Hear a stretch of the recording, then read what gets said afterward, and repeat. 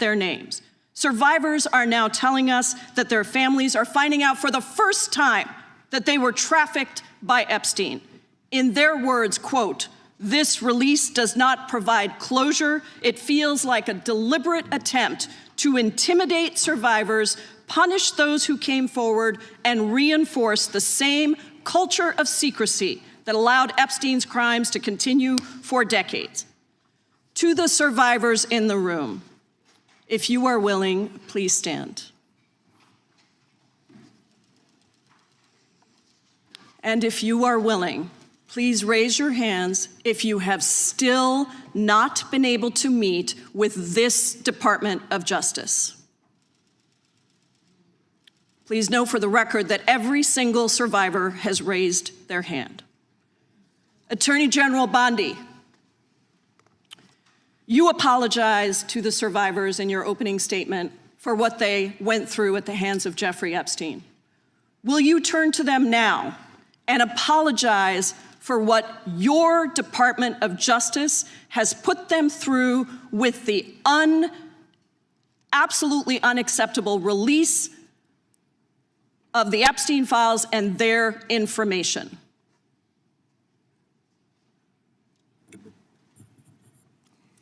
Congresswoman, you sat before, Merrick Garland sat in this chair twice. Attorney General Bondi, No, can I finish my answer? No, I'm going to reclaim my time because I asked you a specific question that I would like you to answer, which is, will you turn to the survivors? This is not about anybody that came before you. It is about you taking responsibility for your Department of Justice and the harm that it has done to the survivors who are standing right behind you and are waiting for you to turn to them and apologize for what your Department of Justice has done. Members get to ask the questions, the witness gets to answer in the way they want to answer. The Attorney General can that's respond. not accurate, Mr. Chairman. Because she doesn't like the answer. Time. So, Mr. Chairman, why I have asked didn't she ask Merrick Garland this twice? I am reclaiming my time, and when I reclaim my time, it is Mr. Chairman, the gentlelady's reclaimed her time. I'm not going to get in the gutter for her theatrics. The time belongs to the gentlelady. The gentlelady has 17 seconds. Thank you. You're not going to answer this question, so let me just Chairman, say this. I'll direct it to what you. a massive cover-up. No, I'm answering a question. Mr. Chairman, will you restore her time? The witness is interrupted. I'm not going to get in the gutter with this woman. Stop the She's time doing theatrics. and let me have my time. The gentlelady from Washington controls the time. The gentlelady has 17 seconds. You can proceed with your final 17 seconds. What a massive cover-up this has been and continues to be. Donald Trump made the release of the Epstein files the center of his political campaign because he thought it would benefit him. Then you got into office, Attorney General, claimed to have a client list, only to then say that there was no list. Your deputy, Todd Blanche, met alone with Ghislaine Maxwell and transferred her to a minimum security prison. And now you continue the cover-up. And I wish that you would turn around to the survivors who are standing right behind you and on a human level, Chairman, the chair now recognizes the chair. And what you have done. The time of the gentlelady has expired. The gentlelady, you have no time to yield back. We appreciate the thought. And I would argue the central issue in the last election, the presidential election, was securing the border. The gentleman from Arizona who knows something about securing the border is up for 5 minutes. Thank you, Mr. Chairman, and thank you, Attorney General Bondi, for being here today. In 2022, Lafarge, which is a French cement company, pled guilty in U.S. federal court to participating in a criminal conspiracy with ISIS. That conspiracy contributed to the deaths of U.S. service members fighting in Syria during Operation Inherent Resolve. As part of the plea agreement, Lafarge was required to pay more than $775 million into DOJ's asset forfeiture fund. In February 2025, my colleagues and I sent you a letter urging the department to review the petitions for remission submitted by the families of those fallen service members, including several of my constituents. The previous administration ignored these victims and our requests and left their petitions unresolved. My question for you on this particular issue is if you're willing to work to ensure those families that their petitions will be reviewed and brought to a resolution. Congressman, we are aware of that, and we're committed to doing everything we can to support the victims and work with you. Thank you for that question. Yeah, appreciate your answer. And now let's go to something that is also pressing that I've been working on for years, and this is the FISA Section 702 and Arctic frost. In January 2025, you testified before the U.S. Senate and agreed with Senator Lee that, quote, anytime an American citizen's private communications are intercepted or stored, whether through incidental collection or otherwise, those communications should not be searched without some showing of probable cause, close quote. You still hold that view today, I assume? Yes. And during the most recent FISA reauthorization, I offered an amendment to establish a clear warrant requirement for searches of Americans' data while preserving every publicly cited operational exception, including emergencies, defensive queries, cybersecurity threats. And my intent was to ensure the Department of Justice could continue to keep Americans safe while also ending warrantless searches of U.S. persons' data. Are there any additional circumstances or exceptions that you believe must be included to ensure DOJ can continue to operate effectively while still protecting American citizens' data and privacy? Yeah, Congressman, we are committed to working with Congress to uncover weaponization and other misconduct by Jack Smith, by others, Arctic frost, everything that happened under the past administration. And we are committed to working with you on that. And we are working with Chairman Jordan, with the House Intel, with all of our my fellow cabinet members on resolving that issue. Well, thank you. And I'm glad you brought up Arctic frost, because Section 702 was used in the Arctic frost investigation. It was. And information derived was used by Special Counsel Jack Smith. And my question has always been, and no one's been able to answer this, is what was the legal predicate for using a foreign intelligence authority in the Arctic frost investigation? Have you been able to ascertain any legal predicate? Congressman, what I can tell you today is that has been referred to my office. I can't discuss anything regarding that because it is very active and ongoing. And you probably can't answer this one either, but I really want to know if Section 702 queries related to that matter involved members of Congress, which we know at some level it did, congressional staff, which we know at some level did. We've heard that journalists or other U.S. persons not suspecting of acting as foreign agents were also caught up in that. Can you answer that question and say whether queries did cover all those groups I just identified? It is a very active pending investigation within my office. However, I believe many members of Congress have stated that their phones were part of Arctic frost. We are well aware of that, and we are taking this very seriously, and this is a very active investigation. And I would keep going and say if any member of the Democrat Party, if any of them, if that had happened to them, we would take that just as serious as we do. And they should be jumping up and down, screaming, supporting you and what you want to do, because this should be a bipartisan issue. Well, I hope it is a bipartisan issue. You know, I'll just leave with these last couple of questions, which I'm sure fall into the same investigation privilege. But that's this: how many such queries were actually conducted overall? This is outside Arctic frost in the prior year by the FBI or other intelligence community. And particularly, we really need to know what were the legal standards applied? Did they use probable cause? Did they use reasonable articulable suspicion? Or did they have no individualized suspicion and just were gathering up information? And that's beyond the investigation with regarding Arctic frost. I don't expect you to have that information today, but if you can help get that information so we can understand the extensive nature of this continued misuse of 702, it would be very particularly helpful. And it was extensive. Yes, Congressman. Thank you. Time of the gentleman has expired. I have a UC, Mr. Chairman. And that is the gentlelady from Texas.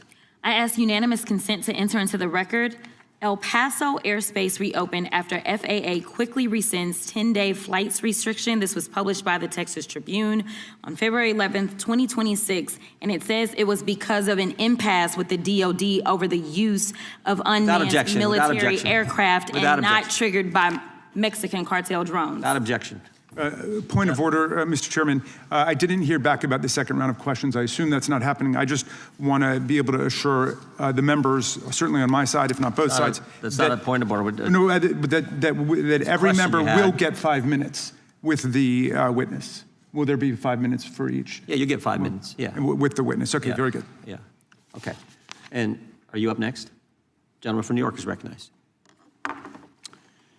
Mr. Chairman, I want to begin by acknowledging the survivors of Jeffrey Epstein's horrific abuse who are in the room with us today. I want to thank all of you for your bravery in speaking out. And I want to say that you and the other survivors of these heinous crimes deserve better from this Department of Justice.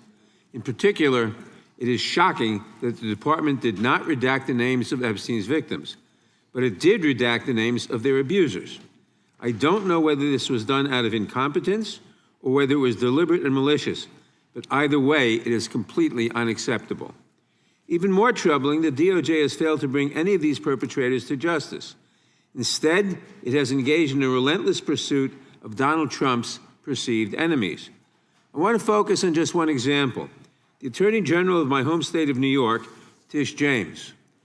This DOJ has been hell-bent on securing an indictment against Ms. James for something, anything, simply because she held Donald Trump's companies accountable for years of financial fraud. And indeed, the department manufactured an investigation against her for alleged, quote, mortgage fraud. But the U.S. attorney leading the investigation, Eric Siebert, a Trump appointee, refused to bring charges against Ms. James because there was simply no evidence. Unfortunately, a prosecutor who refuses to do Trump's bidding has no place in this DOJ, so Mr. Siebert was forced out.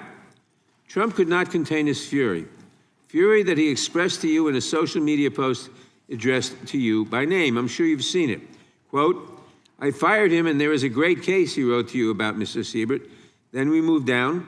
We can't delay any longer. It's killing our reputation and credibility. They impeached me twice and indicted me 5 times over nothing. Justice must be served now. And obviously, you followed that order. Lindsay Halligan, Trump's former defense lawyer who had never prosecuted a case in her life, was installed to replace Mr. Siebert, and it was clear that part of her mandate was to go after Ms. James. Halligan immediately sought an indictment, which a court dismissed because Halligan was illegally put into the role. But your department was undeterred, and not once, but twice, it tried to indict Attorney General James in separate courts. Both grand juries rejected you and refused to indict her. It is practically unheard of for a grand jury to refuse an indictment. In 2016, it happened in just 6 cases out of over 150,000 offenses. And you had it happen twice in the same week, in 2 different courts. That must have been humiliating. And now there are reports that you are continuing to investigate her. The amount of resources that have gone into targeting Attorney General James, months of investigations, multiple failed indictments, is astounding. Since your own prosecutors told you that there is not enough evidence to support a conviction, it's clear that you were going after her simply because she held President Trump accountable and he wants to punish her. And she is just one name on a long list of Trump political enemies that DOJ is reportedly targeting. From Jerome Powell and Lisa Cook at the Federal Reserve to James Comey, numerous Democratic members of Congress, John Brennan, Jack Smith, Democratic officials in Minnesota, Chris Krebs, Miles Taylors, and more. And those are just the ones we know about. In contrast to these politically motivated investigations, grasping at something they can charge their enemies with, we now have concrete evidence of disgusting criminality revealed in the Epstein files. So I really have just one question for you. How many of Epstein's co-conspirators have you indicted? How many perpetrators are you even investigating?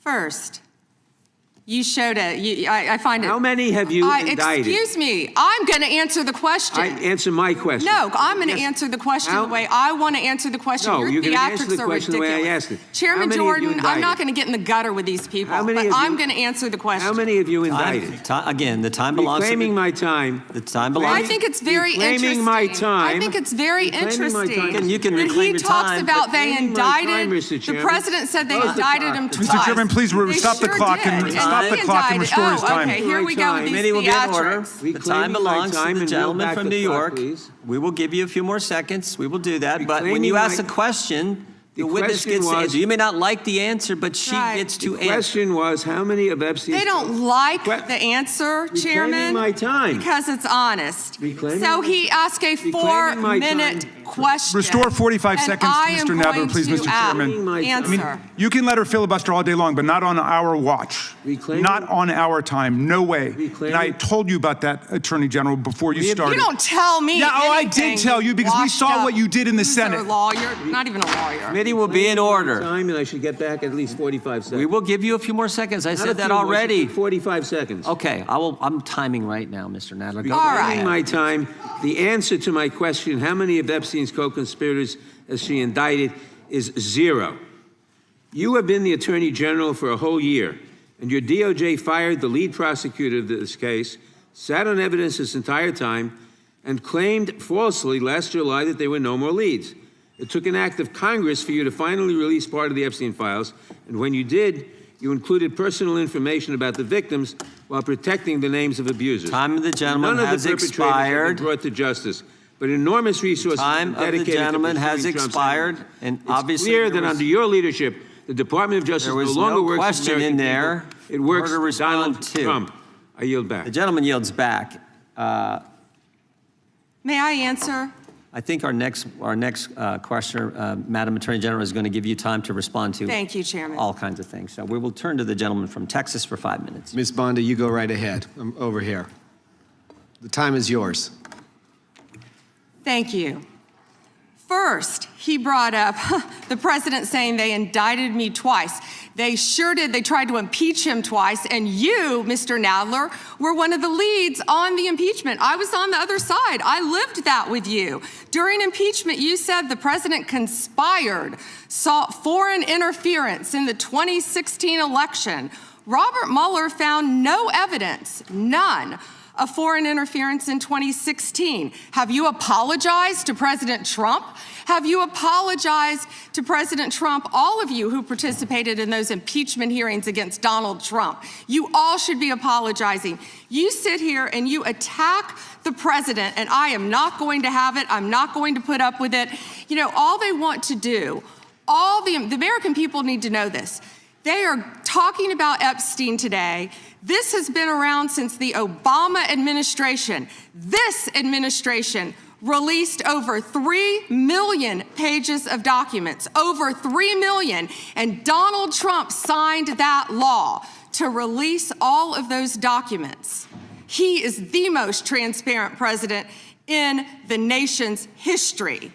And none of them ask Merrick Garland over the last 4 years one word about Jeffrey Epstein. How ironic is that? You know why? Because Donald Trump, the Dow right now is over $50,000. I don't know why you're laughing. You're a great stock trader, as I hear, Raskin. The Dow is over 50,000 right now. The S&P at almost 7,000. And the NASDAQ smashing records. Americans' 401ks and retirement savings are booming. That's what we should be talking about. We should be talking about making Americans safe. We should be talking about, what does a Dow have to do with anything? That's what they just asked. Are you kidding? Mr. Jordan, Mr. Jordan, Committee will be in order. Mr. Jordan, am I going to get an Wow. extra 45 seconds added to my time? The committee will be in order. The time belongs to the gentleman from Texas. Ms. Bondi, the Attorney General can respond. Thank you. The Dow has shattered 50,000 for the first time. This is crazy. They said it couldn't be done in 4 years, yet President Trump has done it in 1 year. National median rents have fallen to a 4-year low, thanks to Donald Trump. That's why they want to focus on Epstein and our most transparent president in the nation's history. The murder rate, as I said, has plummeted to a 125-year low, thanks to Donald Trump. For an unprecedented unprecedented 9 straight months. There were 0 illegal border crossings at the southern border. That's what we should be focused on. All the great work that this president has done and will continue to do to keep America safe and to make Americans safe. Thank you, Attorney General Bondi. I agree with you totally. I think you've done a fine job. I think that Democrats, in fact, should be apologizing to the Epstein victims for doing nothing during the 4 years that they were running the government. We did not hear about this, and it took you and President Trump to finally provide transparency and give answers to the American people, and I want to thank you for that. I want to thank you also for standing up for truth today and for fighting back against the theatrics and the time waste that you will endure over the next hour or two. I want to apologize on behalf of my colleagues on the left. They're not all that bad, but they've got to put on a show. And I'm sorry that you have to go through that. And I would like to yield the last, I'd say 40, but 40 is 80 seconds. The clock says 40, but I've got 80 seconds since I was so rudely interrupted, and I'll give all 80 seconds to Chairman Jordan. And I would just yield to the Attorney General if she has anything to add. I'm fine to continue. Thank you, Chairman. All right, the chair now recognizes, the gentleman yields back. The chair recognizes the gentlelady from California. Thank you, Mr. Chairman. I would note that Mr. Nadler's question has not yet been answered, but I want to start by asking that out of respect for the American public and the Epstein survivors, some of whom, of course, are here today, that we can have a transparent conversation and get the public the answers they deserve. I want to briefly direct your attention to 2 documents I'm hoping we will put up on the screen. In the first, an individual emails Jeffrey Epstein asking whether a woman identified as M was pro or civilian, and Epstein responds that she was a civilian, Russian, and fun. In the second email, Epstein writes to Steve Tisch about a Ukrainian girl, noting that she was, quote, a little freaked out by the age difference and stating that he would try to convince her not to return to Ukraine.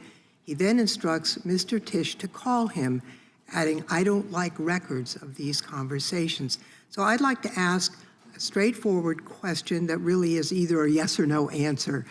Do these emails constitute credible evidence, not proof, but credible evidence warning further investigation into whether Steve Tisch was involved in Epstein's criminal conduct? Do you think yes or no? I'm not going to play a yes-no game with you, but I will answer the question to the best of my ability. As I said, we will look and investigate any case involving any victim. I'm not familiar, there were 3 million pages, of course, with that email, but of course, we will look into anything. The documents have been released, 3 million. The redacted versions, we left them open for all of you to come view. Have you? I believe you view them. If not, will you have some copies? I'd like to. But could I finish, please? I'm not being rude. Please. I only have 5 minutes. No, yeah, and I only have 30 seconds based on your filibustering. Well, you didn't give a yes or no answer, so let me just go further. Director Patel testified in this committee room that there was no credible information indicating that Epstein trafficked victims to anyone else. And glancing at the documents, that proves that's not the case. In July, your department issued a memo stating that it had conducted an exhaustive review of the Epstein files and concluded that no additional individuals would be charged. So I did go over to the Department of Justice yesterday. I would note that 400 and all our 35 members are in the House, and there's 4 computers. So it would take many months to actually have the time. I only had a few hours. I think the transparency argument is really kind of a sham because it's not really possible. Whoa. Did you have to wait to get a computer? It is not possible to really go in. I did, however, see a U.S. attorney information for the Southern District of New York indicating that there were additional survivors and probable co-conspirators. Other members of Congress have uncovered likely co-conspirators whose names were blocked out.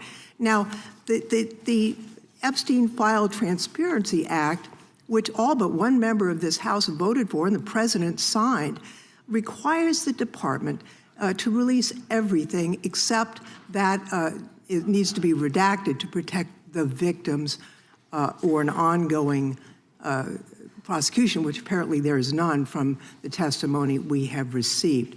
I am concerned that this act has not been fully complied with. When Director Patel came to the committee, he admitted that up to 1,000 FBI agents had gone through the files and redacted President Trump's name from them. And it's pretty clear that what has been transmitted from the FBI continues to redact President Trump's name, even though he is mentioned thousands of times in these files. So I think the credibility of the department in terms of complying with the act has been damaged. And I think the department's credibility has been damaged in other ways. I think we all saw the horrible video of American citizens being killed by ICE agents in Minneapolis. And I think how the department has handled these cases raises a lot of doubt about the department. State and local police in Minnesota got a court order to get access to the crime scene to be sure evidence would be properly preserved by federal agents. But they took the agents defied the court order, and in a departure from general policy, the DOJ is not collaborating with state and local law enforcement on these homicides. So I really think that is a disgraceful approach to the homicides of American citizens, and really does nothing to bring credit to your department. And Mr. Chairman, I would yield back. Gentlelady yields back. May I answer? Attorney General can respond. I find it interesting that she keeps going after President Trump, the greatest president in American history. And if they could maintain their composure, this isn't a circus, this is a hearing. I find it interesting she keeps going after Donald Trump. She doesn't say how much money she took from Reid Hoffman, did you? None. And nor did Mr. she Chairman, post regular anything. order, please. She Regular order. posted nothing on her X account, on her Twitter account during the Biden years. Gentlelady. Yet now, all of a sudden, question she's asked. going after Committee will be in Point of order. order. There was no Committee will be question in on order. the Attorney General. She doesn't just get to Committee will be in order. I have a point of order, Mr. Chairman. Committee will be in order. Point of order, Mr. Chairman. Gentlelady can state her point of order. When a witness attacks, Not a valid point of order. You got to state. She hasn't completed her point of order yet. Gotta Please let her cite- speak, Mr. Chairman. Let's have some regular order Got it. here. Regular order is you got to state the rule. And she I am didn't do it. trying to make a point of order that the witness, And what rule are you referring to? without responding to a question, has attacked me personally. I think it's pathetic that she can't answer the questions and First instead time is that attacking is not even close members to a of the point of committee. order. The gentleman from Wisconsin is recognized. In August of last year, I sent a letter to the Department of Justice asking for assistance in seeking compensation for the town of Lac du Flambeau. Town of Lac du Flambeau is in my district, and your office replied that it was an ongoing matter and unable to comment on it, which I understand. That was just fine. But I want to set this up just as a reminder. So 3 years ago, it was at this time of year that 4 roads were blockaded in the town of Lac du Flambeau, and the temperature was 25 below zero. People had to park their cars at a neighbor's place, take the snowmobile across the lake to get their car, and then be able to drive into town. There were people 80 and 90 years old that could not, were very concerned that they'd be able to get emergency medical services. And the perpetrators of this, the tribe out there, they demanded compensation from the town. I would call it extortion. They ultimately got $600,000 from the town of Lac du Flambeau. The unfortunate part, Mr. Chairman, is that the Biden administration took the side of the perpetrators who closed those roads off, and the Biden administration made it clear to the town of Lac du Flambeau that we are not on your side in regards to this. Well, fortunately, there was a federal judge that said, no, this is wrong, what happened, and these roads should be left open, they should continue to be left open. My question to you is, are you willing to work with my office and with the town of Lac du Flambeau to further investigate this matter and seek compensation from the tribal government after their extortion of $600,000 from this little town in northern Wisconsin? Congressman, you do a great job representing your district. And yes, we would more than welcome working with you, and we are familiar with that investigation. Mr. Chairman, I would just add, we're highlighting these miscarriages of justice in the previous administration. This is just another one of those small examples, no different than the Catholic Diocese in Richmond and many others that you have retold so many times. But here's another instance of what they did to a small town and nearly bankrupted them as a result of it. Fortunately, there was a federal judge that saw through it and has fixed it. I want to move on to fraud enforcement. You've established a National Fraud Enforcement Division, is that correct, Madam Attorney General? Yes, Congressman. Has this new division begun any investigations and getting after those individuals that have committed the rampant fraud we've seen, like in Minnesota? Well, it's not only rampant in Minnesota, it's rampant throughout this country. Much of it is in California, as you know, and other places. Yes, we are working on it actively. Our criminal fraud division has been working on it. We are expanding that. It was the Vice President's idea to come up with this amazing separate fraud division, which we are establishing and going nonstop, not only to expose the fraud in Minnesota, but around the country. It's taxpayer dollars that have been stolen from the American people, and we are committed to recovering that money and holding those people accountable. Mr. Chairman, I would remind everyone here, why did this happen in Minneapolis? Why did federal law enforcement have to go to Minneapolis? Because of industrial scale fraud. It was an assistant United States attorney that said, this is industrial scale fraud that's going on in Minnesota at this point. I sent a letter to our governor in Wisconsin.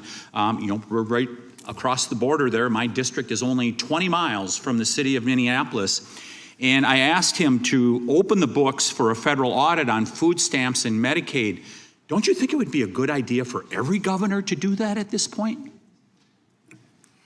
It protects the citizens, and I can't understand why that's not happening. And yes, I do think that's a great idea. It's happening around this country. And when our new division with Colin McDonald is established, it's established when Colin is confirmed. He's amazing. I think you've met with him, you said, Chairman.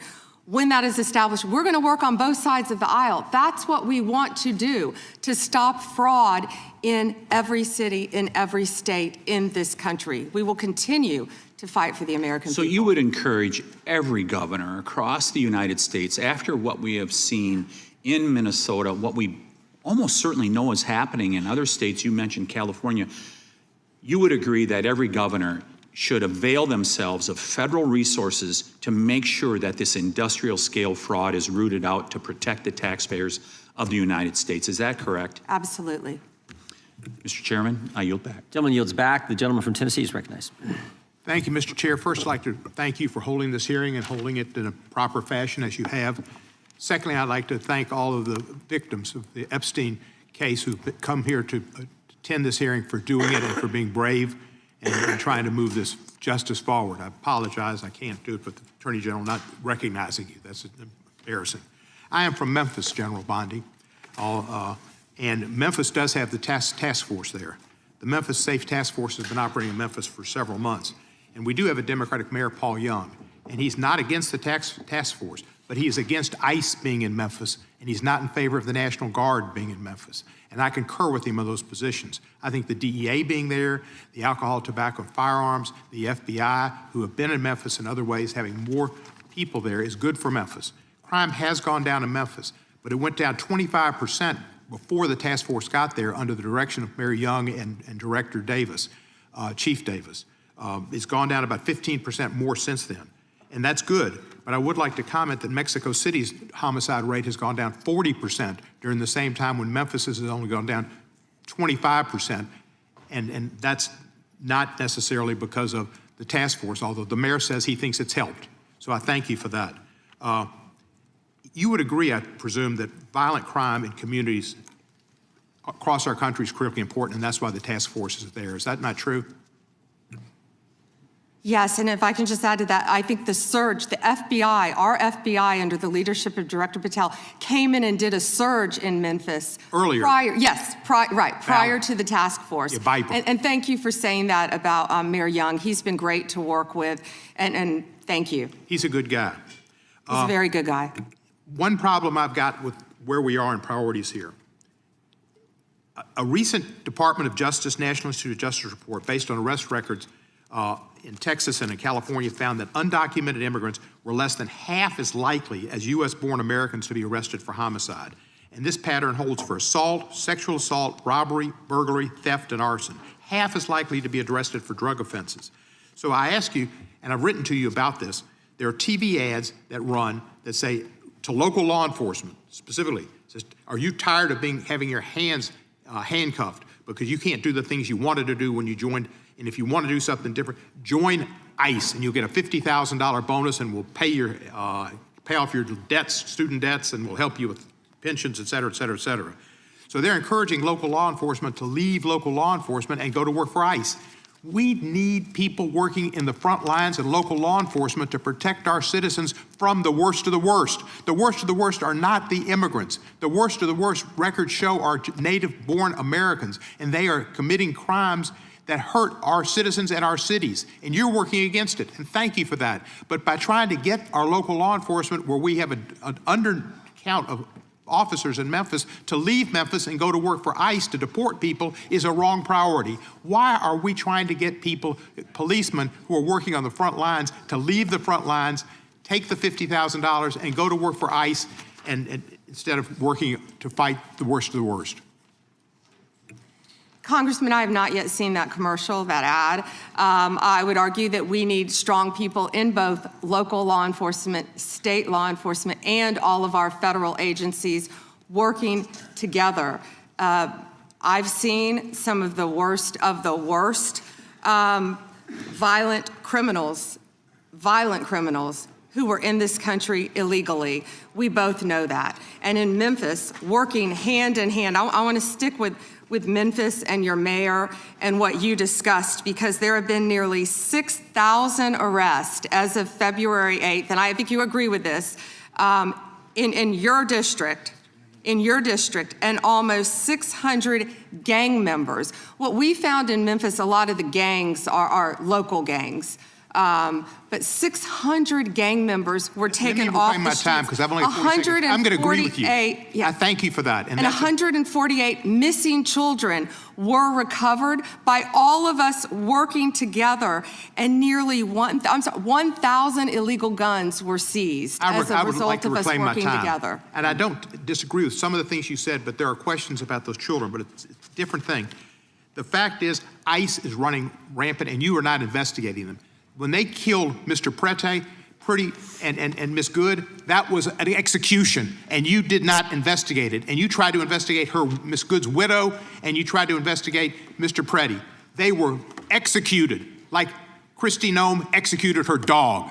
And that was wrong. And you should investigate those people, and you should investigate anybody that uses a weapon, in federal official or not, for civil rights violations. I yield back the balance. Gentleman yields back his time. Madam Attorney General, anytime you need a break, just let us know. If not, we'll just keep going. The chair is now recognized for 5 minutes. Madam Attorney General, you're not allowed to exercise your constitutional rights in a way that tramples on someone else's, are you?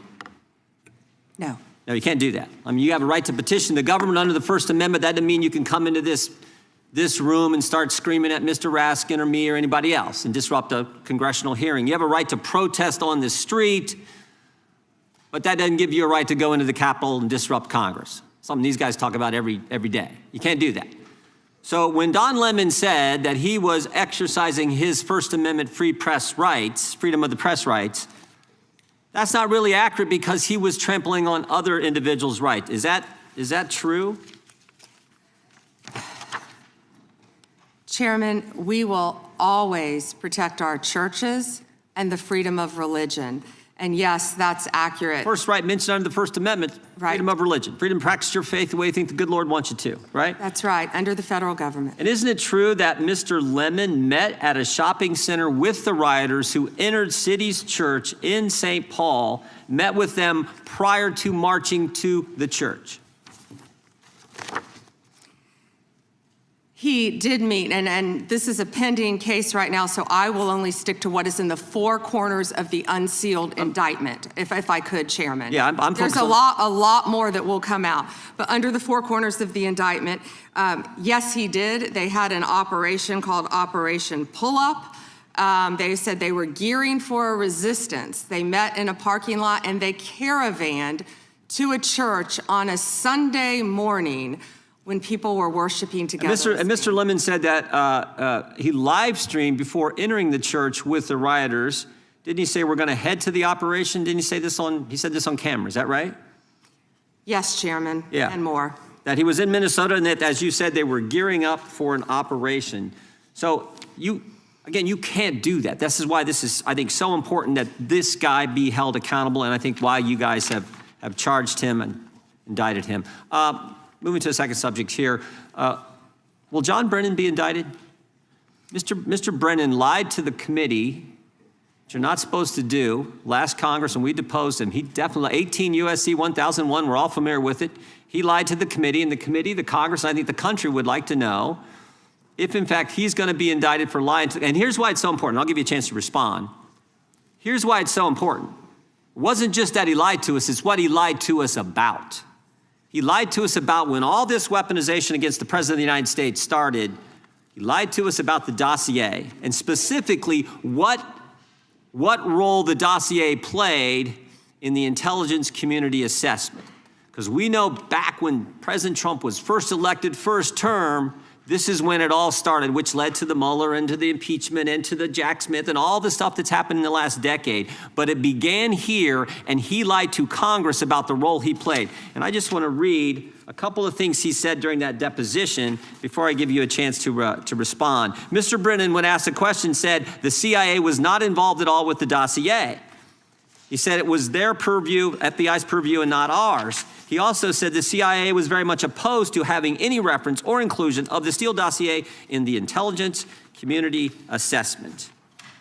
Well, that's interesting because declassified information that was declassified this past summer by the CIA says something entirely different. It says, Brennan, I want to put this one up if we have it. It says, Brennan ultimately formalized his position in writing, stating that, quote, this is released by the CIA Director Ratcliffe, my bottom line is that what I believe that information warrants inclusion in the report.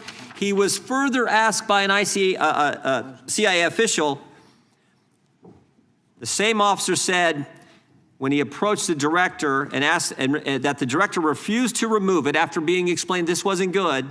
With the dossier's many flaws, he said, yes, but doesn't it ring true?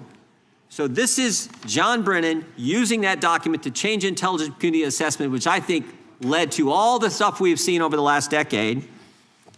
And I think this committee in the country, Congress in the country, would like to know if Mr. Brennan is going to be indicted.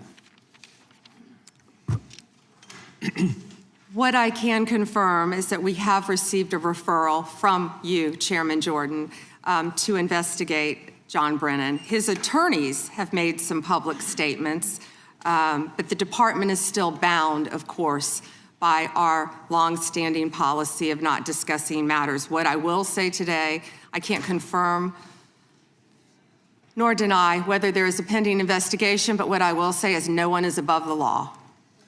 Mr. Chairman, point of order. Weaponization has ended. Yeah. Point of order, Mr. Chairman. Gentleman from New York is recognized for a point of order. If we want to know whether Mr. Brennan will be indicted, you should just ask the president. Not a point of order, but I appreciate you trying to make it one. The gentleman from Georgia is recognized. Thank you, Mr. Chairman. General Bondi, it's been reported that there were at one point 1,000 personnel assigned to the task of identifying and scrubbing Donald Trump's name from the Epstein files. Were those reports accurate?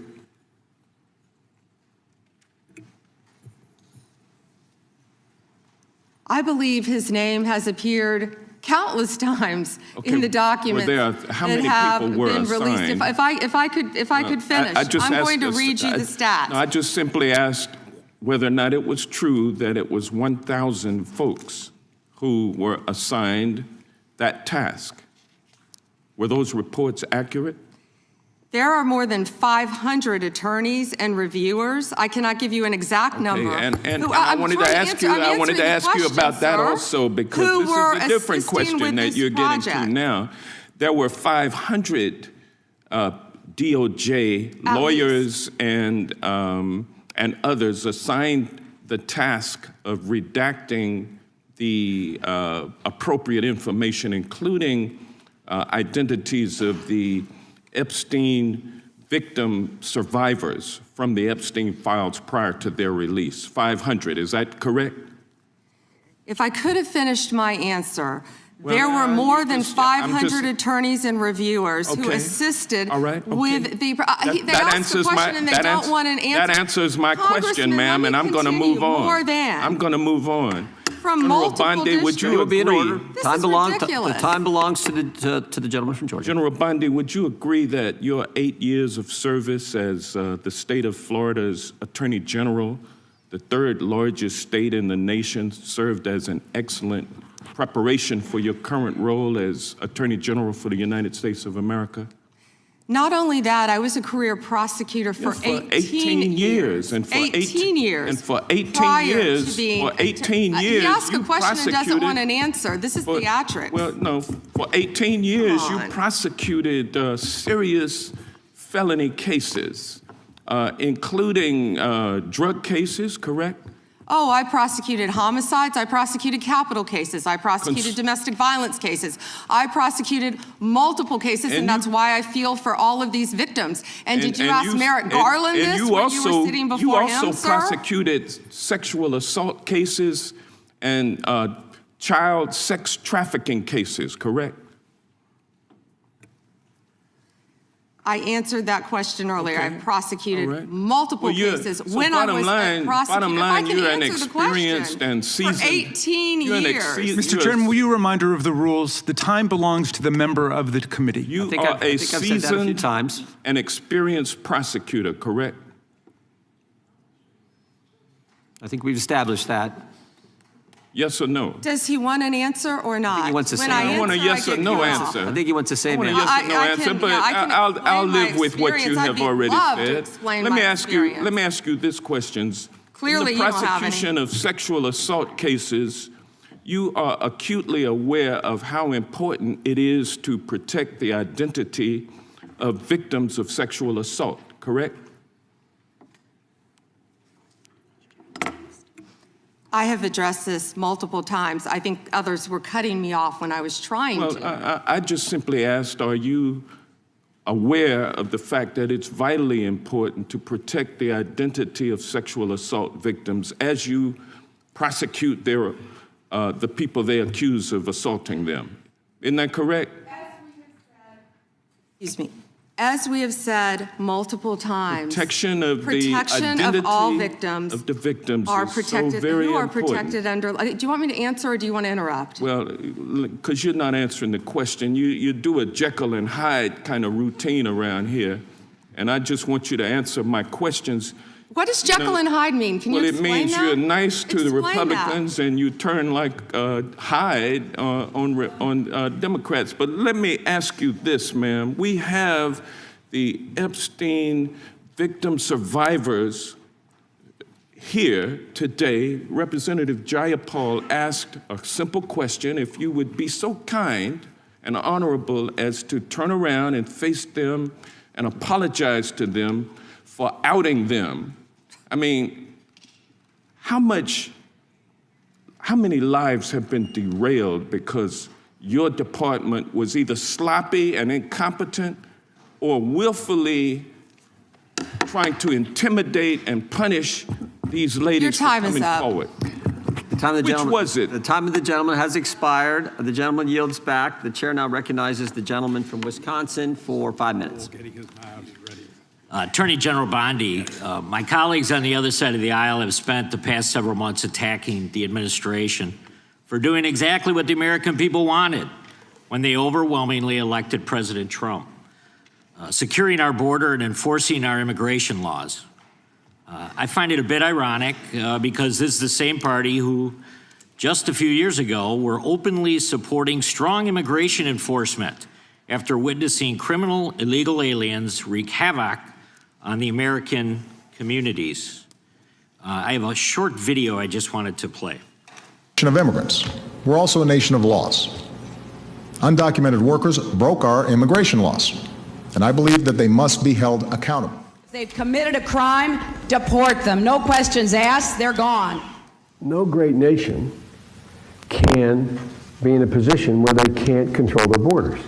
While we need to address the issue of immigration and the challenge we have of undocumented people in our country, we certainly don't want any more coming in. Every place in this country are rightly disturbed by the large numbers of illegal aliens entering our country.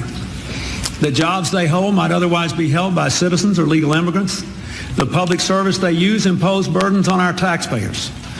That's why our administration has moved aggressively to secure our borders more, by hiring a record number of new border guards, by deporting twice as many criminal aliens as ever before, by cracking down on illegal hiring, by barring welfare benefits to illegal aliens. Illegal immigration is wrong, plain and simple. When we use phrases like undocumented workers, we convey a message to the American people that their government is not serious about combating illegal immigration, which the American people overwhelmingly oppose. If you don't think it's illegal, you're not going to say it. I think it is illegal and wrong. Open the borders, my God. You know, there's a lot of poverty in this world, and you're going to have people from all over the world, and I don't think that's something that we can do at this point. Can't do it. Yes or no? Would you allow the cities to ignore the federal law? No.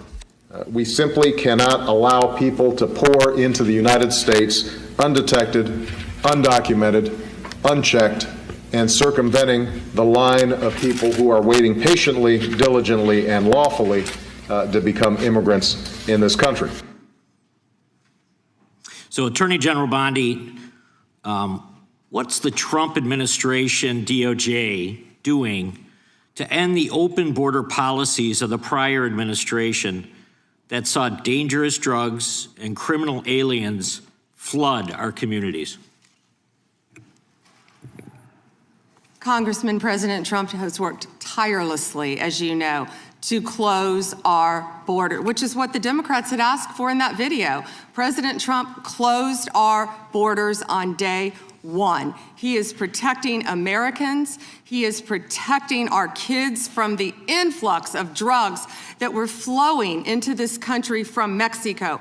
The fentanyl precursors that were coming from China.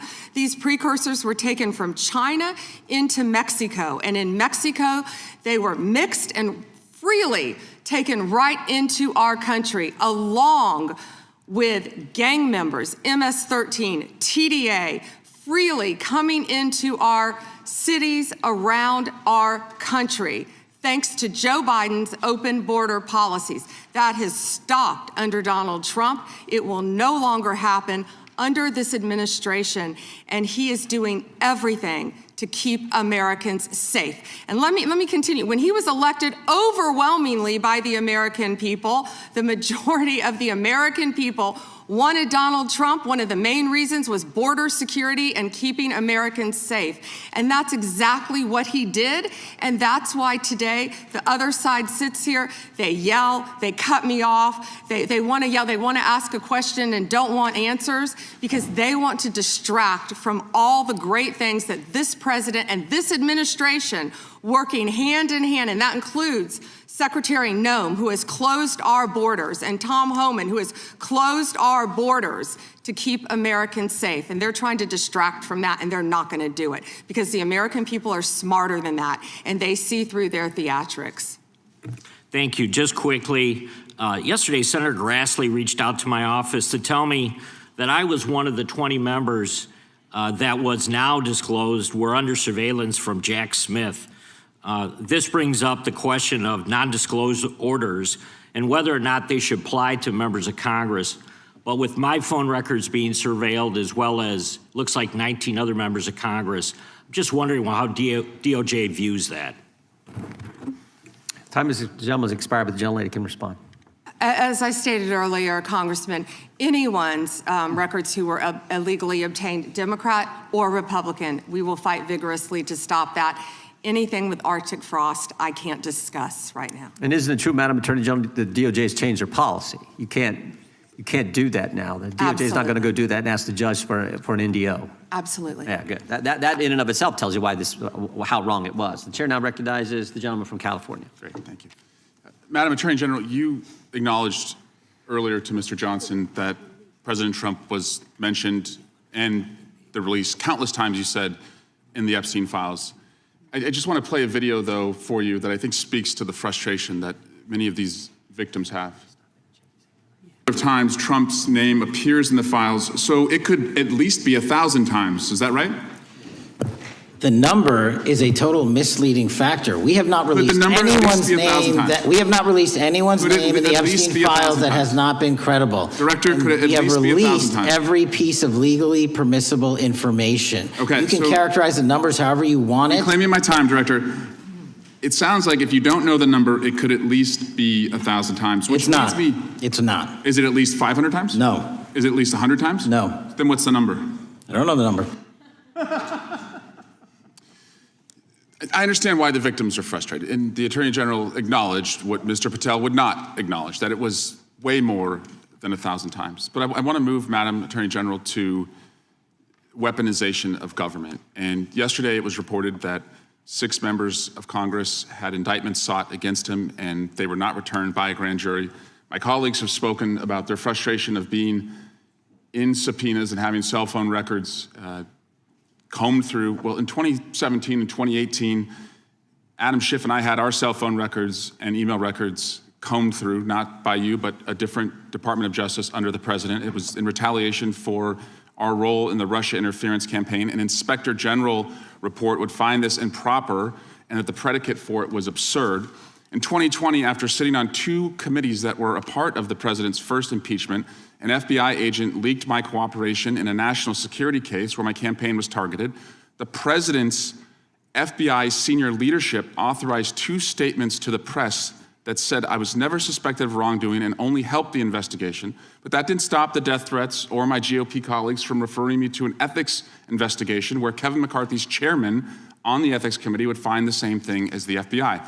Our current FBI director would then write a book called Government Gangsters and identify a long list of enemies. About a quarter of them have been either investigated or indicted.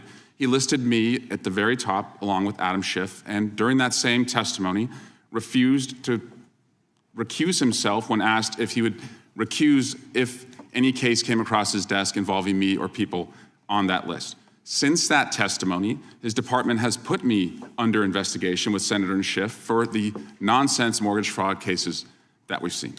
I get it. This is what the president does. I've priced it in. We have a bingo card at home that my kids have made of what will come next. I expected that the president would come after his enemies. But what I want to talk to you next is serious, and I did not expect this would happen, and I'd like your help on it. The president has inspired death threats against me and many sitting up here with me.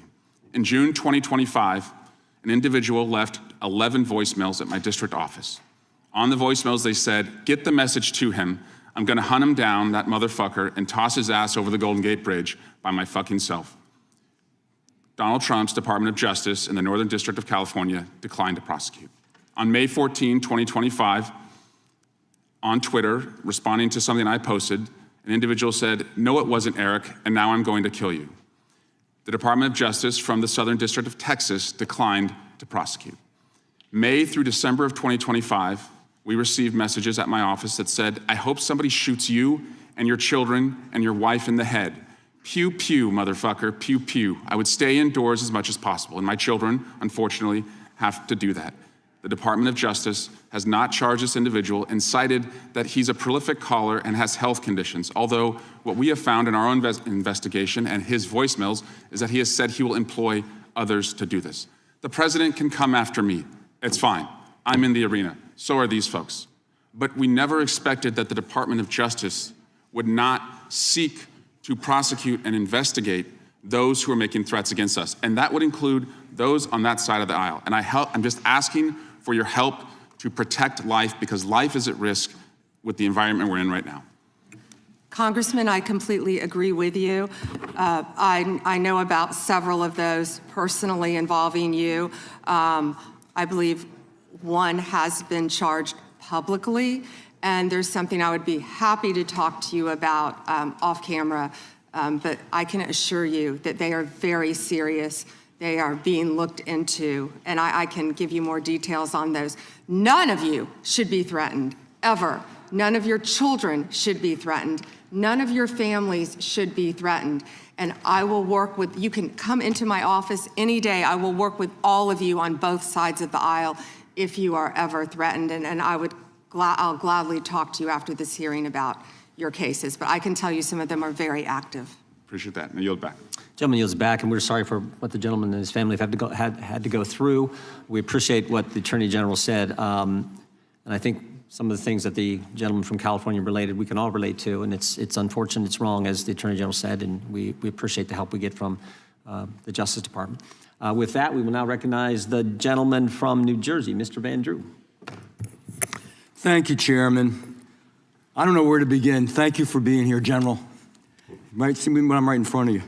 I have to mention this first. You know, I used this word before, and my friends on the other side of the aisle got mad at me, but hypocrisy. Epstein, Epstein, Epstein. But for years on the other side of the aisle, we heard nothing. Crickets, not a word. Nothing was said when they were in control. Nothing was mentioned basically till last summer, and the ranking member points out that he did do something last year. Yeah, he did a letter complaining about the plea deal for Maxwell, but it wasn't a big deal. Then we get a new administration, and all of a sudden it's a big deal, and they feign concern, they're upset, they're investigating. They had all these years and all this time. And in fact, Stacey Plaskett, and we all know that name, when they had a congressional hearing, Democratic member, were taking texts from Epstein on questions to ask to go after Trump. So Epstein was using her Democratic colleague as a tool to go after President Trump. Just everybody keep that in mind. And then we talk about ICE and how horrible it is. And there are concerns. Everybody wants everything to go right. Nobody ever wants to see somebody die. And they complain about it. But at the same time, hypocrisy, they encourage constituents to go after the ICE agents, to challenge them, to hurt them, to attack them. And that doesn't make sense. That's hypocrisy. And then we hear about the concern of, going after Democrats, that the legal system, that judiciary and Department of Justice is going after Democrats.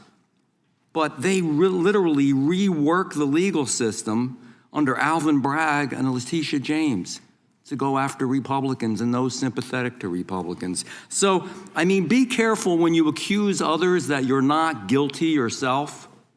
Be careful of what you say, because you got a history, and it's easy to go over it. I just want to talk about where we were and where we are now.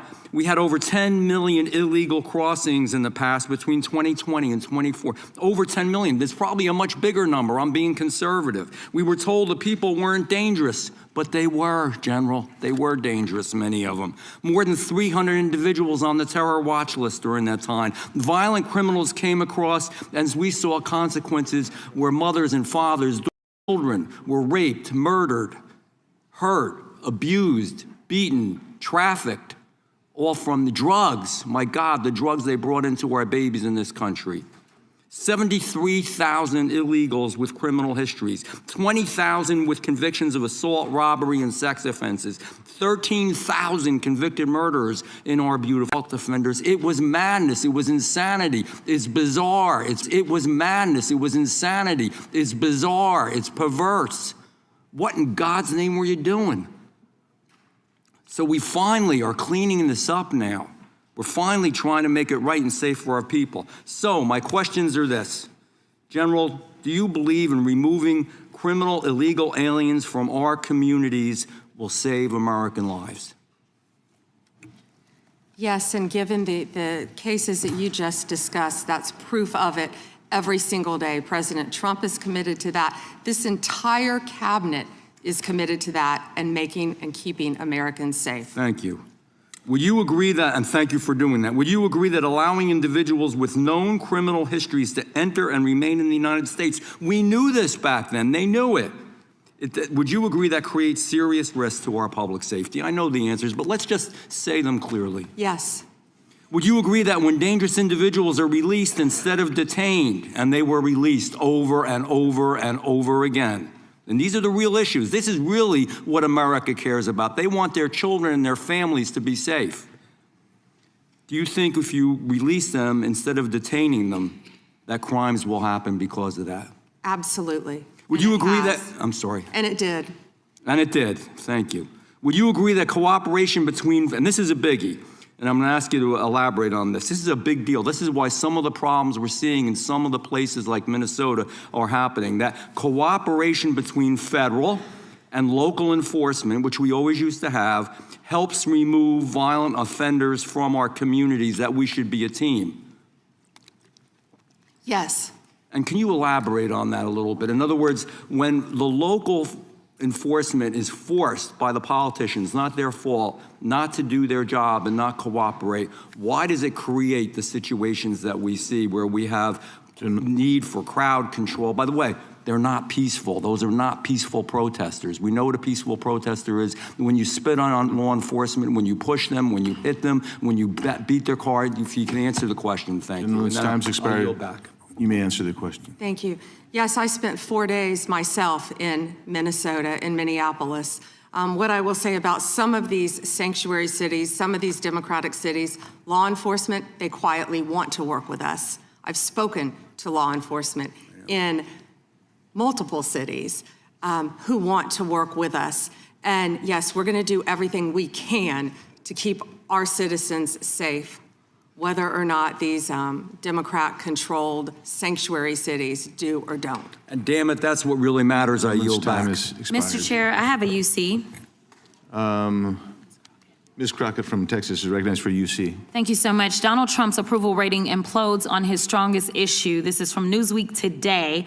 It says 40% of people approve of Trump's handling of immigration and border security, while 60% disapprove. Without objection, that is a admitted. net drop. Now I recognize the gentleman 20. from California, Mr. Liu.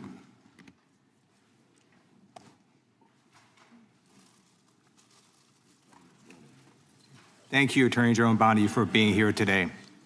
I'm going to show you two photos. Thank you. I'm going to show you two photos of former Prince Andrew. Prince Andrew attended various parties with Jeffrey Epstein. Under the law Congress passed, you were allowed to redact photos to protect the victims of Epstein's sex trafficking operation.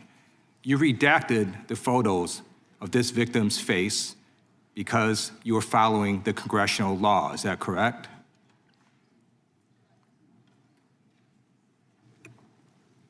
I'm sorry, that we redacted the victim's Because you were face? following the congressional law, correct? Yes. Okay. You have now established that please put the photos back up, that we are looking at a sex trafficking victim. Under the Federal Victims Trafficking Protection Act, not only is Jeffrey Epstein guilty, but anyone who patronizes Epstein's sex operation is also guilty of a crime. That's why I find it absolutely despicable that you sought to protect Epstein's clients, like former Prince Andrew. Last July, you closed the case on Epstein's abusers. The July 2025 memo from your Department of Justice stated, quote, "We did not uncover evidence that could predicate an investigation against uncharged third parties." These two photos, please put the photos back up. These two photos staring you in the face are evidence of a crime and more than enough evidence to predicate an investigation against former Prince Andrew. So I ask you, Attorney General Pam Bondi, why did you shut down this investigation last July, and why have you not prosecuted former Prince Andrew? I don't believe you asked Merrick Garland these questions when he was Attorney General and set before. I agree with you. You twice. I'm reclaiming my time. Never I agree with mentioned you. I agree with you. During Were you not here during then? the Biden administration, I called for people looking at Epstein files. Merrick Garland dropped the ball, as did Attorney General Bill Barr, as did Alex Acosta, a whole string of failures. But you are in charge. You have the power to change things, to hold these men accountable, and you're doing the opposite. You're protecting them.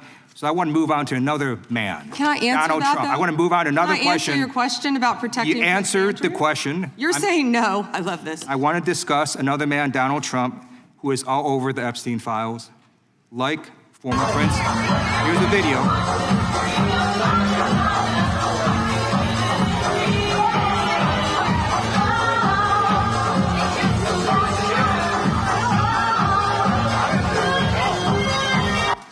Like former Prince Andrew, Donald Trump attended various parties with Jeffrey Epstein. I want to know, were there any underage girls at that party or at any party that Trump attended with Jeffrey Epstein?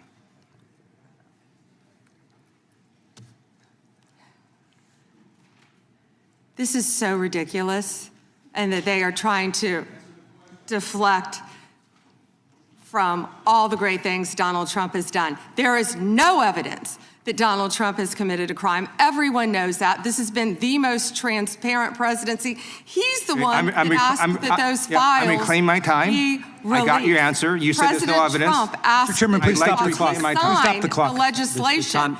This is Time. this I'd like is to reclaim my ridiculous. time. belongs to the gentleman from California. Okay. I'm going to put up another document from a witness who called the FBI's National Threat Operations Center, because I believe you just lied under oath. There is ample evidence in the Epstein file. Don't you ever accuse me of a I crime. believe you just lied under oath, and this is all on videotape. You said there's no evidence of a crime. I'm showing you, here is a witness statement who called into the FBI's Threat Operations Center. He drove Donald Trump around in a limo. He overheard what Donald Trump said to Jeffrey on his cell phone. He was so angry, he was gonna stop a limo and hurt Donald Trump. And he met a girl who said she was raped by Donald Trump and Jeffrey Epstein. She later had her head blown off, and officers at the scene said that could not have been suicide. No one at the Department of Justice interviewed this witness. You need to interview this witness immediately. Epstein should rot in hell, so should the men who patronized his operation. And as we say here today, there are over 1,000 sex trafficking victims, and you have not held a single man accountable. Shame on you. If you had any decency, you would resign right after this hearing concludes. The gentleman has expired. May I respond? Yeah, I don't know how you respond. No one can. I did not ask a respond. question, Ms. He Head. doesn't You're want allowed to talk to. about I did the not ask a horrific question. crime in California. He does not want to talk about I did not ask a crime question. in his state. She can't just Madam ad Attorney lib General. stuff. I did not ask a question. Meeting will be in order. The gentleman has yielded back his time. I think our next witness will be more than happy to let the Attorney General Madam respond. Attorney General, would you like to? Gentleman from Alabama is recognized for 5 minutes. You have a few minutes to respond. Thank you, Congressman. This is what Congressman Liu didn't want to talk about. He didn't want to talk about all the crime that is happening in his state. California refuses to honor detainees because of its dangerous sanctuary city policies. The refusal means California has released 4,561 criminal illegal aliens onto its street. The crimes of these aliens include 31 homicides, 661 assaults, 574 burglaries, 184 robberies, 1,489 dangerous drug offenses, 379 weapons offenses, and 234 sexual predator offenses. That's why they are deflecting. That's why they're trying to talk about the Epstein files. That's currently happening in his home state. Attorney General, thank you for being here, and I wanted to make sure you had time to respond. I'm going to change gears a little bit. In October, when you were testifying before the Senate, I know you and my friend Senator Katie Britt discussed concerns of infiltration of the illegal Chinese vapes into our country. As a father of three, obviously, I'm worried a little bit about this, and I believe that many parents in the country share our similar concerns. Can you provide an update on DOJ's work in this space over the past few months? Yes, and thank you for bringing that up. We're talking about the vapes. And this should be an issue where both sides of the aisle can work together on. Parents need to understand, children need to understand that so many of these are being manufactured in China, sent to our country, and have the potential to be laced with lethal drugs.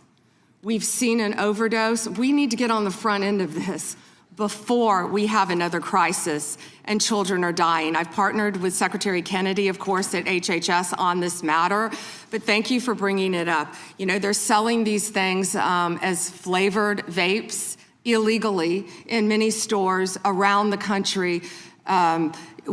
Secretary Kennedy and I actually we went and did something on this, and it was sadly the day that Charlie Kirk was assassinated. And so it didn't get a lot of attention, nor should it have after that happened. But yes, we're continuing to work on that, and thank you for bringing that up. That's happening in all of our states, and I would ask everyone here, I know Congresswoman Ross was just nodding, it's happening in every state. And not only are they laced with THC, many of these vapes, but they could be laced with fentanyl. We have had a child, I wish I could think of the state it was in, but we have already had someone overdose. And we have to get together on this, and we have to get on the front end of this. And I would love to work across the aisle on this to protect our kids. How many school kids do you see now vaping? And it's not only, I believe a vape has 20 cigarettes, but you know, that's one vape is 20 cigarettes, I believe it is, but also what they could be laced with, because so many of them, the majority of them, are manufactured in China. Sure, and if you need additional resources, please let us know as you're going through the process. And then I'm going to change gears one more time on you.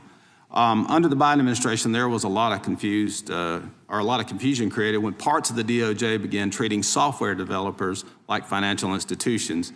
Even when they did not hold or control anyone's money, they were simply building the technology. That uncertainty made it harder for Americans to build, innovate here at home. Earlier this year, the Deputy Attorney General issued a memo entitled Ending Regulations by Prosecution, a clear break from the Biden administration's approach. And I think it's important that that's a good step in the right direction. But can you talk a bit about how the DOJ is now putting that memo into practice, especially when it comes to making sure that people are just writing the software and don't control the user's funds, we don't want them treated as an unlicensed money, or they're not money transmitters. So. Yes, and we're doing everything we can to protect the American people on that, and I would refer everyone to Deputy Attorney General Blanche's memo, and we're working as hard as we can on that topic. Because we want to lead the way in the space on that, so we appreciate the help. And with that, Mr. Chairman, I'll yield back 10 seconds. Gentleman yields back. We'll recognize the gentleman from Arizona for unanimous consent. Thank you, Mr. Chairman. I have a number of UCs. Gentleman can proceed. Thank you. Bombshell new docs show Trump called police about Epstein in 2006. Without objection. Kamala Harris defends Biden administration decision not to release Epstein files. Without objection. Why weren't they released during the Biden administration? Without objection. House Democrat Stacey Plaskett exchanged texts with Epstein during 2019 congressional hearing. Without objection. New York judge allows Epstein victims' claims against Plaskett to proceed. Without objection. Hakeem Jeffries solicited funding from Epstein in 2013 after financier was convicted child sex offender. Without objection. Jeffrey Epstein was invited to dim fundraising dinner and to get to know Hakeem Jeffries by firm working with Brooklyn's Barack. Without objection. An email from Leslie Groff to Jeffrey Epstein concerning Hakeem Jeffries fundraising. Epstein file says Biden was replaced in 2019, question mark? Without objection. Thank you. The gentleman yields back. The gentleman from California is recognized. Mr. Craft.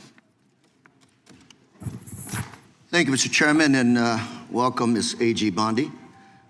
I agree with you. Our top priority should be protecting Americans. In my past life in the California State Legislature, I did a lot of work on solving sex crimes, passing legislation to update our codes. And I found that the biggest challenge to solving sex crimes is reporting them. Victims have to have the guts to stand up to report those sex crimes. But it's not easy. It's the most unreported sex crime there is. Crime there is sex crimes. It's painful, humiliating. And a lot of time the victims don't think anything's gonna come out of their reporting these crimes. Then we have adults who as children were molested, boys and girls who will live in silence for the rest of their life. I believe the Epstein files are just one of many sex rings, sex crimes taking place in our society today. I hear 1,200 Epstein victims, some additional victims as young as 9 to 10 years old. The challenge I have today, what bothers me today about this hearing, Madam AG, is what's the message we're sending out there on Main Street? Shouldn't ask a question I don't know an answer to, but I'm going to ask the victims behind you right now. First, can you please stand up? And then, can you please raise your hand if you think after everything you've heard today, you feel that our AG, the feds, have your back? Do we have your back? Raise your hand if you're confident that we got your back. And that's the issue, Madam AG. We've got to make sure that victims stand up and report the crimes. Otherwise, we're going to be taking a step backwards. Today, AI, cyber, social media, the new realm for people to be hurt, attacked sexually. These are the areas I'd welcome the opportunity to work with you on. It's not your problem, it's not my problem, it's our problem.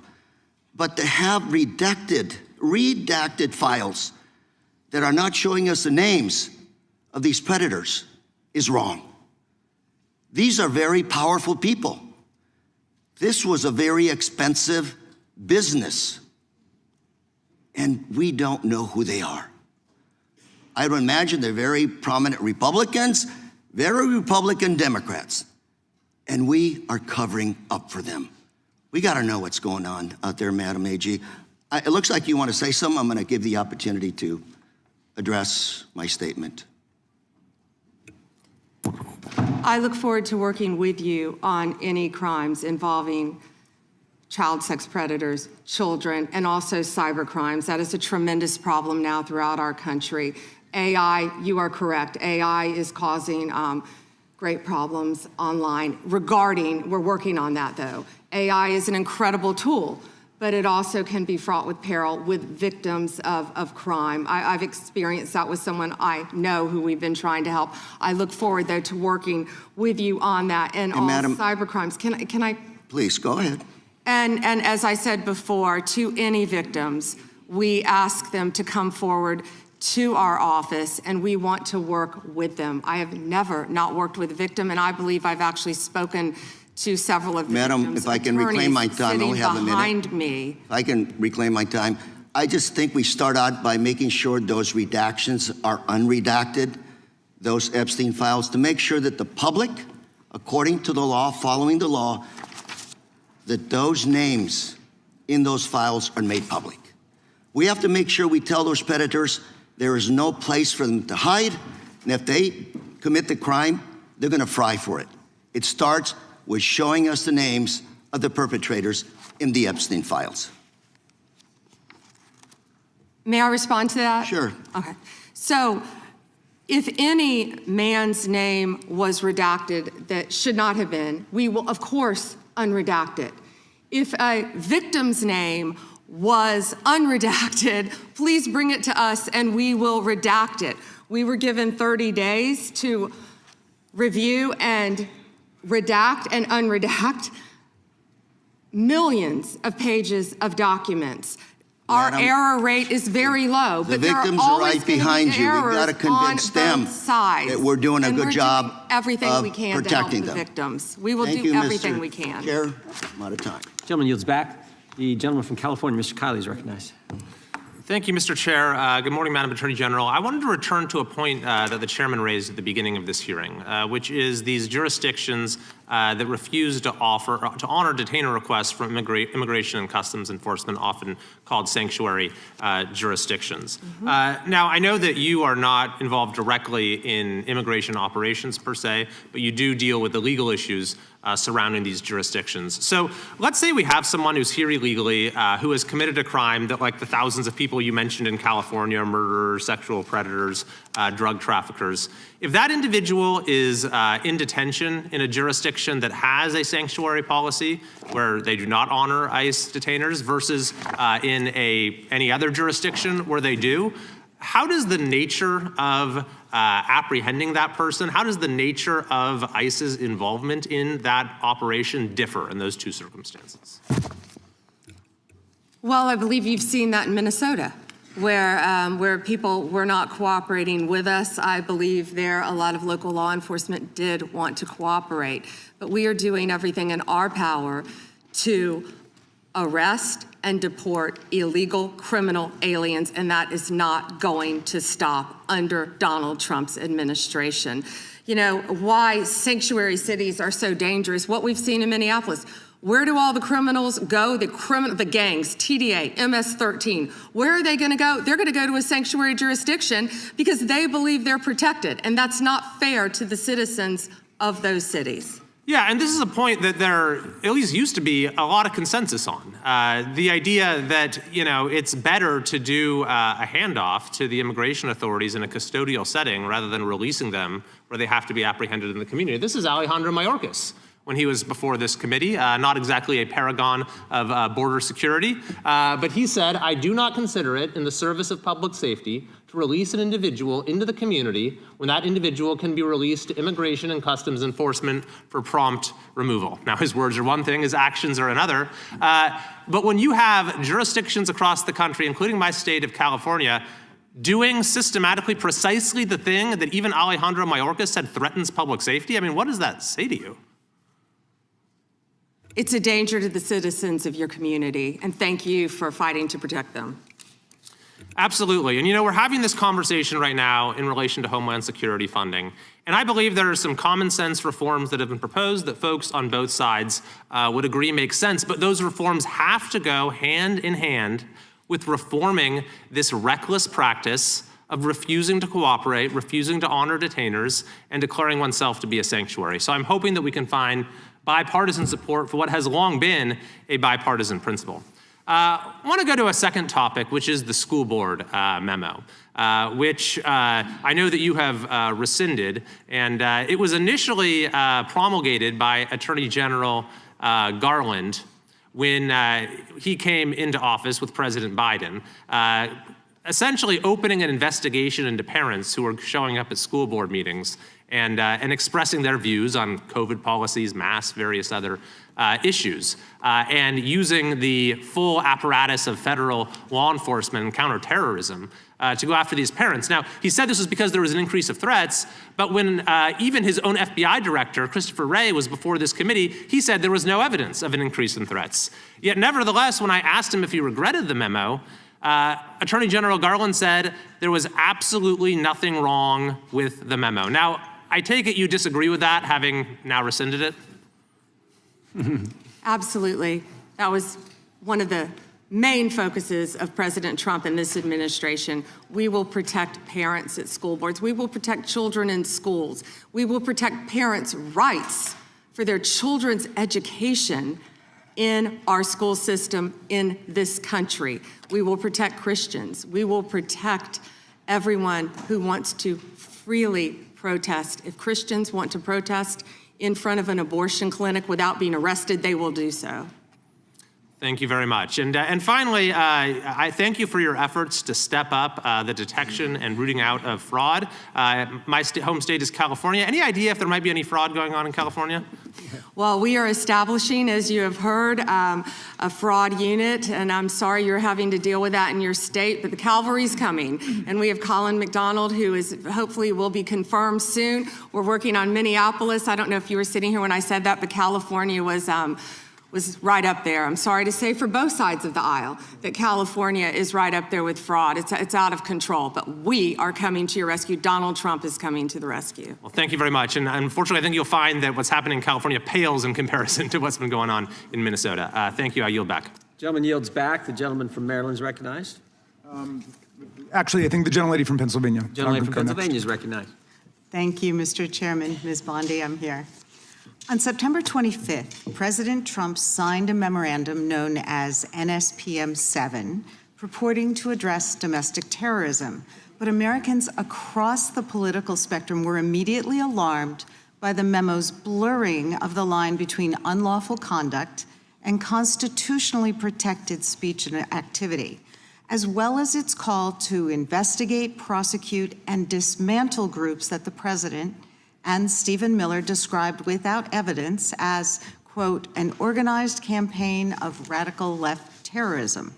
Now, counterterrorism experts were further alarmed by the administration's singular focus on left-wing extremism, combined with the sudden deletion from the DOJ website of decades of research and law enforcement analysis, which had concluded that right-wing extremism poses the greatest terrorism threat to Americans.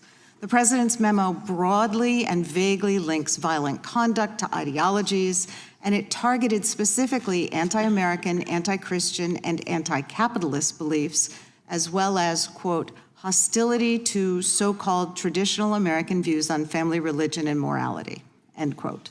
President Trump has repeatedly and openly, however falsely, tried to brand his political opponents with these sentiments listed in his memo.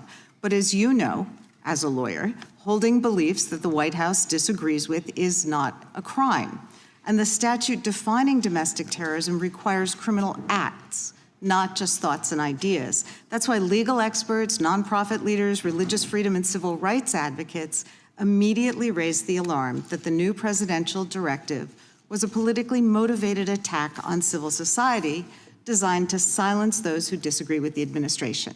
So, Ms. Bondi, Section 3 of that memo directed you, as Attorney General, to submit to the President and Stephen Miller a list of groups or entities whose members are engaged in acts that meet the definition of domestic terrorism.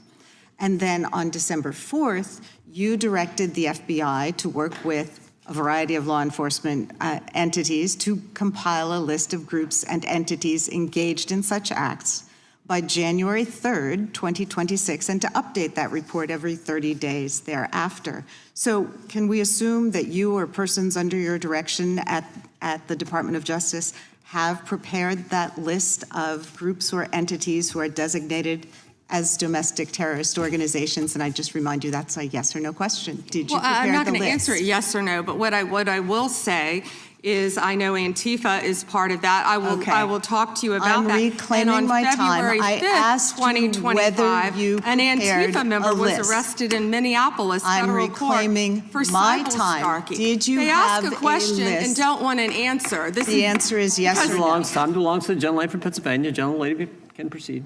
Okay. So will you commit to providing this committee with any list of organizations that you have recommended be designated as domestic terrorist organizations?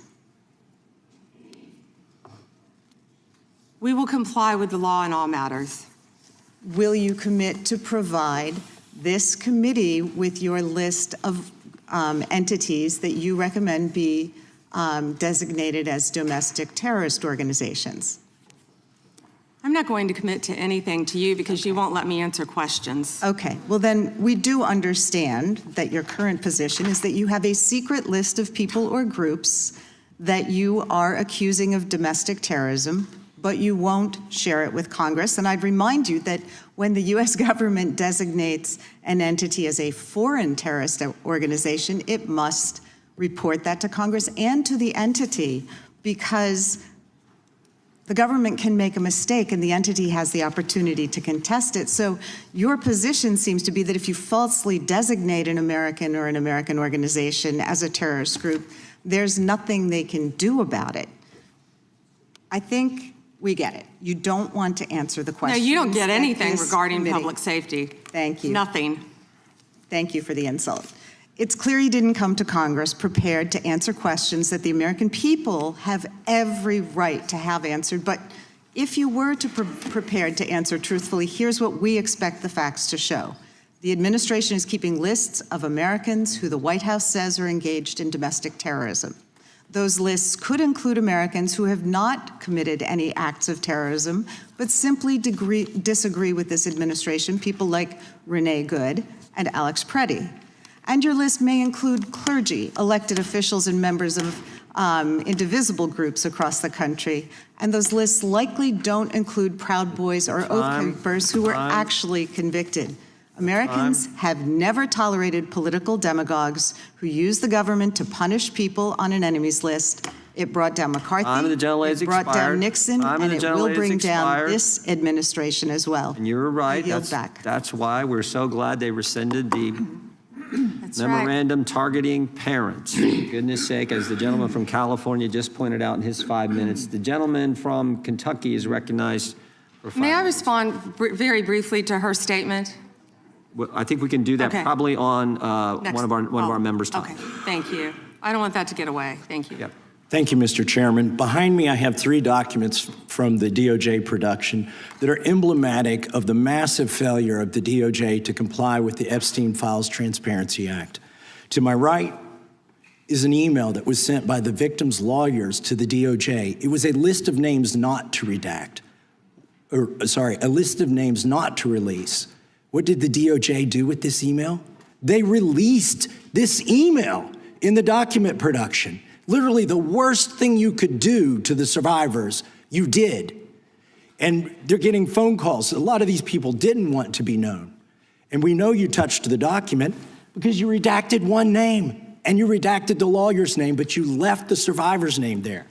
The next document I want to show you, that was in the title, the victims' survivors' names, all right? The title of this one is Child Sex Trafficking, Co-Conspirators. Fully redacted. And by the way, I'm going to unredact them here. Les Wexner is in this. Now, your your deputy attorney general said, oh, well, he appears hundreds of times in the files, but he doesn't appear in this file until I forced you to release it, where he's listed as a co-conspirator, not to tax evasion, but to child sex trafficking. Not to prostitution, not to money laundering, child sex trafficking. And then finally, what we have here is the third exhibit that I have is emblematic of the FD 302 release.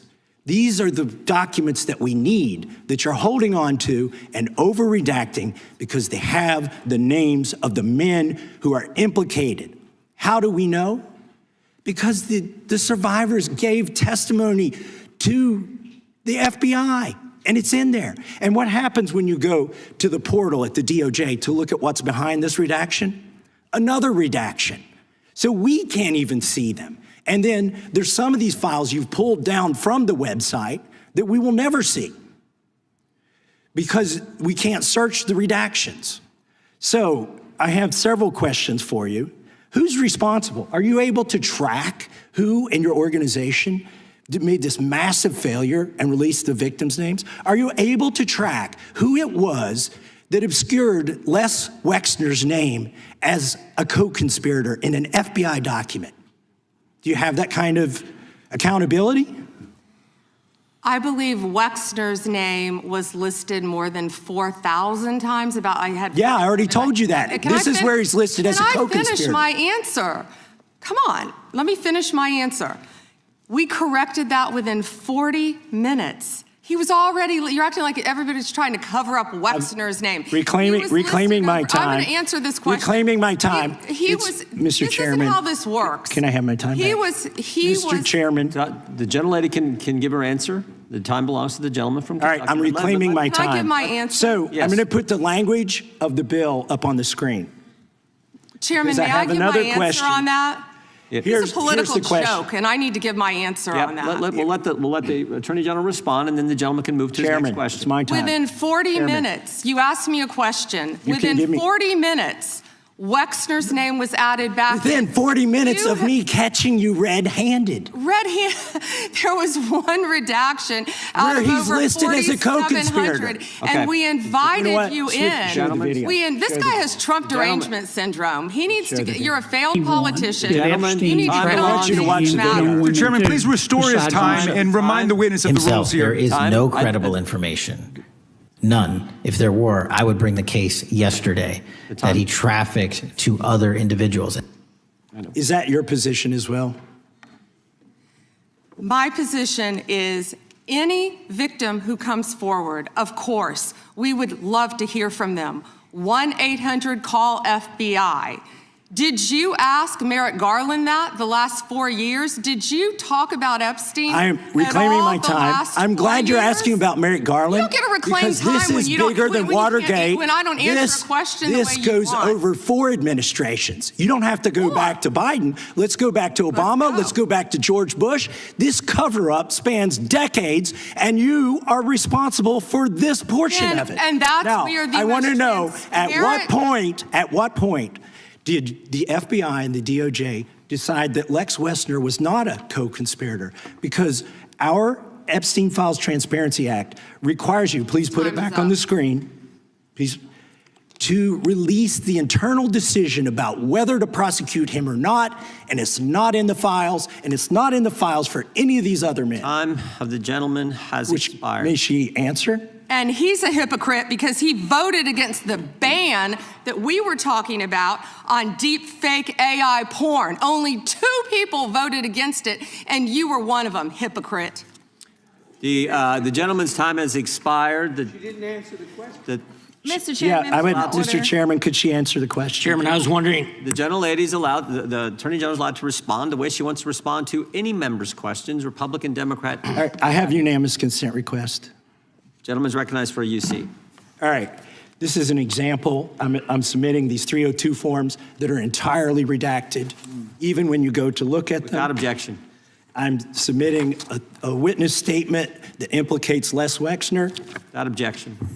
I'm submitting an article from the New York Times that the DOJ released nude photos and identifiable pictures of the victims.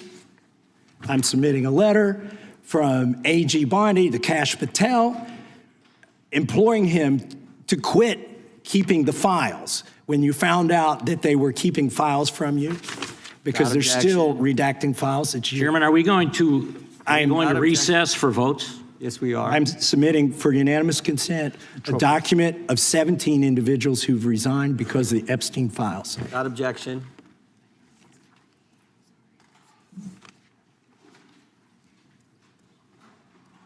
Just want to check on how much time we have left in votes, but one thing I've learned here of late that they'll wait on us.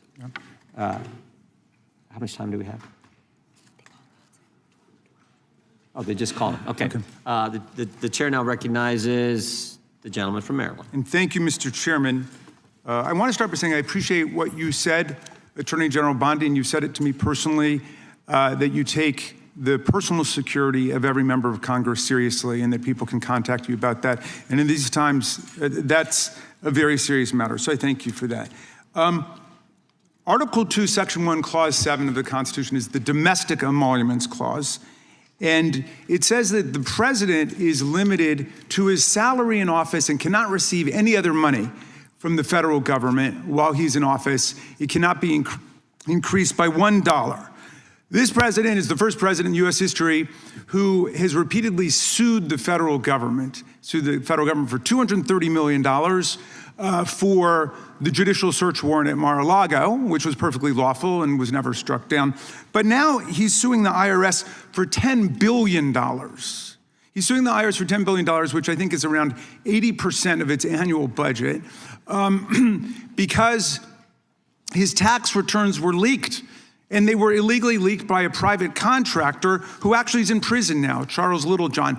But he wants $10 billion. Now, I want to ask you the question of whether you think it would violate the Domestic Emoluments Clause for you to settle that $10 billion case or any of the other claims that the president has made against the government. He himself has remarked, it's interesting because I'm the one that makes the deal, right? And he says, I kind of have to work it out with myself. Do you think it would violate the Domestic Emoluments Clause for the president to work out a deal from people who are his subordinates under his unitary executive theory to get money in one of these cases?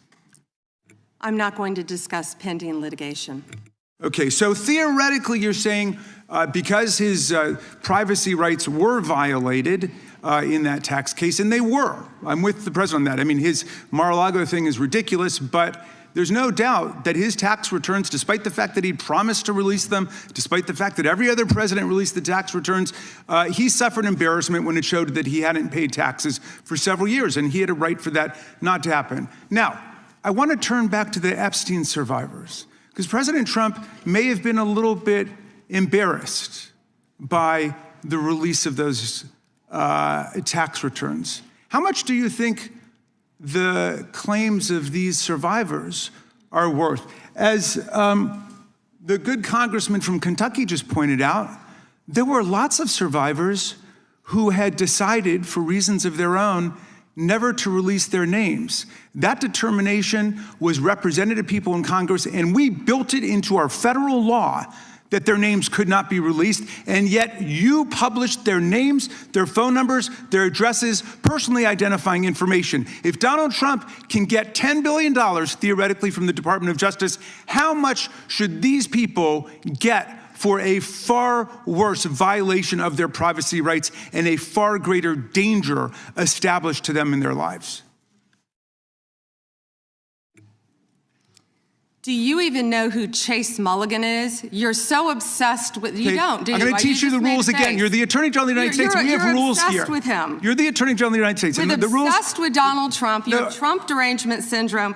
Mr. Chairman, I'd like my time restored. I'd like my time restored. In your district. In your district, and you don't even know about it, about keeping children safe from online predators. Time belongs to the gentleman from Maryland. The gentleman can proceed. Yeah, and I want the whole country to look at this, because this is the Attorney General of the United States, whose job is law enforcement. We've never had a witness who has misunderstood our rules and been unable to conform his or her conduct to our rules before. We have only 5 minutes, and so we use our time to ask you specific questions. How long are you giving me to answer? Excuse me, I'm not yielding to you right now. I'd like that second restored too. So, Ms. Bondi, the way it works is we ask you a question and you answer it. And if you go off on a wild goose chase, another tangent, you start reading statistics or you start talking about stuff going on in our district. And by the way, I invite you to my district. Come to my district, but that's not what we're here to do today. Okay? So, and you do that, then we're allowed to say we reclaim our time. At that point, you have to be quiet. You have no choice. You have to be quiet. So I hope you understand the rule at this point. Now, here's what I want to ask you. You're in law enforcement. We've seen all kinds of evidence of crimes. And when we go over to the Department of Justice for the 4 computers for every member of Congress, we see more evidence of crimes. Will you create a joint task force of the Department of Justice and governors and state attorney generals and district attorneys across the country to investigate the crimes that have taken place against these victims and more than 1,000 like them? The DOJ is not doing its job. Will you create a task force with state and local law enforcement to make that happen? Gentlelady can respond if she wants to. Thank you, Chairman. He called Chase Mulligan a wild goose chase and didn't even know who he was. He is a defendant in your own district who preyed on girls. Mr. Chairman. Well, you know what? If he were part of the Epstein investigation, you wouldn't do anything about it. Online chat rooms and committed sextortion. Yet he didn't even know in your tiny little district who he was. Mr. Chairman, she's embarrassing you. He's about to be This is your committee, and she is embarrassing you. Shame on you. The time of the gentleman has expired. I would remind the committee that last Congress, Secretary Mayorkas was here numerous times, and he wouldn't answer our questions, even when we sent them to him ahead of time in writing. So that's what we've had to deal with. I think the Attorney General is doing just fine. We have votes shortly. I will go to the gentleman from Virginia, and then we will take a break to head to the floor. I thank the Chairman, Attorney General Bondi. Thank you for being here.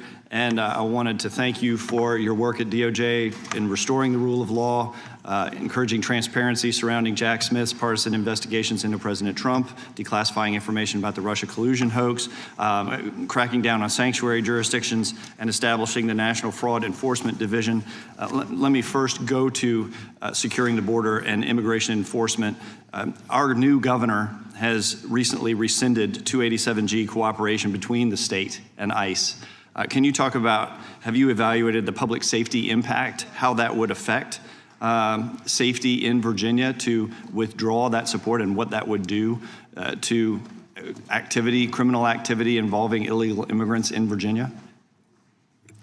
Yes, it would be detrimental. And as you know, Congressman, one of the top members of MS-13 in the entire country was living in Virginia, in a suburb, among all of us, living not even probably half an hour away from where we are now. And the cooperation previously with the governor, with the members of the state of Virginia, helped catch him and take him off our streets. An illegal MS-13, one of the heads for the entire country, was living in Virginia. And it's a shame that that's happening now. And thank you for talking about it, because we're going to keep America safe. And when people feel like they can flee to these cities and states and be safe, they can't, because Donald Trump is going to protect Americans. We're going to protect the citizens there, whether or not the governors, the mayors are going to do it or not. But President Trump is. We're going to keep Americans safe from violent gang members like he's been doing this last year. We appreciate that. We appreciate your work to make that happen in Virginia and keep Virginia safe. I want to move on to the fraud enforcement division that you've established. My understanding is that this initiative is intended to centralize, coordinate enforcement of fraud laws related to government programs. You've talked about Minnesota, you've talked about California. Would this affect Virginia as well? Because we have fraud in Virginia as well. Absolutely, and we look forward to working with you. Would this affect things like long-term care accountability, senior living facilities engaged in Medicaid fraud, including systemic overbilling practices and the misappropriation of taxpayer-funded benefits? That is exactly what it's set up to help. Okay. I know that whether it was related to fraud specifically or another subject, that under the Biden administration, there was a sitting member of the Virginia General Assembly under investigation. Is that investigation still ongoing? Can you speak to that? I can't discuss that. Okay. I'm going to move on to the Second Amendment rights of law-abiding Americans. Last year, President Trump signed the One Big Beautiful Bill into law, which included the Hearing Protection Act, part of it that was sponsored by myself and Congressman Clyde. It reduced the national firearms tax, $200 tax on suppressors and short-barreled firearms, to zero. And while the tax has been eliminated, the NFA's registration and paperwork requirements remain in effect. And your DOJ has said that would, even though the tax was reduced to zero, that the registration requirement is still somehow necessary, even though with regard to Obamacare and the Affordable Care Act, when that mandate was, when that tax penalty was reduced to zero, you decided that the mandate was no longer necessary. How are you justifying the existence of this registry? Congressman, that's pending litigation right now. It is, and I would hope you would reconsider that. I yield back. Would gentleman yield? I yield to the chairman. I think that Attorney General Bondi, why did Jack Smith have to pay some secret source $20,000 of taxpayer money? Do you know the answer to that? I can't discuss anything on that matter, but that's a good question, Chairman Jordan. Well said, it's a good question, because he subpoenaed just about every Republican in this town, got half the Congress's phone numbers if you were a Republican. But he has to pay some secret source a bunch of taxpayer money. We'd like to know, the committee would like to know, how many other sources he paid? Was it more than $20,000? Why he had to do those things? We'd like to know, when you can, if you could get that information to the committee. I think when you think about the guy who was trying to put the President of the United States in prison, ridiculous as that whole thing was, we'd kind of like to know the answer to that, if you could. And with that, we're going to stand in recess. We will go as quickly as we can and vote. We have 2 quick votes on the floor, and we will be back. There is actually some lunch if you all need it. We have for our members, and since you're back here, you can have some. We normally have plenty. Mr. Chairman. We'll take a recess. Before you gavel out, can I ask for unanimous consent to enter to a record the article entitled Inside Trump's DOJ, dated October 16, 2020? Without objection, we stand in recess.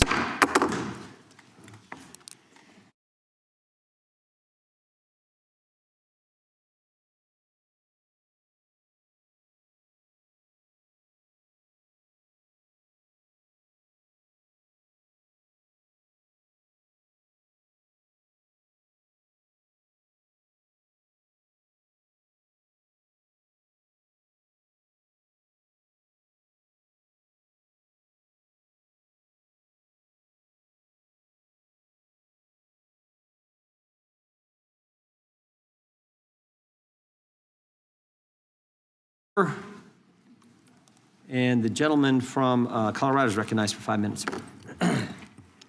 Thank you, Mr. Chairman. Here. Attorney General Bondi, 6 days ago, you posted online, quote, "If you come for law enforcement, the Trump administration will come for you," end quote. I want to show you just a brief video. It's about 30 seconds, and I'll ask you a couple questions about it. You guys are disgusting, man. Hey, you guys are disgusting. I'm former law enforcement. You're disgusting. You are the Nazi. You are the Gestapo. You can't see it because you're chasing your pension, right? Your pension, your retirement, right? That's what runs your life, your retirement. The sad thing is they're not even going to get their pension because it's going to be worthless. And shame on you. Shame on you. Shame on you.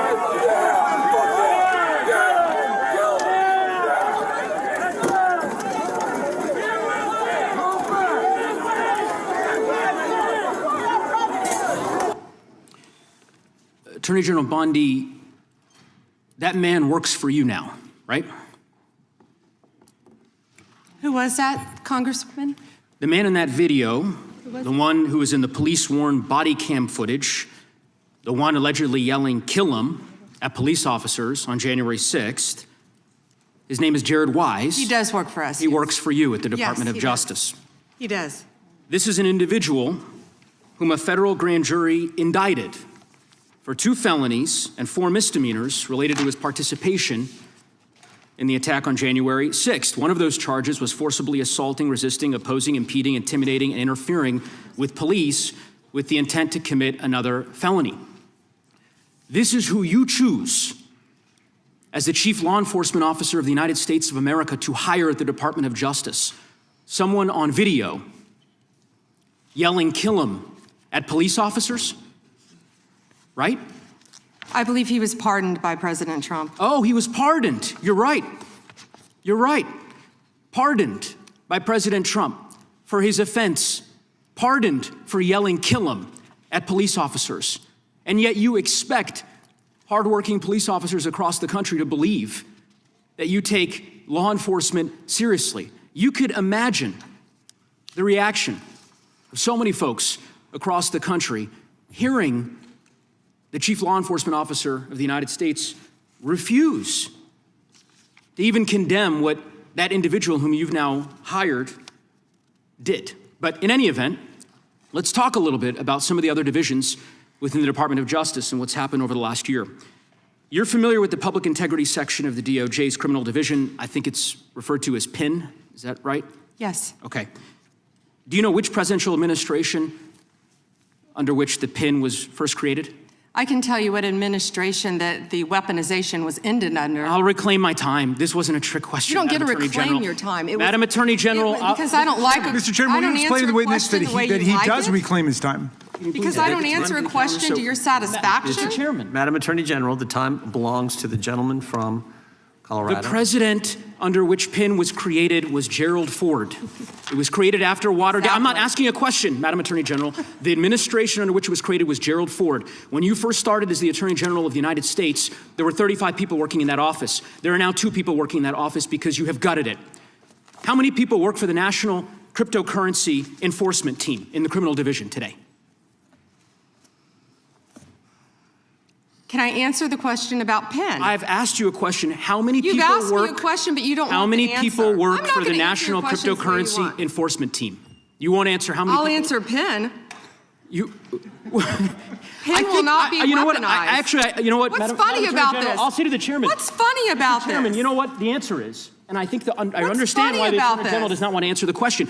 Because you eliminated the National Cryptocurrency Enforcement Team last year. So I understand why you don't want to tell the American people who works there. Yeah, I no one understand works why there you don't want to anymore, talk about Madam Mohammed Attorney Solomon General. in So, your district. In any event, who I would murdered people. Mr. Chairman, will you stop the clock so his time is not wasted by the witness? I've been very generous with allowing extra time when we have these little disputes. I understand. You got the time, Mr. Goose. I might as well ask the chairman these questions. I'd be happy because to answer what some is of your fun- questions. What's profound, the questions I've asked, the crime in your I've district. asked, Mr. Chairman, are not trick questions.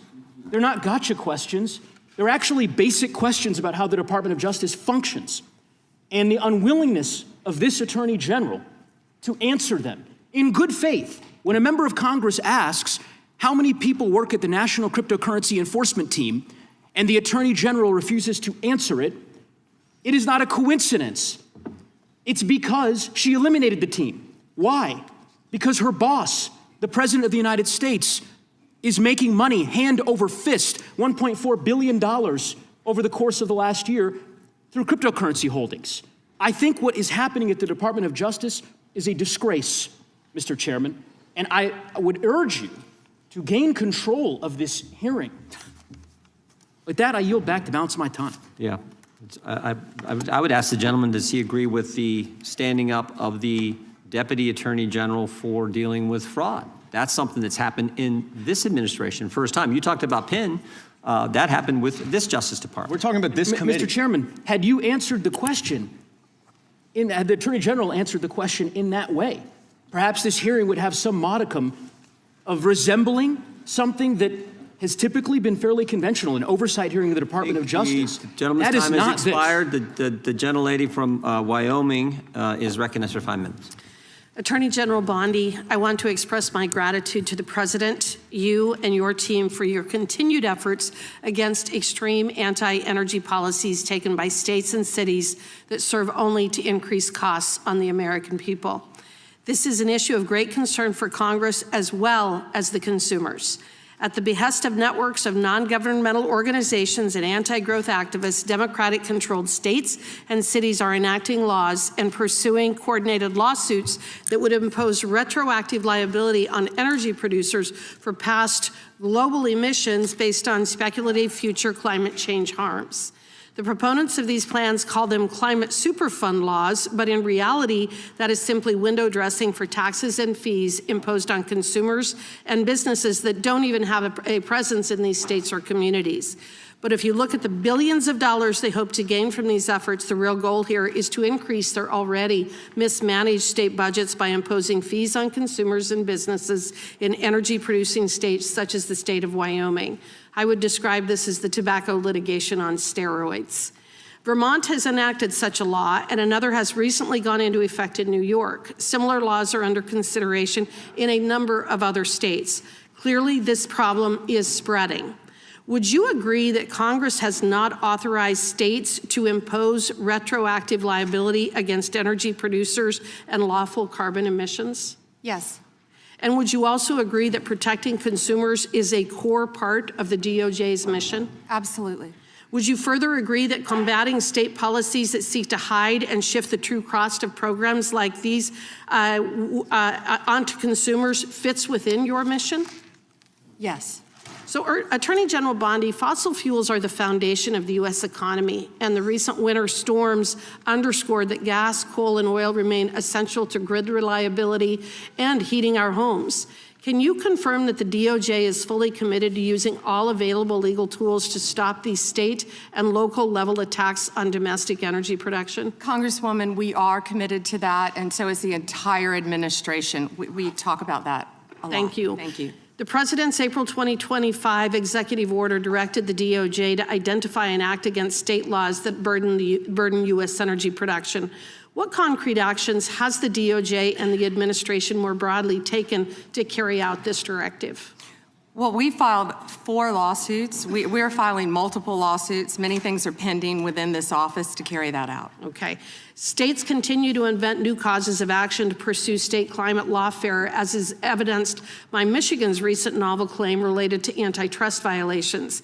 The city of Boulder, Colorado has also filed such a lawsuit, despite refusing my challenge that they actually forego the use of fossil fuels if they disagree with them so much. Does the Department of Justice agree that these novel approaches require a federal response, and will the department pursue such an approach? Yes, Congresswoman, and we'd be happy to talk to you more about that. Wonderful, Yes. Thank you. Multiple climate lawsuits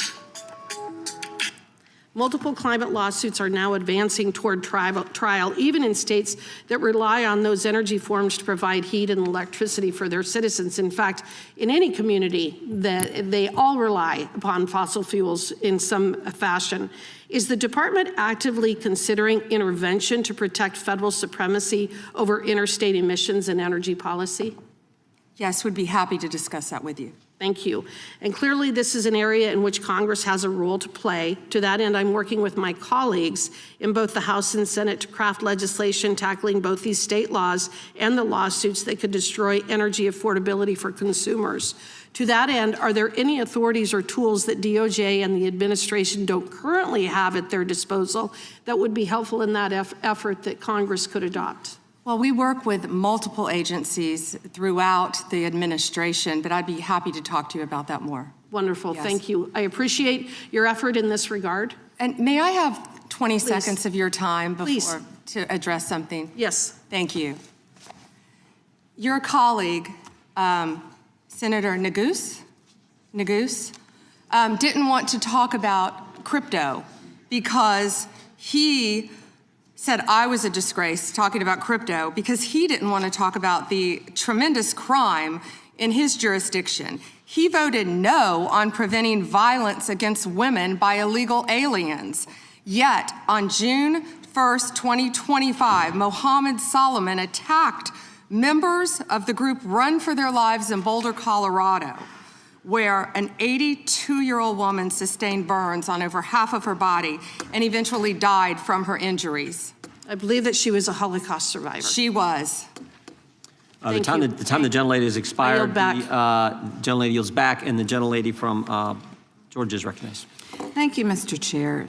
Ms. Bondi, as the Florida Attorney General, attorneys from your office handled the appeal of my son, Jordan Davis's murder, which was denied.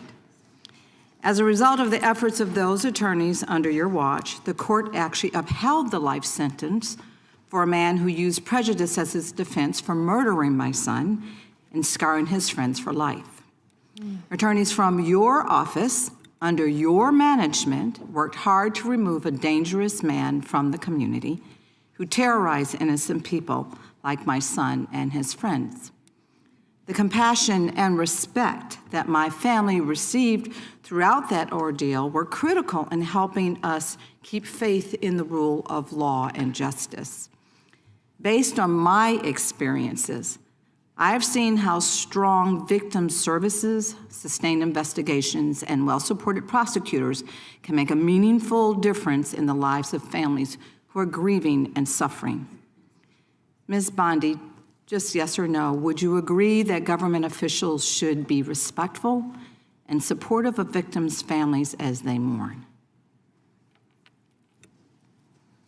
First, Congresswoman, thank you for talking about that, and I'm so very sorry for what happened to your family. Thank you. And yes, I agree with that with all victims, including the ones sitting behind us today. I absolutely do. And Okay. also, thank you for voting yes on the Lake and Riley Act. Thank you for that. Thank you. Okay, so your answer is why the recent treatment of families in Minnesota raises really serious concerns for me.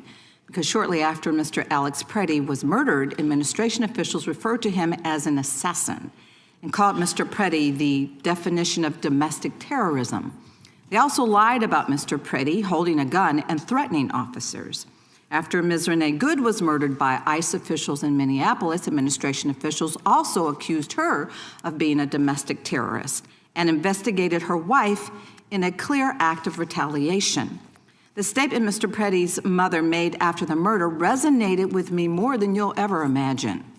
She said that, and I'm quoting, "The sickening lies told about our son by the administration are reprehensible and disgusting," end quote. And I assure you, I know how it feels to hear lies that are told to justify the taking of someone's son. They were used by my son's murderer as a defense, and those lies still affect me today.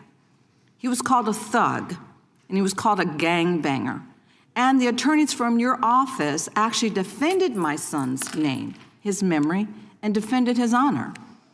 I'm certain that Mr. Preddy's mother watched videos of her son, Alex, an ICU nurse at the VA hospital, using his phone to record federal agents. She also watched him getting pepper sprayed, kicked, hit in the head, and surrounded by at least 7 agents before having his gun removed from his waistband, which he legally carried. And she watched seconds later as 2 of those agents shot her son Alex at least 10 times. Administration was quick to spew an incorrect narrative and call him so many things that they wanted us to ignore the truth that we actually saw with our own eyes. Ms. Bondi, will you denounce the statements that were made to tarnish the names of Alex Preddy and Renee Good, and will you protect their names like those attorneys back in Florida under your watch protected my son's name? What I will say is we are looking at everything to shed light on what happened that day, and it is an ongoing and active investigation. Both of those cases, and I assure you they will be investigated. Investigating, we understand that, but will you do everything in your power, as you have done for my case, as you are asked to do, as you've sworn an oath to do? It is your responsibility to make sure that you are following the rule of law. Those families in Minnesota, they deserve the same respect. They deserve a full investigation, which you have not even begun to do yet. So what are you saying, is that they don't deserve any respect for a full investigation into their murders? Well, that that's is not incompetence on your behalf. Well, that the is not American accurate. people do deserve better. Non-commitment to defending the rule of law is what we see from you. I will told you we always were stand up for investigating. survivors, and I heard you say earlier when you told us that you will fight for them as well. And based on the information before us, these families have not received the same commitment to investigate what happened to their loved ones, nor have they received the respect that I would expect from the nation's top law enforcement officer. Investigations have been slow-walked, they've been canceled, and the special agent assigned to Renee Good's investigation resigned following pressure from your officials to reclassify Ms. Good's case. Time of the For gentlelady. families seeking answers and accountability, the withdrawal of investigative resources is simply unacceptable. Has expired. The gentlelady yields back. The gentleman from California is recognized. Thank you, Mr. Chairman. Madam Attorney General, I get the sense that we've lost a little perspective here. The most fundamental responsibility of government is to protect the lives and property of its citizens. Now, you cited some crime figures in your opening statement, and I wonder if you could repeat them, because I think it's one of the most extraordinary achievements of the Department of Justice in our history. And I don't think some of my colleagues heard you clearly. Thank you, Congressman. And would you mind if I address something that Go right Congresswoman McBath wouldn't let me address first? Go right ahead. The reason that she wants to continue to talk about Minnesota, which we will all day long, is she doesn't want to talk about her own jurisdiction in Atlanta, because she doesn't want to talk about Christopher Welcher, who traveled across state lines to try to meet, and nothing's funny about this, to meet and molest a 14-year-old girl in Georgia. That's why they're watching the clock, the American people should know, for the second it runs out, because they don't want to address anything in their jurisdiction. They're elected to represent people in their jurisdiction. We prosecuted illegal aliens who ran a large-scale meth operation in the Atlanta metro area. You understand we don't prosecute, right, Ms. Bondi? Madam Attorney General. On the law, I'm sorry, thank you. Mr. McClintock. So yes, the statistics I spoke of earlier, Congressman, under the leadership of the FBI, historic work has been done. A drop 20% in the nationwide murder rate in 2025. Least murders in our country since 1900, and that is to the work because of the credit of Donald Trump. It's not just homicides, is it? It's also other violent crimes, robbery. Could you go through that list real quick? Yes, Congressman.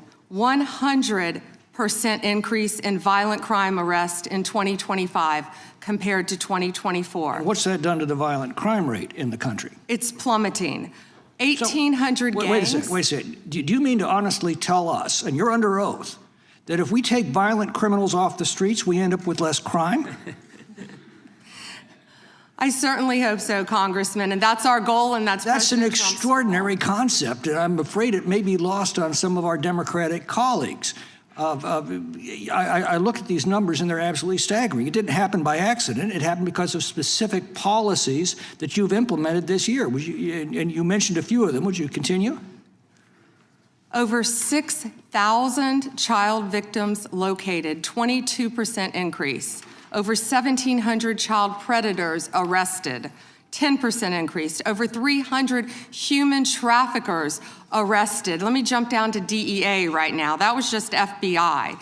Under Terry Cole's leadership, and I talk to these people almost daily, our directors, and the amazing work that they're doing in all of your jurisdictions on the left and the right, working together to take drugs off our streets. Right, and I assume that our Democratic colleagues, some of whom represent some of our most crime-plagued cities and communities, have thanked you for this extraordinary accomplishment. Thank you, Congressman. We've seized more than 9,800 kilos of fentanyl and 47 million fentanyl pills. That affects every single person in this room. It doesn't matter what political party you are. People, everyone in this room knows someone who's died from fentanyl. A parent, a child, a sister, a brother, a friend, a neighbor, a relative. Everyone here knows someone who has been impacted by that. That is the common ground that I wish we could find to work together in this country, to take these drugs off the streets. And someone nodded with vapes. Well, in your opening statement, you said that this historic success in protecting the lives and property of Americans has occurred when local governments have cooperated with you. Yes. Let me ask you, what are the greatest impediments you're facing in bringing down crime across the country?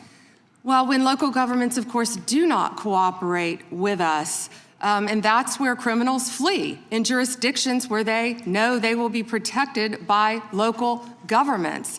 And this is all about working together, and we have shown that in what we did in D.C., what we're doing in Memphis, working together with Democrat mayors in these cities, right here in D.C. And very quickly, if you could tell us about the Safe Cities program and give us your read on what cities that avail themselves of this program can expect? Yes, so far, of course, we've been working in Washington, D.C., right here to do everything we can, working hand in hand with the mayor, with Metro PD, to keep everyone safe in D.C., and it's been a tremendous effort. And now we're in Memphis, working with the mayor in Memphis, as we talked about earlier, doing everything we can. These are iconic cities in our country, and we want to help every city in this country who wants and asks for President Trump's help to make America safe again. Gentlemen, Mr. Chair, I have, you see. let the record show that Democrat was applauding the Attorney General's answer there. The unanimous consent? Yes, please. All right, the gentlelady is recognized. Mr. Chair, I have a few unanimous consent requests. I would like to submit into the record this New York Times article titled Alex Pretty's Friends and Family Denounce Sickening Lies About His Life. I also would like to submit this Daily Mail exclusive interview with Vice President J.D. Vance titled J.D. Vance Refuses to Apologize to Alex Pretty's Family After Spreading ICE Assassin Claim. One more. My last submission request is a New York Times article titled FBI Agent Who Tried to Investigate ICE Officer in Shooting Resigns. Without objection. Thank you. The chair now recognizes the gentlelady from North Carolina. Thank you, Mr. Chairman. Attorney General Bondi, I think you and pretty much everybody else here and throughout the country believes that convicted sex offenders don't deserve special treatment or privileges in prison. And yet Ghislaine Maxwell, Jeffrey Epstein's co-conspirator, received perk after perk in prison. In July, she had a 2-day interview with your deputy and President Trump's former defense attorney, Todd Blanche.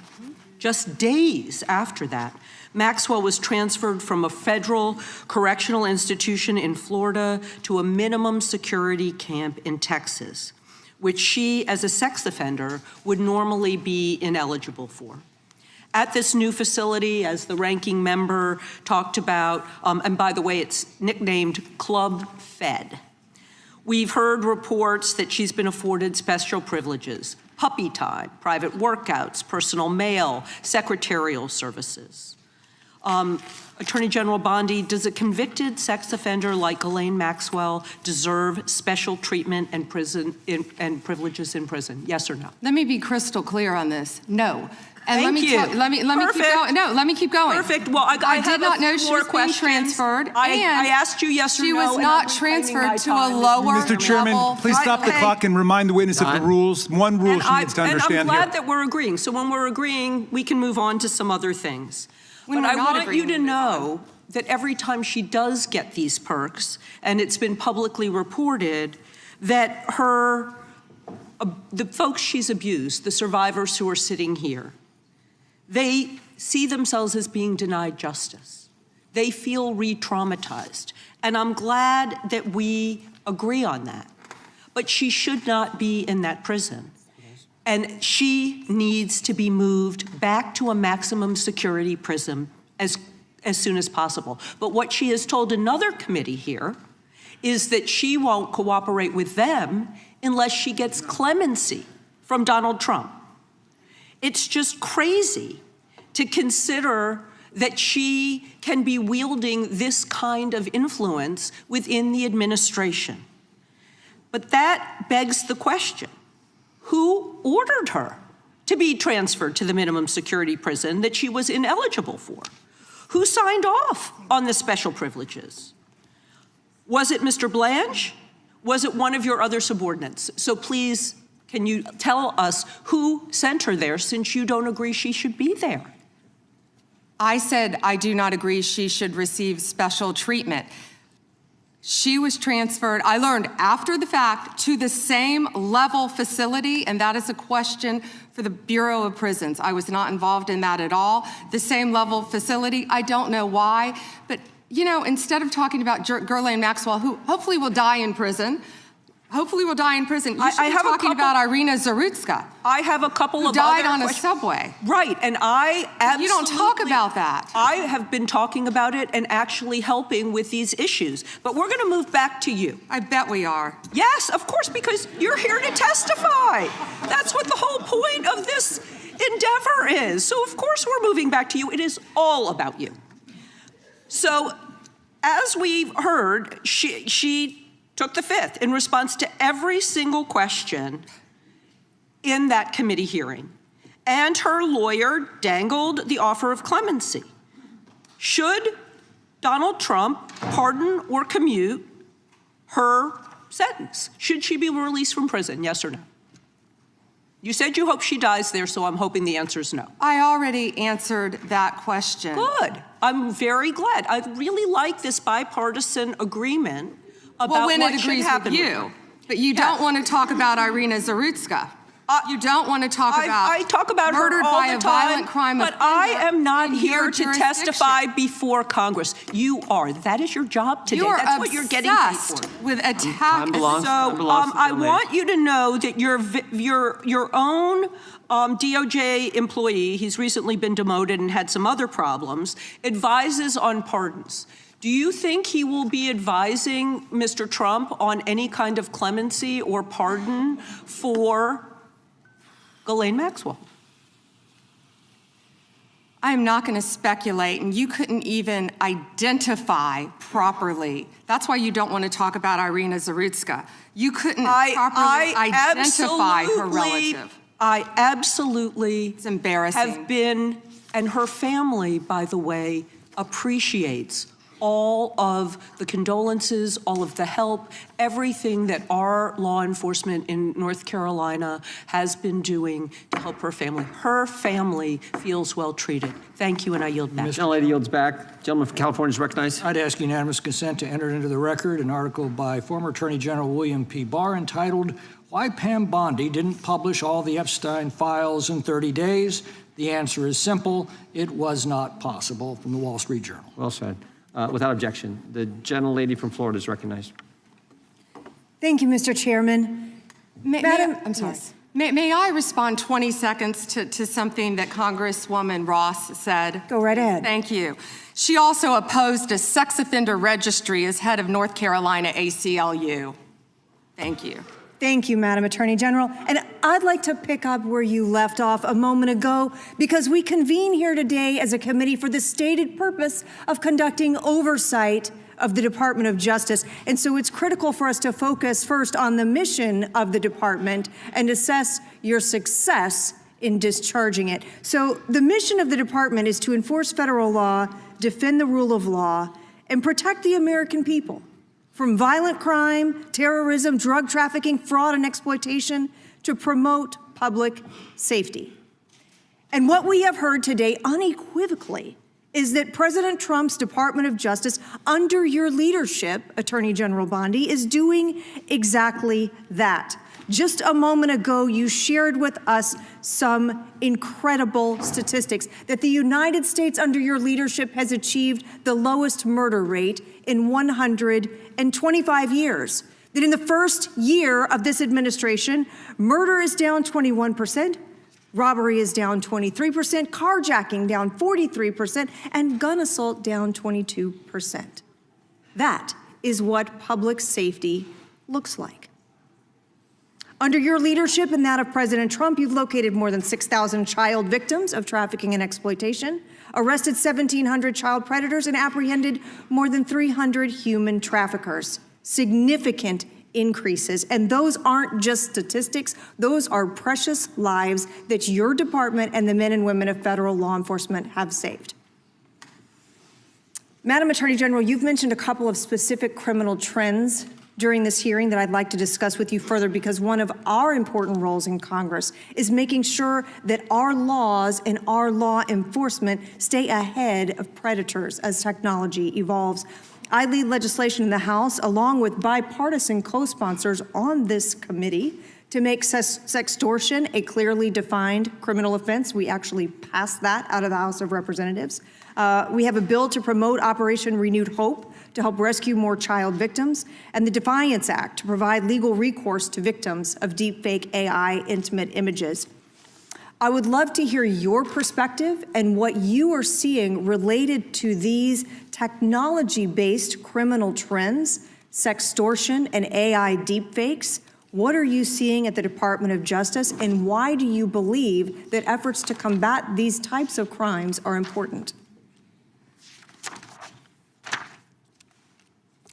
Sextortion, and thank you for supporting that, Congresswoman. I think that was a bipartisan effort, actually. I think many of you on both sides of the aisle supported that. Thank you for that. You know, as a career prosecutor, it's horrible seeing that and seeing that young women and often young boys have been exploited with sextortion. And I see, thank you, both sides of the aisle nodding on that. It's horrific. The suicide rates go up. And that's why we have to do everything in our power to protect not only young girls, adult women, boys and men from sextortion, because it is happening and we're doing everything in our power, thanks to your legislation, all of you, to stop that. I'd like to hear a little bit more about some of the Department of Justice programs like Project Safe Childhood and the Internet Crimes Against Children Task Forces, partnerships that bring together federal, state, and local law enforcement.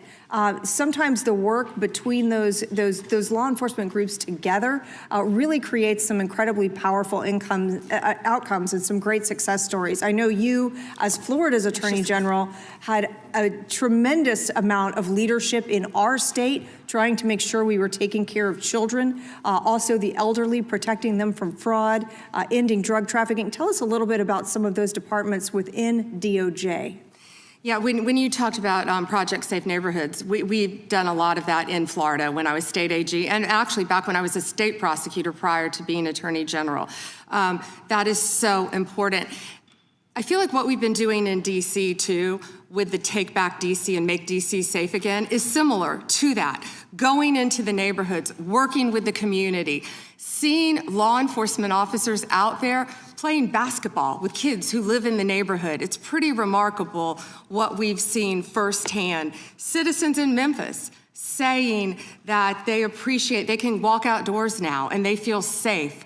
People coming up thanking law enforcement and working hand in hand with them. We will continue all of these programs and working jointly with both sides of the aisle to keep our families safe. Thank you for that, Madam Attorney General. Mr. Chairman, I yield back. Gentlelady yields back. Gentleman from Tennessee is recognized. Thank you. I'd like to introduce for the record a letter to Director Gabbard from Mr. Warner and Mr. Himes, and a letter of response from her to them about who invited her to Atlanta, and a copy of the search warrant. And I'd also like to just make clear for the record, the reason people in Memphis weren't going out was because the ice was on the ground and we were afraid we'd fall. But other than that, we go out all the time. Gentlemen, without objection, there's unanimous consent. The gentlelady from Vermont is recognized. Thank you, Mr. Chair.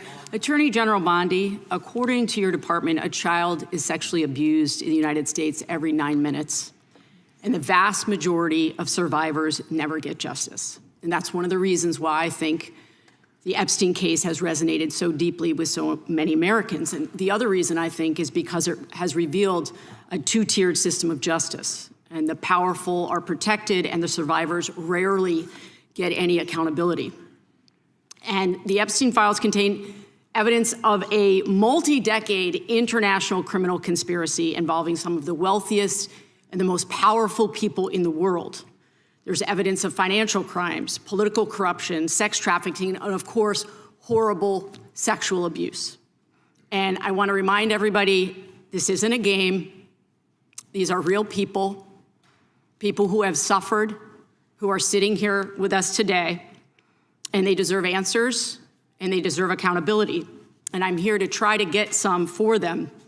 Now, I've seen some of the unredacted Epstein files, and obviously, as you know, President Trump's name is all over them, but so are the names of other senior Trump officials: Howard Lutnick, Secretary of Commerce; John Phelan, the Secretary of the Navy; and Stephen Feinberg, the Deputy Secretary of Defense.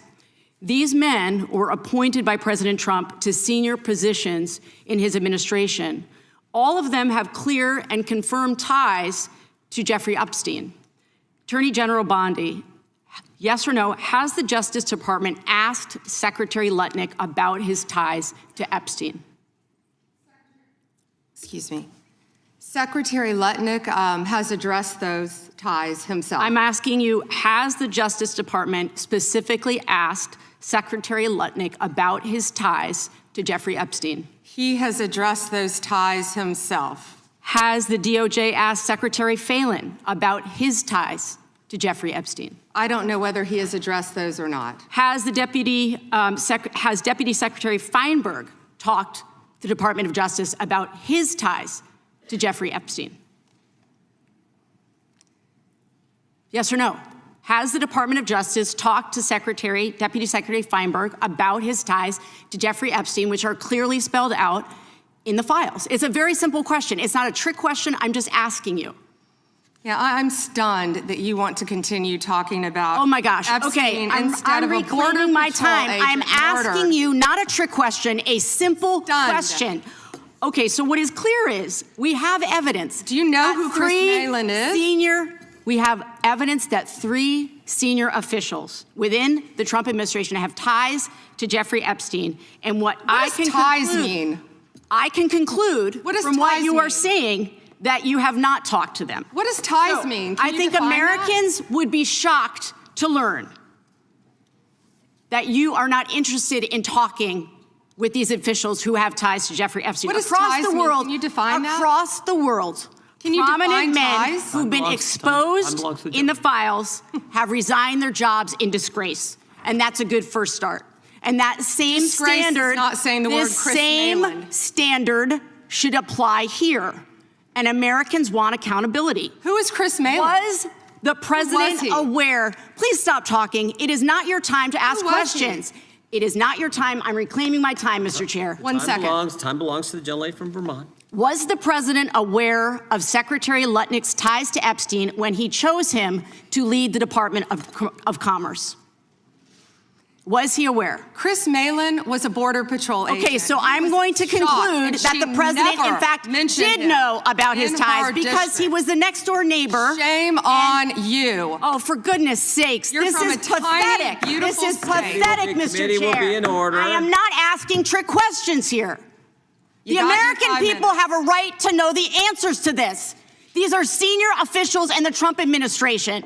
This is not a game, Secretary. I'm Attorney General. My apologies, I couldn't tell. By 2008, we knew that Epstein was a convicted sexual abuser. And we now know that Lutnick went to Epstein's Island in 2012.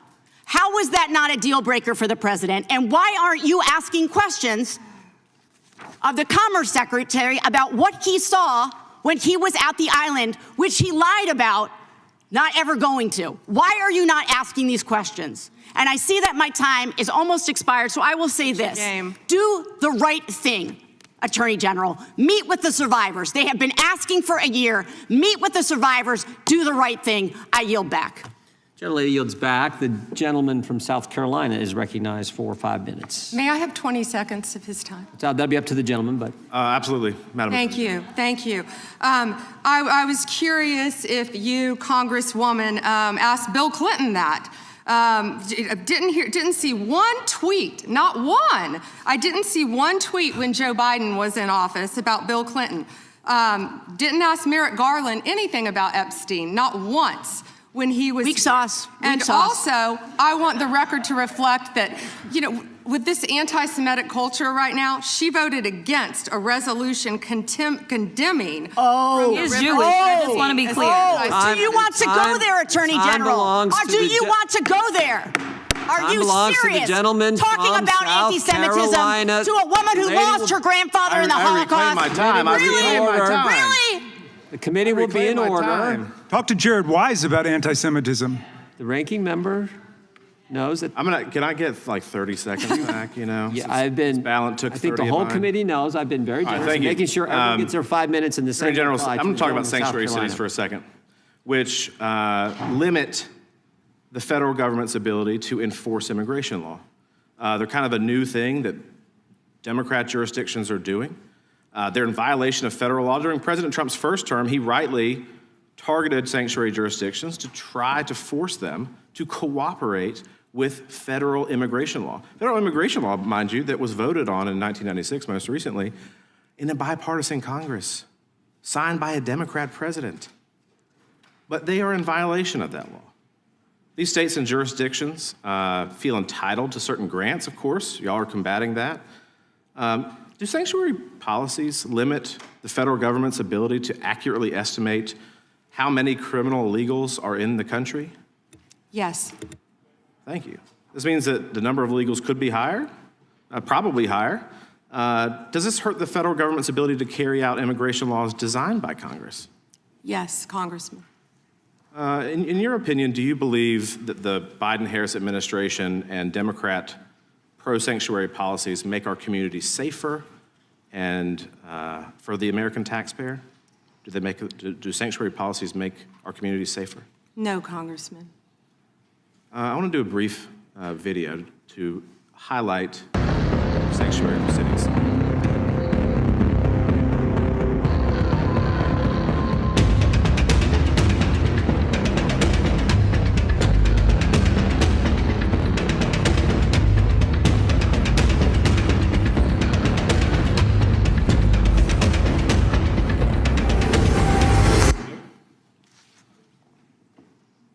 So what's strange to me, if you look at this board behind me, in New York, there are 7,000 criminal illegal aliens since January 20th of last year that have been released into the public because New York is not honoring detainers requested by ICE.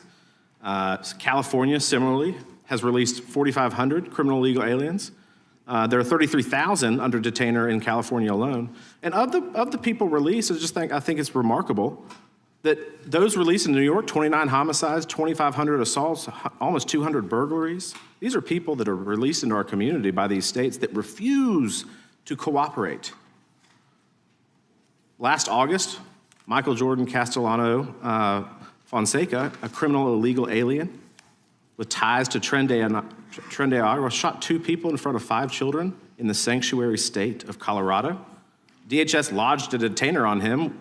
He's awaiting trial, but the question is whether Colorado's sanctuary policies will prevent him from being removed from the country.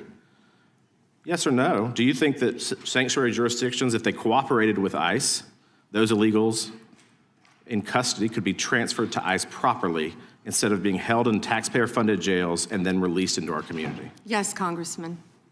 Wouldn't it be more efficient and safer then if Democrats simply cooperated with the federal government, these sanctuary jurisdictions cooperated with the federal government and honored ICE detainers? And why? Why do you think? Of course, because so many criminals are running to sanctuary jurisdictions. Many of your colleagues across the aisle who we've seen speaking today about Epstein don't want to talk about the illegal criminals in their own jurisdiction for that reason. And yes, we need to do everything we can to work together to make America safer, and they're not doing that. This is not a partisan issue. People want to feel safe in their communities. Nobody wants a criminal illegal alien released into the street. I think the thing that maybe the American people don't quite understand is that when you do not honor a detainer, as we've seen, an illegal is released into the public, and now it's up to ICE to maybe apprehend them, rather than behind the courtroom passing them off from one law enforcement to the next. Is that true? Absolutely. What do you think what is the Department of Justice doing right now to combat sanctuary policies in our country?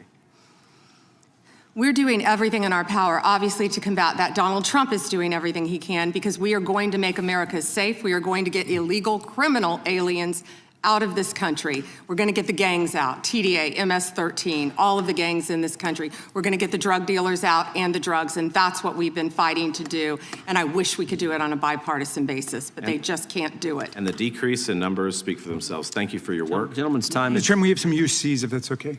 That is okay. Mr. Cohen. Thank you. You see on the National Institute of Justice's study on undocumented immigrants having an offender rate lower than U.S.-born citizens. I'd like to enter this in the record from 2024.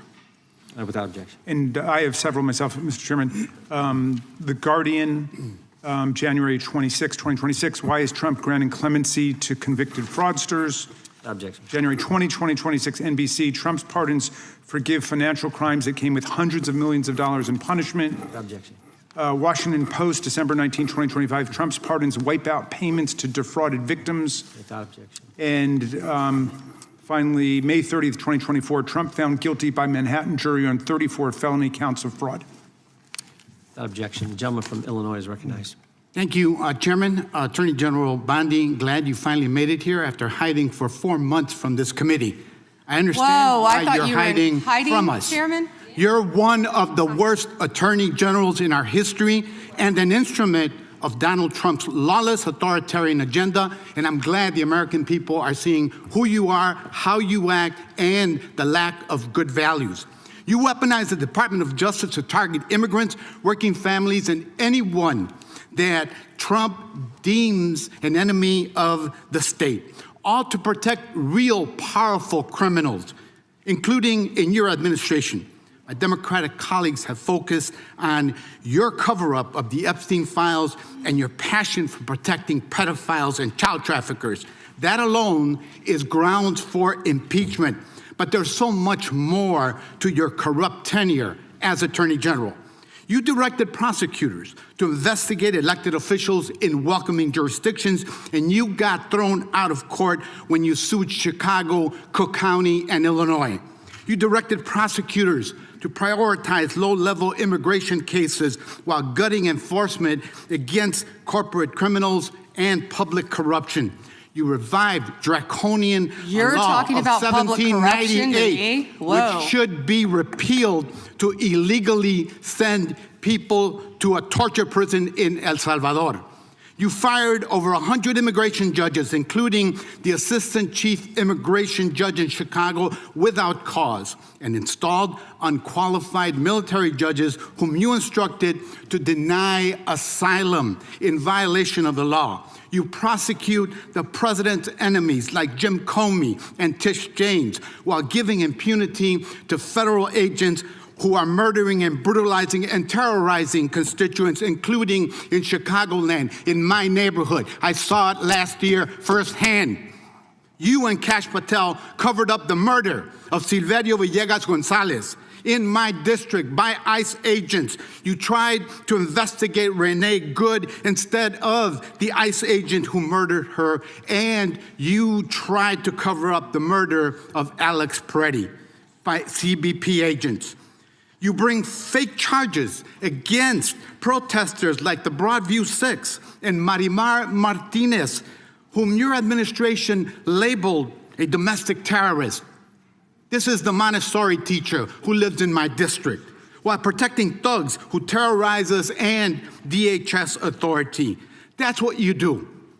protect and enable the criminals who are plundering our society and destroying what's left of democracy and the rule of law. Epstein accomplices, mass DHS thugs, corporate criminals, Tom Homan, Eric Adams, insurrectionists, the list goes on. And you talk about fighting crime, but you protect any criminal who helps you and Trump turn our country into an authoritarian gangster state. And after all this, nobody supports you. I'm not talking about Democrats, I'm talking about conservative judges who are condemning the rampant lawlessness at DOJ under your leadership. Your prosecutors are quitting in droves over being forced to prosecute low-level immigration cases, including in Chicagoland. Your MAGA base despises you because you're covering up the Epstein file. How ironic. And even your own boss has repeatedly complained to your staff about you, calling you weak and ineffective. Weak and ineffective. That's what Donald Trump thinks of you already. You will not win, however. Chicagoland rejects you. The American people reject you. Our communities have demonstrated our strength and resilience in the face of cruelty and cowardice. Democrats must impeach and remove lawless officials like you and Kristi Noem and impose accountability for every criminal action. But you can spare yourself more humiliation. Resign now and submit yourself to accountability by the American people. Mr. Chairman, before I yield back, I ask unanimous consent to submit for the record this Wall Street Journal article dated January 12, 2026, entitled, "Trump has complained about Pam Bondi repeatedly to aides." Thank you, and I yield back. Objection. Gentleman yields back. The gentleman from Texas is recognized. I thank the chairman. May I have 20 seconds, please? Yes, ma'am. Thank you. Let's hear the opposition research. Thank you. That's absolutely right, that they're not running for, he's not running for office again because, well, I don't know why you're not running for office again, but after the filing deadline, you publicly announced you would not run when your chief of staff, Patty Garcia, announced and took your seat. That's a state matter. That isn't a federal matter. You should investigate crimes. You should investigate violations of the law. The time belongs to the gentleman from Texas. And a little flexibility on the time. I appreciate the chairman.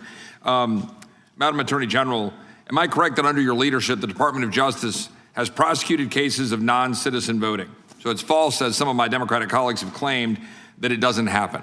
Yes. I ask that today because we're voting on the Save America Act today to enact common sense policies to ensure only American citizens vote in American elections and enact federal voter ID laws.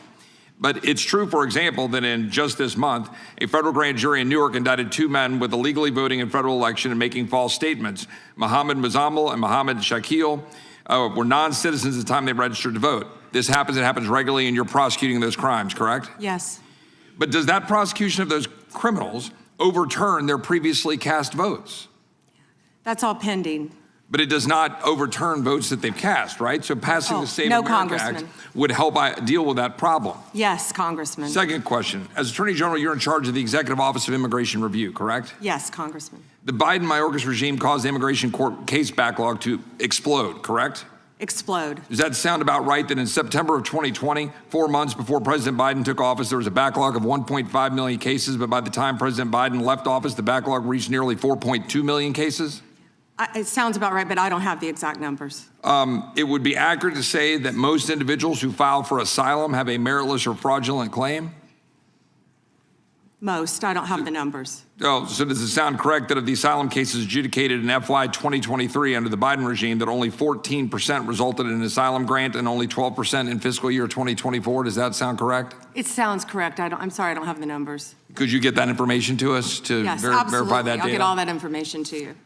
Under the Trump administration, immigration judges complete an average of 65,000 cases per month, the highest average completion rate in at least a decade. Does that sound correct? That sounds correct. Ms. Bondi, how many new cases under EOIR received in fiscal year 2025 have you all had? And of those, what percentage have been granted asylum? Do you know? I can try to get you those numbers. I thought I had those. That'd be great, because my question is whether President Trump's decision to pause asylum in the wake of the shooting of a National Guardsman by an Afghani here in Washington, D.C., in the nation's capital, helped to stop the backlog in your office. Does that sound correct? Yes, Congressman. My point being that the leadership of this administration is ending the backlog, reducing the backlog, making sure that we don't have fraudulent asylum claims clogging it, and keeping Americans safe. Is that correct? Yes, Congressman. So a couple other quick questions on another important topic that has been raised by colleagues on both sides of the aisle with respect to the Epstein case. A few questions. One, Jeffrey Epstein was charged in July 2019 for sex trafficking under the Trump administration in his first term. Is that correct? Yes, Congressman. And that Ghislaine Maxwell was charged in 2020 also under the Trump administration, correct? Yes, Congressman. So it is safe to say that the administration led on that issue and that there was silence in the previous administration. Is that correct? Yes, Congressman. Almost complete silence from everyone who's been trying to still talk about Epstein. They didn't say a word under the Biden administration. Nothing. And I want to make one other point and then another question, though, that is important. I want to make one observation, that is that we've heard the information today, which is troubling, that Jane Doe's, that victims' information was made public and was unredacted in the files that were released on Friday. So my question is, some of us had argued when we were dealing with the discharge petition in Congress, that when Congress inserted itself into the process, that we needed to be very careful to ensure that we were protecting victims. So a question that is both, I just want to make that clear that some of us were fighting for that here and we didn't get a chance to amend it or change it. So that was concerning. But a question a little more pointed, I have to say, is why, though, were the victims' names released that shouldn't have been? That there were names in the files, that these Jane Does, that their names shouldn't have been made public when there were some accusers whose names were redacted? That's question one. Mm-hmm. And question two was that Ghislaine Maxwell was put in jail for trafficking minors. Rightly so, and you properly said here at this table, you hope she dies in jail. Well, I want to know, will anyone besides her or Epstein, which I congratulate President Trump's previous administration and this Department of Justice for continuing all of that, but that they were indicted, but will anyone else be indicted and prosecuted under this, given the information that's in front of us? So two questions. Thank you for letting me answer that. They didn't want to hear my answer on the other side. Yes, given the tight time frame of 30 days, I believe we got everything released within a little over 60 days. I'm talking as fast as I can. My time is up. We did the best we could immediately. If everyone's been coming to view the documents, if someone's name should not have been redacted, we're releasing it. If someone's name was redacted, we said right away, was not redacted and should have been, meaning a victim, we went back and redacted it. We're doing everything we can based on the tight time frame and over 3 million pages that we released that Donald Trump signed for pure transparency. Second, what was your second question? About whether another individual will be indicted and absolutely. Thank you for asking that. And they never wanted to hear the answer to that.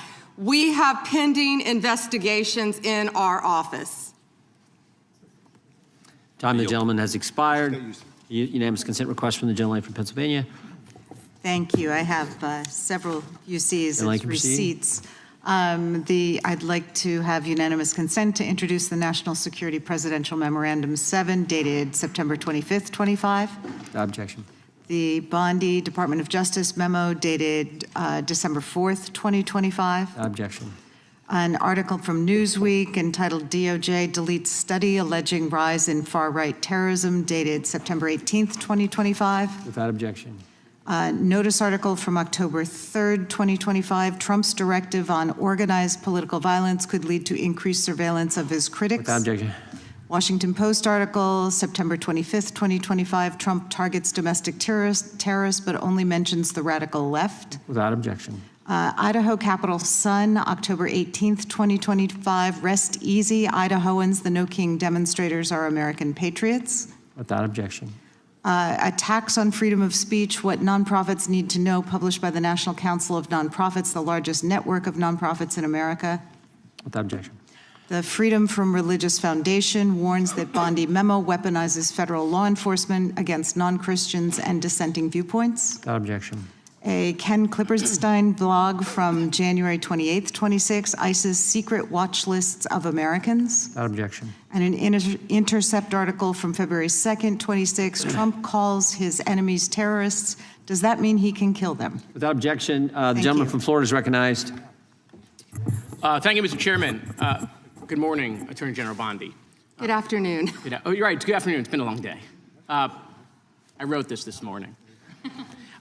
We've known each other a long time, and I'll always be appreciative for your assistance when you were Attorney General in Florida after the shooting at my high school at Marjory Stoneman Douglas in my hometown of Parkland when we passed a bipartisan bill, the Marjory Stoneman Douglas School Safety Act, which was the largest policy response to a school shooting in American history.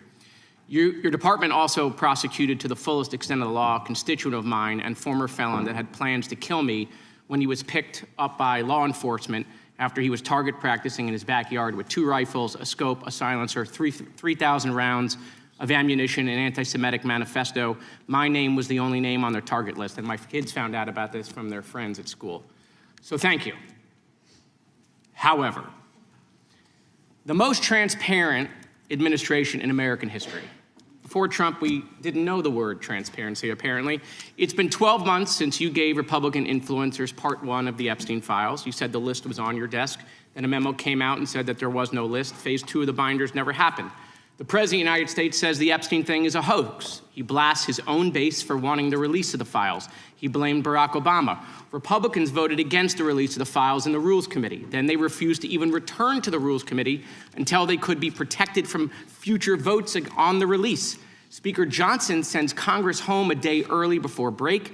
They sent the Deputy Attorney General to meet with Maxwell. She says something favorable about the president. Miraculously, she gets transferred to a minimum security facility. No one can explain why. Miraculously, the leaks to the Wall Street Journal stop. We come back from break. We have the Massey discharge petition. Republicans drop a rule, a non-binding resolution trying to kill the Massey discharge petition. The White House says passing the Massey discharge petition is a hostile act. Trying to stop the necessary 218 signatures, according to Republican members that signed it, the White House brought them into the Situation Room, you know, the place where the president goes for time of war, promising things like appropriations or maybe even to primary them. People in the room say you were there. It didn't work. We get the 218 signatures. We eventually passed the Massey petition. You guys didn't release the files. You were forced by Congress, every member of the House except one, and the entire Senate. The reason the president signed it is because it was a veto-proof majority. We can't agree on anything, and yet the entire House but one member and the whole Senate forced the administration to release the files. Kash Patel under oath said to Senator Kennedy, the FBI is not in possession of any credible evidence that Epstein trafficked girls to anyone but himself. We know now that's not true. According to documents, Epstein had a worldwide sex trafficking ring. Girls from Poland, Czechoslovakia, Russia, Paris, modeling agencies sending him girls. He even had a relationship with a summer camp where he groomed girls at a picnic table. Ghislaine Maxwell says 29 Epstein associates cut secret DOJ deals. Turns out there is a list. 6 names readily available if you unredact them. Co-conspirators named, but we got them when you unredact them. Maxwell recently tells a House Oversight Committee that she wants clemency to release more names. Kash Patel under oath said Trump's name appears less than 100 times in the files. We now know that's not true. Trump's name appears more times in the Epstein files than God's name appears in the book about God. Okay, by the way, this is the Trump Bible. Move over, King James. Trump's name also appears more times in the Epstein file than Harry Potter's name appears in the 7 books about Harry Potter. Lutnick says that in 2008, he went to Epstein's home, says he had a massage table in the living room, that Epstein said he got one every day, that it was the right type of massage. He and his wife decide to leave and say they'll never be in a room with him again. Howard then says, I'm sure the Epstein stuff is all on video. He was the greatest blackmailer of all time. Well, how would Howard know that? But now the files are public, and in 2012, we found out that he and his family are on Epstein Island after Epstein pled guilty to state charges. I'm from Florida. I take my family to Disney World, not to Epstein Island. There are documents in the files that dispute the president's claim that he kicked Epstein out of his club. Allegedly, the president said that he asked Epstein to leave. Supported now, that's disputed though, statements from the manager of the club. Now, Madam Attorney General, I have like 25 seconds left. So because I'm curious, And I'd like to see you flip to the Jared Moskowitz section of the binder. I'm interested to see what staff provided on the oppo on me, and because we're in the Olympics, I'm going to give it a grade. I just want to see how good it is. So give me your best one. So first of all, nothing is funny about mocking the Bible and holding up a Trump Bible. That's what you did. You made a joke, and I find offense to that. That's all I have to say. I want it from the burn book. Shame. I want it from the burn book, which is the best one. What you got? Has expired. The gentleman from Wisconsin is recognized. Thank you. First of all, I'd like to clear something up that was said earlier and is frequently said and is manifestly not true. And that is the supposed small number of crimes committed by immigrants or illegal immigrants in the country. That has been based on a poorly done study by the Cato Institute, and I believe the Cato Institute itself has even updated that study. The reason that we know that study is not true is that those statistics are not out there. For whatever reason, when somebody is arrested, even for very serious crimes, we do not have on the paperwork whether that person is a legal or illegal immigrant. Okay? If I go to one of my local sheriffs in Wisconsin and ask them how many illegal immigrants in your jail, they will say, I have no idea. We don't keep track of that. When I tour the federal prison right outside of my district, and I ask them, in this federal prison, how many of your inmates are illegal aliens, they will tell me, we have no idea. We don't keep track of that. So whenever you hear a Democrat or anybody, or a pundit, say that, oh, there's so few illegals committing crimes, it is based on nothing, because those statistics are not available anywhere. What I would offer in the next round of appropriation bills, if one of my Democrat colleagues wants to help me out, perhaps in appropriations we can get funds to add to all the paperwork whenever anybody is convicted of crime as to whether or not they are citizen or non-citizen. And then we will have the statistics. But otherwise, whenever you hear somebody say on MSNBC or wherever, oh, so few crimes are committed by illegal immigrants, they don't know what they're talking about because nobody has those numbers. Okay, there's the first thing. Now, the next thing I want to point out, we have had what I think is an unprecedented situation in Minnesota in which they are not assisting ICE in dealing with crimes that are going on up there. In other words, ICE is left to its own devices. When I talk to my local sheriffs, they tell me that whenever a federal agency is engaged in work in Wisconsin, they always make themselves available in case that federal agency needs assistance. This could be something like ICE under DEI. It could be drug enforcement. It could be ATF. It could be FBI. It could be Secret Service. It could be the U.S. Marshal. Nobody that I have been able to find, any sheriff in the state of Wisconsin, is aware of any circumstances in which they did not make themselves available to federal law enforcement, either if they need somebody extra to do surveillance, to just park a marked car outside the area, to assist in apprehension of a criminal, if they need assistance with an additional SWAT team, if they need to transport somebody. Local law enforcement is always there. Now, you are not in charge of ICE, but you're in charge of several other agencies. Have you ever heard of anything like what's going on in Minnesota, where the governor or the local mayor refuses to give assistance to federal law enforcement?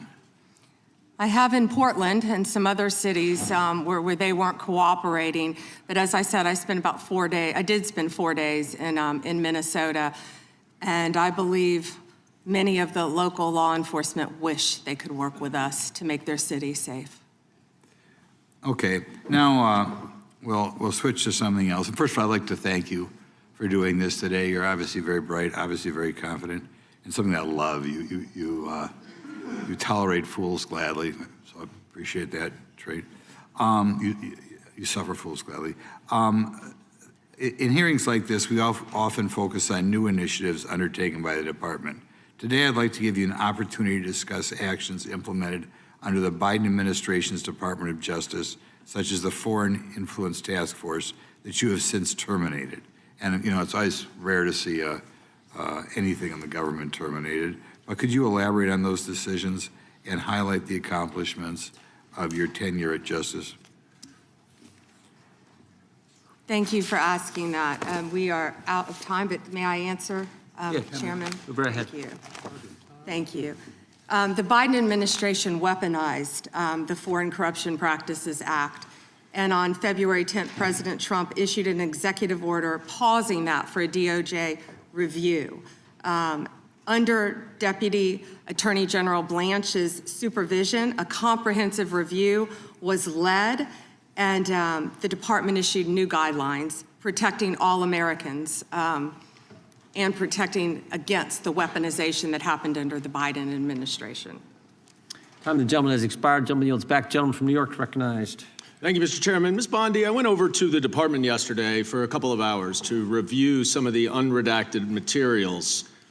And I am looking forward to your detailed explanation for why you have withheld almost half of the documents, which is required by the bill. Now, obviously, there are 3 million documents, so I didn't get through much. But one thing I didn't see was the client list that you said you had on your desk a year ago.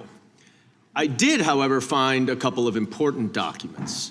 An 86-page prosecution memo from the Southern District of New York and a draft indictment from Florida against Jeffrey Epstein's co-conspirators.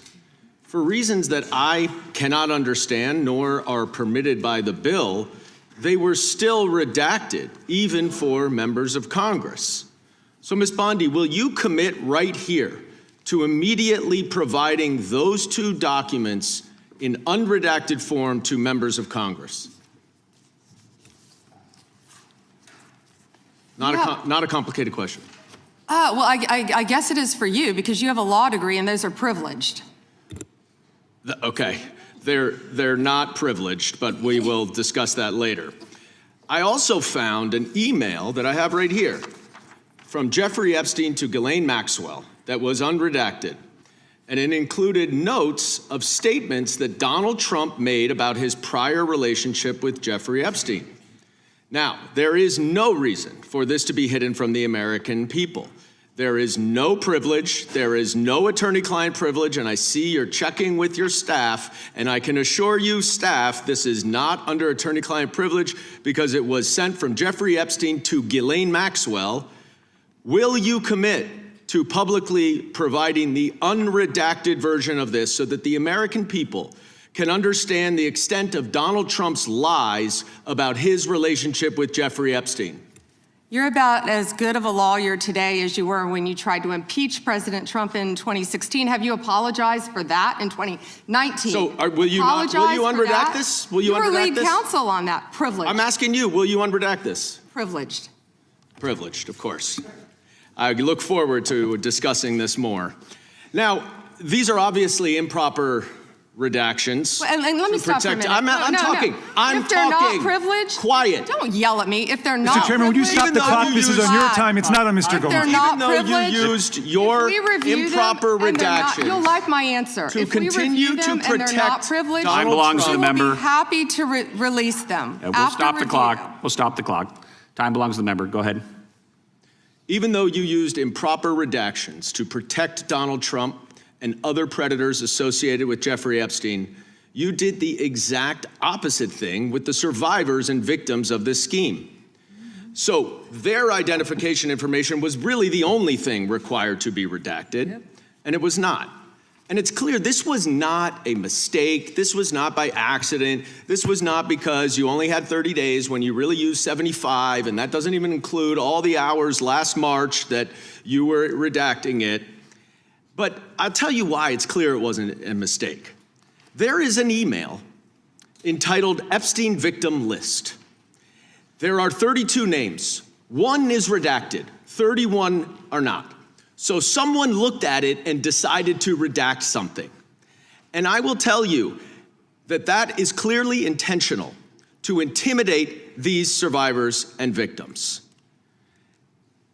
Now, in an interview last week... How will you tell me that's intentional? In an interview last week, Deputy Attorney General Todd Blanche... You can't go off script. ...said that any victim that wants to speak with the department has done so, hopefully. Well, thanks to the incredibly brave people sitting here behind you, we can actually ask them if that's true. Now, would the survivors and victims who are here please stand up one more time? Just by show of hands, how many of you or your loved ones actually have met with the Department of Justice and provided testimony and estimate and evidence? None. And of those of you who have not met, which is everyone, how many of you have reached out either individually or through a lawyer or representative to offer to provide testimony and evidence? All of them. And of those of you, all of you, who have reached out, how many of you were denied or ignored by the Department of Justice? All of them. And despite the shameful and despicable efforts by Ms. Bondi and her department to intimidate you, how many of you are still willing to speak to the Department of Justice? All of them. Well, Ms. Bondi, it looks like you have some more witnesses to talk to. Gentleman's time has expired. And I yield back. We will go to the good gentleman from North Carolina, Congressman Knott. Thank you. May I have a moment, Congressman? Yes, ma'am. Thank you. Here we go. Here's the photograph. This is why he wanted to repeat everything that had been said previously on Epstein. This is his state, New York. You probably don't even know who this is. Wahid Mohammed from Afghanistan. Yes, because I'm no longer a prosecutor. Convicted of assault. Wow, he represents New York. Wow, yet he doesn't care about the illegal aliens convicted of crimes. Assault and homicide. No longer a prosecutor, so he doesn't care about his constituents. Here we go. Arson, El Salvador, Miguel Palacios. Fermin Flores Ramales, Mexico, rape. Let's talk about the 70% of immigrants who are detained without a criminal conviction or arrest. Stop the clock. Stop the clock. Time belongs to Congressman Knott. Thank you, Mr. Chair. Madam Attorney General, I want to be sure that the American people understand exactly what we're referring to when we talk about sanctuary policies. They are often framed in sort of innocuous terms like, we refuse to take part in immigration law. And when you add up all of the population represented by these cowardly politicians in sanctuary jurisdictions, whether it's a county, city, or state, sanctuary jurisdictions account for roughly 40% of the United States. Now, in reality, it's much more than just a passive exercise. Is that not correct? Yes. It's unbelievably active. And in terms of breaking down these terms, I want to break it down as clearly a term as I can. What is a federal detainer for the American people? Please describe it. A federal detainer is when someone is held in federal custody. Yes. And when a federal detainer is issued to local law enforcement, they are obviously in local or state custody, correct? Yes. And federal officers take note of that apprehension and they say, we want to come and apprehend him or her to deport them. Isn't that correct? Yes. And in these sanctuary jurisdictions, whether it's California, Illinois, New York, or other places, even in North Carolina, there are sanctuary jurisdictions. That federal detainer often prompts not any cooperation, not any assistance, but a release onto the streets. Isn't that correct? Yeah, and Congressman, a federal detainer is federal law. Yes. That people must abide by, yet these jurisdictions, many of these jurisdictions are not abiding by that. And we hear a lot of talk from the other side about victims of violent crimes, sex crimes, murders, whatever it may be. But I want to be very clear. Illegal aliens who have been arrested for committing some of the most heinous crimes, they have been released by sanctuary cities, by sanctuary states, rather than being turned over to the federal government for deportation. Isn't that correct? It is, and it's sad for all Americans that any jurisdiction would do that. These are some of the most violent criminals I think we've all seen. Yes. And despite their best efforts to obstruct you and the president in making us all safer, I just want to go through a quick list again of the accomplishments that you have been in part responsible for achieving. True or false, the country now has the lowest murder rate in 125 years. Yes. True or false, 62 major cities are now reporting rapid decline in murder rates. Yes. True or false, robberies are down nearly 20% over the last year. Yes. True or false, violent crime is down almost 15% over the past year. Yes. True or false, right here in Washington, D.C., violent crime is down almost 30% since President Trump took office. Yes, and the number may be even better than that, but yes. Good. Yes. True or false, the DEA has seized over 200,000 kilograms of cocaine since President Trump took office. I believe so, and 78,500 kilos of meth and more than 260,000 kilos of cocaine. Unbelievable. That's lives saved every day for all of us, for Absolutely. families, for children. And then true or false, the Department of Justice under your leadership has a 92% success rate at the Supreme Court. I believe so. Or ballpark. Ballpark. And then true or false, this administration is attacking the waste, fraud, and abuse that we have seen in places like Minnesota that is removing billions of hard-earned tax dollars from this country. Absolutely, and President Trump is committed to doing that in every city in this country. And Madam Attorney General, just to be very brief here, I want to be sure that you know that many on this committee made very serious efforts to try to amend the Epstein petition to give you the resources and the time to protect victims, to go through and to have the necessary runway to thoroughly go through that file. Unfortunately, those requests were met with refusal, and we were unable to make the necessary amendments. But thank you for being here today. Thank you. The good gentleman yields back. We turn to the good lady from California, Congresswoman Kamlager Dove. Thank you, Mr. Chair, and thank you, Attorney General, for being here today. I want to talk with you about an issue on which there is broad bipartisan agreement: the importance of ensuring trust between the American public and those government officials who wield powerful law enforcement responsibilities. So, Attorney General, would you agree that it is important for law enforcement leaders to be honest? Of course, as well as members of Congress. Thank you. And would you include yourself as a law enforcement leader? Of course. Okay, thank you. Thank you. You know, President Trump has also, he has referred to himself as the chief law enforcement officer of this country. So do you believe that President Trump is honest? He is the commander-in-chief of the United States of America, and not only is he keeping this country safe, he is keeping this world safe. It's a simple question, which you didn't answer. He is the commander-in-chief. Last June, Minnesota lawmaker Melissa Hortman, her husband Mark, and their dog were brutally murdered in their home. And your USA's office in Minnesota investigated this crime and obtained a 6-count indictment of the murder suspect, stating that he had intent to kill, injury, harass, and intimidate Minnesota legislators. And I have the copy right here. I read through it. Yet a few weeks ago, President Trump suggested publicly that Minnesota Governor Tim Walz was behind these murders, posting on his Truth Social account a video raising this conspiracy theory. And it wasn't true. And you know it wasn't true, or else you would not have brought an indictment against the subject. Do you know what else Trump has said? He has said he has cut gas prices by 1,400%. False. That he won the 2020 election. Actually, gas is down to $1.99 a gallon, thanks to President Trump. That he didn't know Epstein. Maybe $5 in California. It's my time, Mr. Chair. That he sent water to LA during the wildfires. False.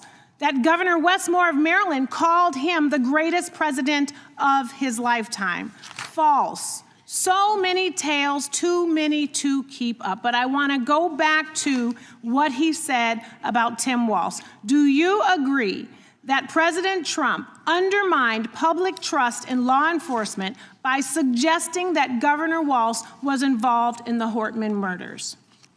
I am not familiar with that statement. Well, that is a disappointing response. And it is also why your office and Donald Trump have zero credibility. Because I know, and you know, it was a right-wing extremist who murdered the Hortmans.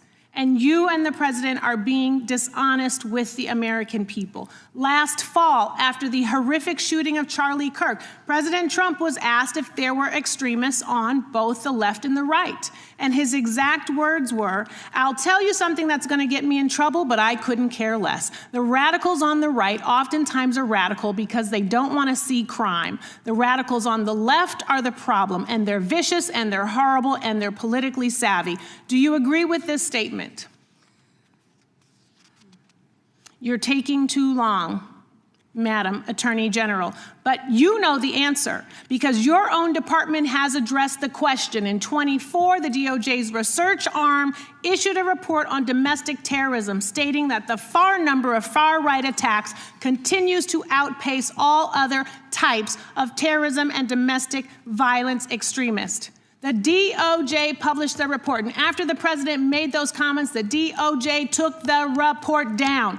And I sent you a letter asking you a simple question. Why did the Justice Department remove the data that shows right-wing extremists have killed more innocent people than left-wing extremists? Did you refer to immigration enforcement as domestic terrorism? You should answer my question. Yes. You're on my time, but you won't. And what I am asking you to do is put the report back, restore the data. Stop scrubbing important data from your website. Stop taking down reports that you know the American people need to know about. There are violent, dangerous people out here with real threats, and the dishonesty from your agency comes from the covering up of these threats that could hurt American people and put our lives at rest. Do better. And with that, I yield back, Mr. Chair. The lady yields back. The gentleman from North Carolina is recognized. May I have one moment? You may. Her district includes Culver City, and she's not talking about any crime in her districts, nothing about helping crime in her district. She's not even worth getting into the details. Well, thank you, Madam Attorney General, and we are grateful to have you here today. And let me just say that you've shown great perseverance today, and I think you're coming to the last lap here of those of us that are left, but I applaud your strength and I applaud your resolve. Madam Attorney General, as a pastor for over 37 years now, I take serious issue with any attempts by agitators to disrupt church services or activities at houses of worship. And I just want to take a moment to clarify some things. I realize you can't talk about pending cases per se, but I do want to ask some very general questions for clarification. Does the DOJ consider unauthorized entry into a house of worship to be protected activity under the First Amendment when undertaken by a member of the press?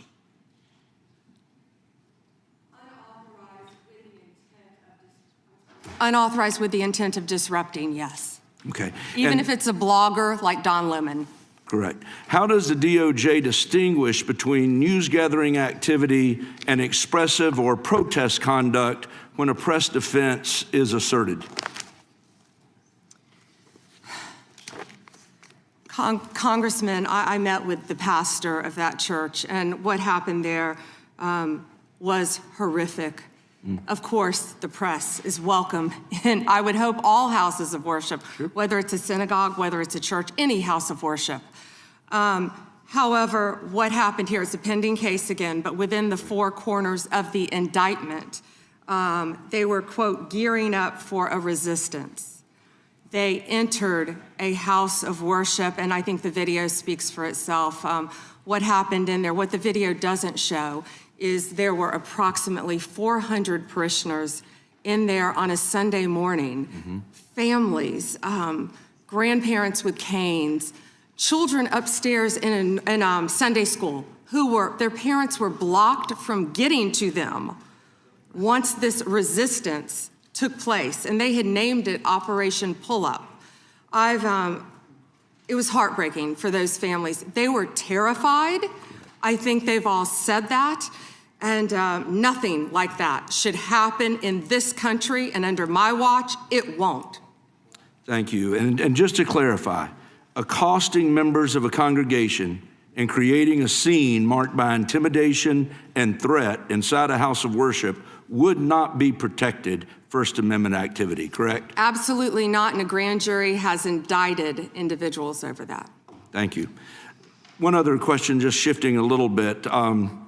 You know, my home state of North Carolina has been making national headlines at times, and particularly in the city of Charlotte. We've made pleas at times for our governor to get involved, bring in the National Guard. Our Fraternal Order of Police had pointed out that we were about 270 local cops below what we needed in order to adequately police the city. And yet the governor's declined to offer to partner with the federal government to bring in reinforcements to Charlotte. I want to give you just a few moments, really the balance of my time, to explain the impact that Memphis Safe Task Force has had on crime and safety in Memphis, because I know there was a place we saw that cooperation has tended to breed great results, and I would love to hear a little more about that. Thank you. And I have numbers for you too. Well, and we're all right here in DC, we're all living right here in DC, and I think we've seen the remarkable impact that it has working with members of the Democrat Party on this, with law enforcement, with the mayor, with the police chief, doing everything we can to make DC safe. As of February 9th, there were nearly 10,000 arrests. This is DC. 1,000 illegal guns seized since the operation began, with carjackings down 81% from this time last year, and violent crime down 42%. DC is safer because of it. We know we had a National Guardsman shot, and we had a beautiful young woman killed. I went to her funeral, and I keep in touch with the National Guardsman who was shot, his parents. He's doing great. He's a miracle. Please continue to pray for him. I know my time is up, but same results I spoke about earlier in Memphis, and we're still working on that with the help of Make Memphis Safe Again. Well, again, I think it just draws an incredible contrast between what we've seen happening in Minneapolis versus what we've seen happen in DC, what we saw happen in Memphis, and what I would love to see in some ways, if we could ever get our governor to work with us in North Carolina, to happen in Charlotte. But with that, I yield back. Thank you. Time of the gentleman has expired. The gentlelady is recognized. Thank you. I seek unanimous consent to introduce into the record the research that Representative Kamlager-Dove and I referenced concerning the threat of right-wing domestic terrorism, which the Department of Justice scrubbed from its website in September. Without objection, the gentlelady from Thank Texas you. is recognized. Thank you so much, Mr. Chairman. And to be clear, I'm not going to ask any questions of this witness because this witness has revealed that she has no intentions of answering questions. But instead, I'm going to ask some very basic questions really quickly of my colleague, Becca Ballant, if she will answer right or wrong, raping children. Wrong. Right or wrong, killing random citizens. Definitely wrong. Right or wrong, enriching yourself as the sitting president of the United States. Definitely wrong. Okay, thank you, because I probably never would have got that with our witness. Our witness who somehow is a lawyer but does not understand how it works with witnesses. I'm not really sure what law school she went to and what all kind of cases she tried, but typically when you come into a space and somebody's a witness, then they sit there and they answer questions instead of asking questions. And then we also have this objection that we use as lawyers called non-responsive when a witness fails to actually answer the question. But nevertheless, let me address the survivors, because that's exactly who they are. They are not victims, they are survivors. Let me say thank you for having more courage and moral clarity in your pinky fingers than the entire Department of Justice. We are currently the laughing stock of the world, partially because of the failed leadership within the DOJ, as we see kings and queens falling everywhere around the world. But we don't know the basics of right and wrong in this country, because it's not about partisanship. And that's why I applaud Thomas Massie, because he's the only person on the Republican side that has a backbone and knows how to stand up to corruption. But nevertheless, let me keep going. My Democratic colleagues have been attacked this entire committee hearing. They have been lied on, and frankly, the American people weren't looking for that. They were looking for answers about the corruption that they see coming from this administration.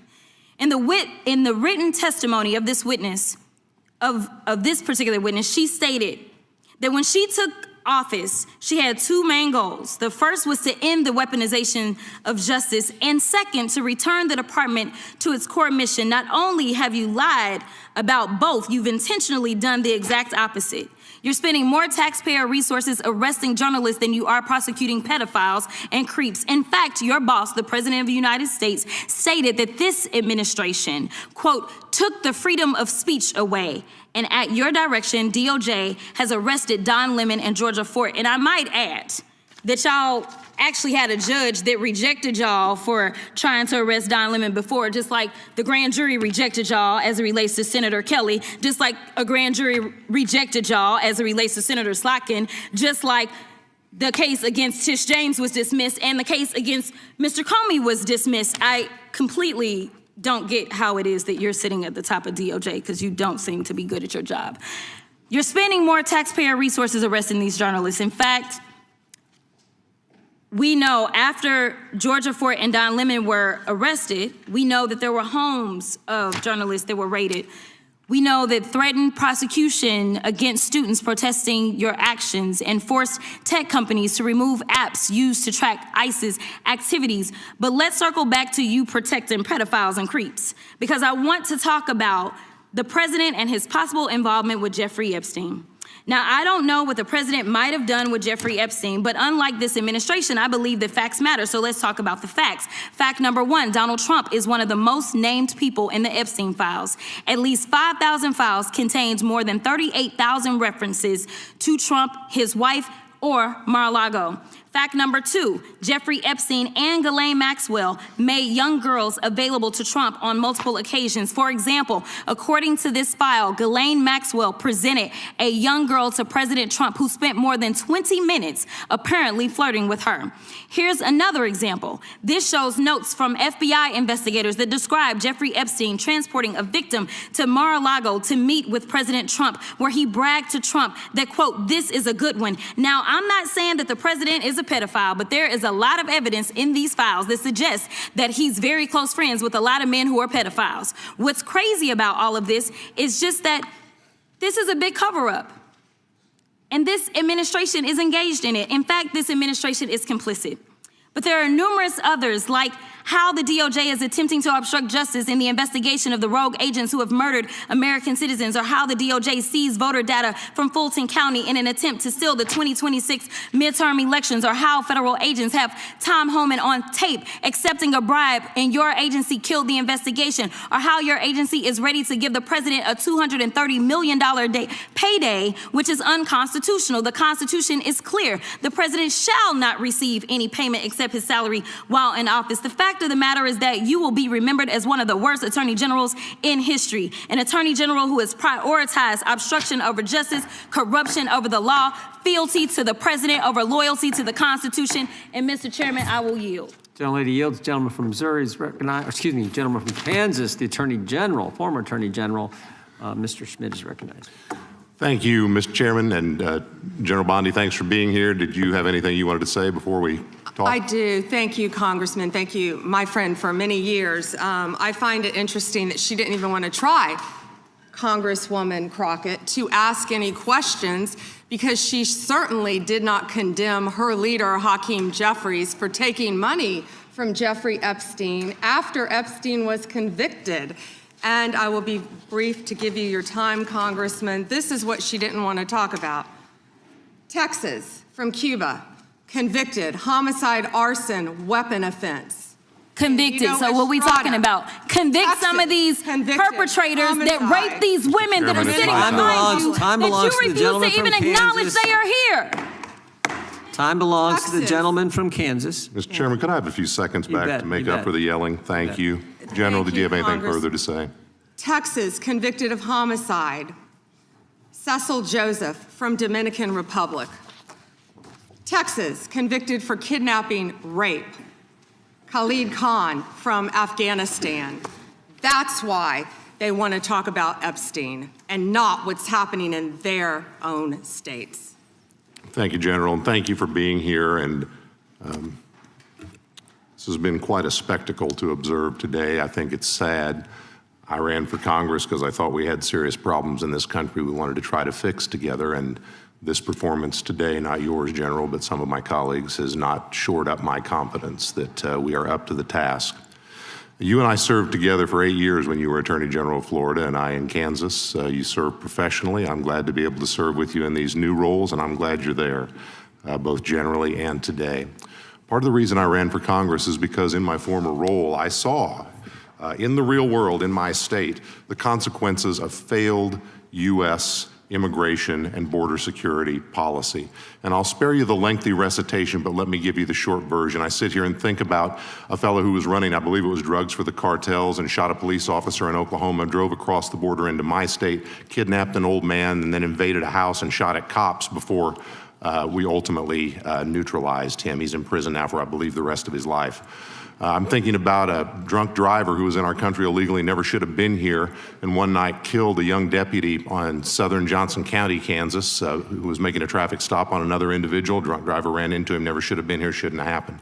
Thinking about a guy who was deported repeatedly, came back and ultimately murdered, I believe it was 4 people in Kansas City, Kansas, and then fled to Missouri and killed a 5th guy. He died in prison. I'm thinking about a guy we prosecuted who wasn't supposed to be in this country, who raped a child in a little rural county up north on the Nebraska border, and we sent him to prison for, I believe, the rest of his life. Thinking about a guy who wasn't supposed to be here at all, who murdered, I think it was his wife or his domestic partner in an act of domestic violence in northwest Kansas. Thinking about another guy who was here and joined up with some folks who were citizens and committed a crime spree and then thought he might get caught, so he killed one of his accomplices. And we sent him to prison for the rest of his life. And that's just the ones I'm thinking about sitting right here. And you know what's common in all of those? They all committed violations of my state's law. They were caught by my state's law enforcement. They were prosecuted by my state's prosecutors. They are serving time in my state's prisons. And if and when they ever get out, the United States has said they need to be sent out of this country because of what they did. There's a list, you're holding up photos, General. There's a list on the Department of Homeland Security's website. It has about 280, 290 people like that in my state of Kansas. And you know what? We haven't made headlines like Minneapolis. We haven't made headlines like Memphis. We haven't made headlines like Los Angeles. And you know why? Because our cops are professionals and our politicians, by law, allow them to do their job and to work with federal agents for safe handoffs in order to do everything that's supposed to be done, justice under state law, and the justice of deportation on the back end. So I want to do something that's been rare here today, General. I want to ask you about public policy. Donald Trump won't be president forever. I would like to lock in some of these gains we have made in public safety. Should we be exploring the idea, for example, of beefing up 287G partnerships, or maybe replicating that so that state prosecutors can work more closely with federal prosecutors to get deportation orders as well as state convictions? Absolutely. In terms of sanctuary jurisdictions, when a sanctuary jurisdiction says as a matter of politics, go pound sand to the feds, we won't honor your detainer, so they release those people I'm talking about into their communities. And those people commit another crime of property or violence against citizens. Should those citizens have some type of civil redress against the jurisdiction that as a matter of public policy turned those people loose who created the new victims? Yeah, and Congressman, it's risking the lives of all of the citizens of that jurisdiction. And you've been sued a lot, or the administration has, by folks who don't like your policies. Hundreds of times. You've won many of those. Yes. Isn't it the case that the law says under Rule 65 that when you win those and there's a wrongfully entered injunction that there's supposed to be a monetary remedy for that, so there's a cost? Yes. And didn't the president direct you and other agency heads to start seeking bonds in those cases? Yes. And should we beef up the law in that area by codifying that requirement going forward? I would love to discuss that with you. Thank you, General. Thank you for being here. Gentleman yields back. Well done. Some of the questions he raised, we plan on taking up in a markup in a couple weeks on the whole sanctuary jurisdiction issue. With that, I recognize the gentleman from Texas. Thank you, Mr. Chairman, and thank you, Madam Attorney General, for taking the time to speak with us. We certainly really appreciate it. I've got a series of questions for you that we can get through pretty quickly, I think. Can you tell me, is it true that the Biden-Harris DOJ raided President Trump's home? They did. Did the Biden-Harris DOJ allow Jack Smith to spy on over a dozen Republican members of Congress? Absolutely. Did the Biden-Harris DOJ seize the phone of a sitting Republican congressman? Yes. Did the Biden-Harris DOJ and Jack Smith pay at least $20,000 to confidential human sources to provide information on President Trump? At least. At least. Did the Biden-Harris DOJ and FBI fail to apprehend the suspect who placed pipe bombs near the Capitol ahead of January 6th? Yes, Did the Biden-Harris DOJ target parents as domestic terrorists? absolutely. Did the Biden-Harris DOJ target pro-life Catholics, going so far as to interview a priest and a choir director? Yes, Did the Biden-Harris DOJ send FBI SWAT teams to arrest pro-life advocates with no criminal histories? yes, Did the Biden-Harris DOJ use the FACE Act to target pro-life advocates while it allowed anti-life agitators to vandalize, destroy, and firebomb pregnancy resource centers and churches? multiple times, I believe. Multiple times. Did the Biden-Harris DOJ ever determine who leaked the Dobbs decision? I can't discuss that. No, under Biden-Harris. Got it. No. Did the Biden-Harris DOJ and FBI target whistleblowers for revealing waste, fraud, and abuse within the department to Congress? Not to my knowledge. Did the Biden-Harris DOJ refuse to say whether it coordinated with Alvin Bragg, Fani Willis, and Letitia James in their lawfare against President Trump? They refused. Did the Biden-Harris DOJ slow-walk the criminal investigation and prosecution of Hunter Biden? That's an understatement, in my opinion. Yep. Did the Biden-Harris DOJ determine who brought cocaine into the Biden White House? They did not. They did not. Did the Biden-Harris DOJ cover up the extent? As far as we know, they did not. Right, that's right. Did the Biden-Harris DOJ cover up the extent of the Russia collusion hoax? Absolutely, in my opinion. Yes. Did the Biden-Harris DOJ seek leniency from a federal court for an IRS contractor who leaked sensitive tax information on over 7,600 Americans, including President Trump? Yes. Did the Biden-Harris DOJ sue Texas because the state wanted to secure its own southern border? Yes. And finally, did the Biden-Harris DOJ attack SpaceX for hiring too many Americans? I believe they did. Yep. Unbelievable. It is unbelievable, and I appreciate that a lot of this is being cleaned up under your leadership.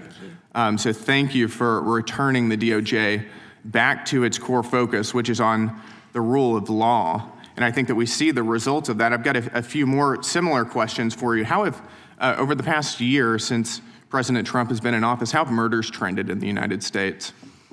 Since President Trump has been in office, the murder rate has dropped to a historic 20% drop in the national murder rate, lowest since 1900. 20% drop in 1 year. That's incredible, isn't it?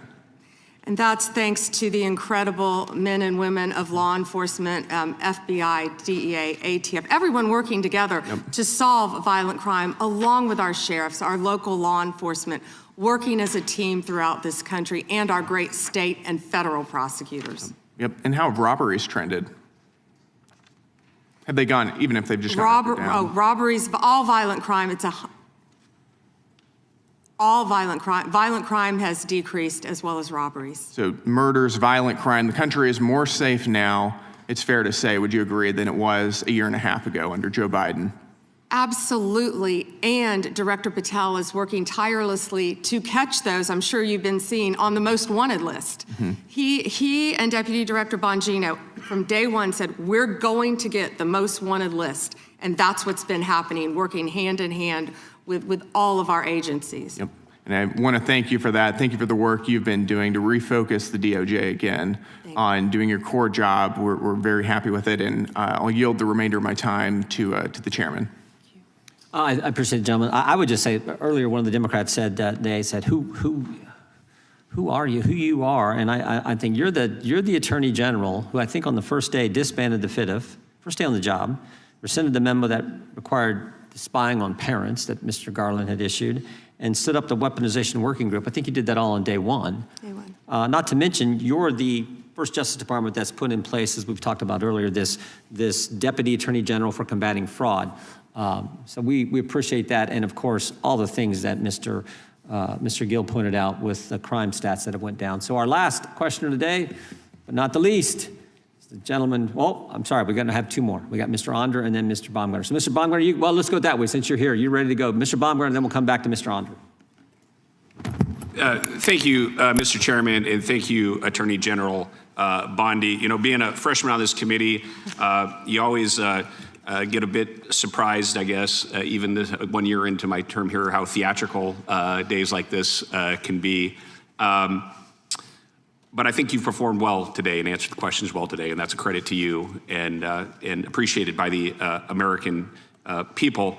You know, the Epstein issue is certainly important and is important for the victims. I think both I and the American people have a little bit of trouble taking the Democrats super seriously on this issue when they have been so uncurious about President Clinton's relations with Jeffrey Epstein. And even myself, I had no idea that there was actually a sitting Democrat congresswoman who had taken substantial campaign donations from Mr. Epstein, only when that came to light on the floor with the potential resolution. And you would think there would be more outrage on those types of things if they were going to be taken credible. But we do know the performance value of what goes on in this committee. I want to talk about the big things that Department of Justice is doing. And when I look at the dramatic decrease in crime in this country in the last year since the Trump administration has come, you'll see the board behind me. Violent crime plummets across major U.S. cities. And I guess so my first question would be, and when it comes to the big stuff, how are you guys getting this stuff so right? What contributes from your perspective to this dramatic decrease in crime in major U.S. cities under the Trump administration? When I first took office, I met with all of our agencies. And the one thing that stuck with me, that one of the heads of the department said to me, one of the law enforcement department heads, President Trump has taken the handcuffs off us so we can keep the people of America safe. And that's what he's done. He has given our law enforcement officers the tools that they need and the backing that they need, the support that they need to combat violent crime and all crime throughout this country. And, you know, I'd be remiss, we've talked about the FBI, we've talked about DEA a bit, but can I please brag about ATF? Rob Cicada and Dan Driscoll, of course, who has been our acting head of ATF, have done a remarkable job stopping guns from flowing into Mexico, not harassing gun owners. 26,965 violent crime cases have been initiated, including more than 4,300 firearms trafficking cases. More than 1,200 of those are tied to gun trafficking in Mexico. I talk to them almost daily. Thank you. And they're working so hard. Well, thank you, Attorney General. Again, you know, I look back at this last year, and we've had this historic tax cut. Yesterday in the Wall Street Journal, the National Cancer Foundation ran full-page ads thanking Congress, the administration, for doing more for cancer research than has ever been done before. I was just meeting with Habitat for Humanity out in the hallway, and they came and thanked us for doing more than's ever been done for Habitat for Humanity. So there's been so many accomplishments, but I really think this crime is the biggest deal of all. But I do have some concerns on this issue, and those also are respect how we keep people safe with sanctuary cities and sanctuary states. And I remind everyone, and as I'm sure you know, Madam Attorney General, that when we had the terrible terrorist attacks of 9/11, the number one recommendation of the 9/11 Commission was to reduce barriers between all levels of law enforcement.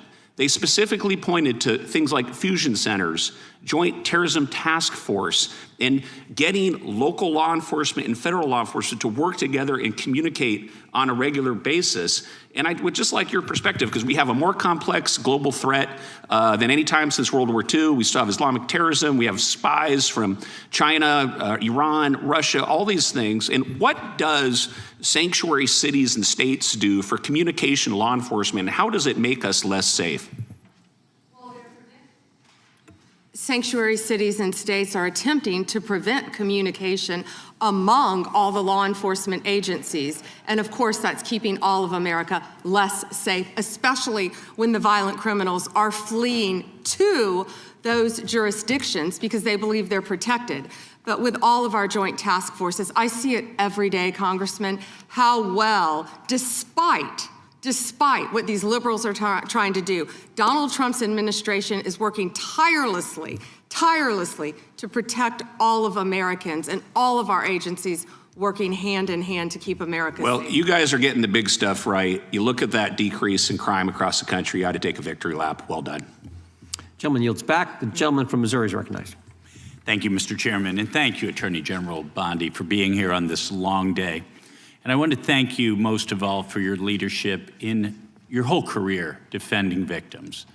And now I want to take a moment to talk about you protecting victims from a different kind of child abuse, that medicalized child abuse that goes under the banner of gender-affirming care, that far too many of my Democrat colleagues enthusiastically support and unapologetically support. Shortly after returning to office, President Trump signed an executive order directing HHS to review the clinical evidence and determine whether sex-rejecting interventions caused more harm than good. HHS reached the same conclusion that the UK and Finland and Sweden reached, that the risks are serious and that imposing this so-called care on minors was not appropriate.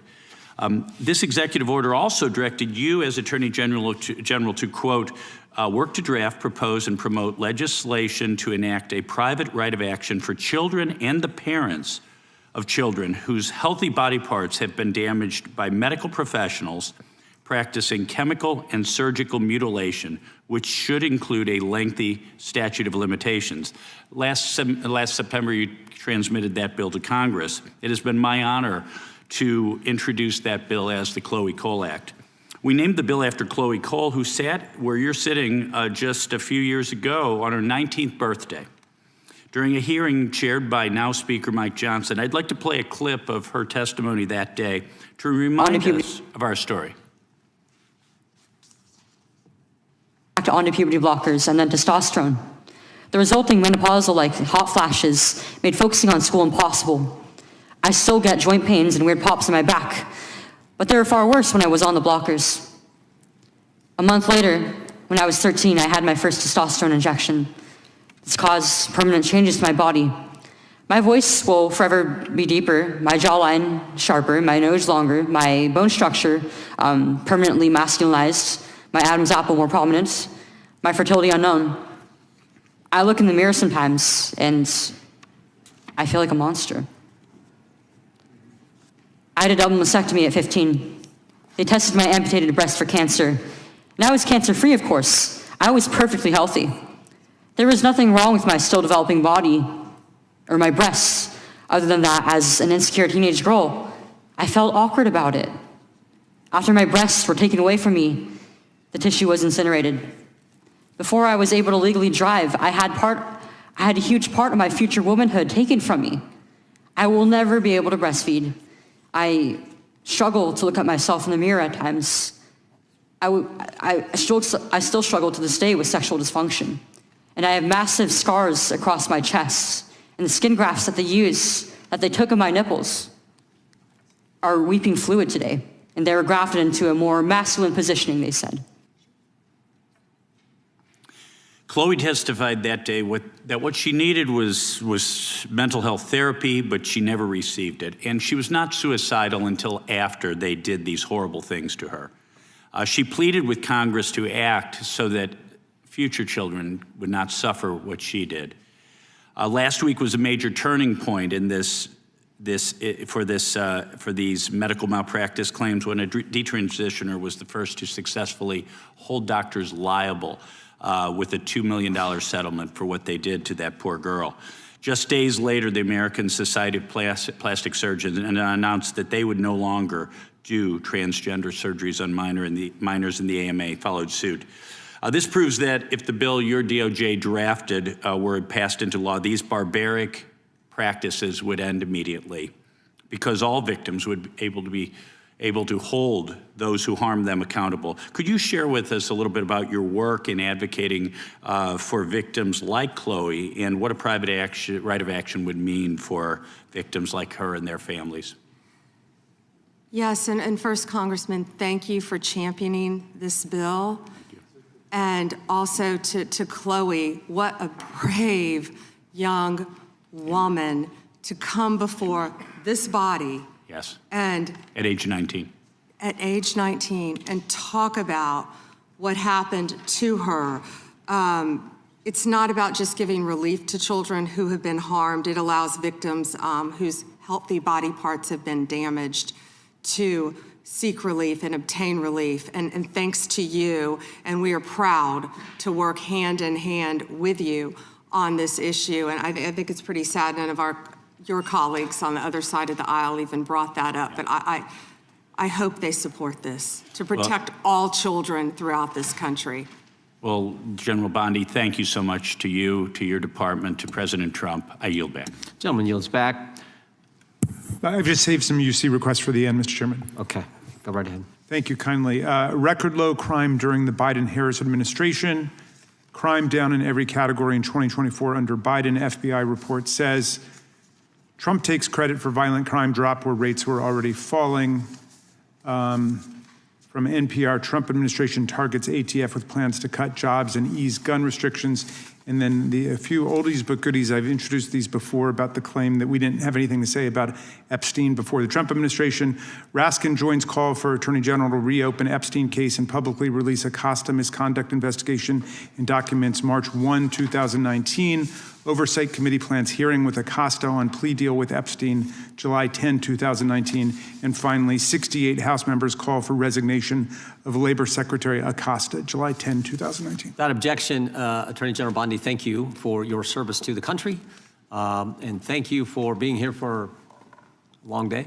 We appreciate your willingness to come and answer our questions and the great job you're doing for our country. And I got one thing I got to say. This concludes today's hearing. We thank our witness for appearing before the committee. Without objection, all members will have 5 legislative days to submit additional written questions for the witness or additional materials for the record. Without objection, the hearing is adjourned.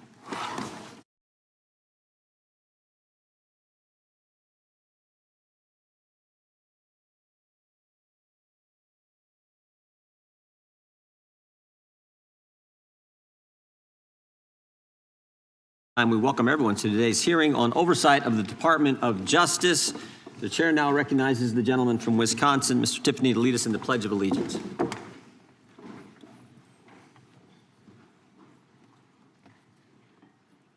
I pledge allegiance to the flag of the United States of America and to the republic for which it stands, one nation, under God, indivisible, with liberty and justice for all. We begin with opening statements. The chair is now recognized. 18 cities, 11 states, 3 counties, and the District of Columbia are sanctuary jurisdictions, accounting for 31% of the population in this country. 31% of the American people, almost 1/3 of the American people, live in a city, county, or state where the left-wing leadership tells local law enforcement not to work with federal law enforcement. Now, what does that mean in practice? Let's look at Abraham Gonzalez, who on September 20th, 2023, was arrested by Border Patrol for illegally entering the United States. And of course, the Biden administration released him into the country. 5 months later, February 26, 2024, Mr. Gonzalez is charged with assault. 2 weeks later, March 11, 2024, he's charged with felony motor vehicle theft, stole a car. And on March 20th, 2024, 9 days later, he's arrested by the Denver police and placed in the Denver Justice Center. 6 days later, March 22nd, 2024, ICE sends a detainer notice to the Denver Justice Center saying this: if you're going to release Mr. Gonzalez, can you give us a heads up? Can you let us know maybe 48 hours before you're going to release this guy so we can come apprehend him there at the jail? And remember, a detainer is a final order of removal from a court where this individual or this individual's committed some removable offense. But on February 28th, 2025, Abraham Gonzalez is released to the streets. In fact, we can put that up. I think you can see this. Released, we got the form from the Denver Justice Center. What kind of inmate was Mr. Gonzalez for those 345 days that he was in the Denver Justice Center?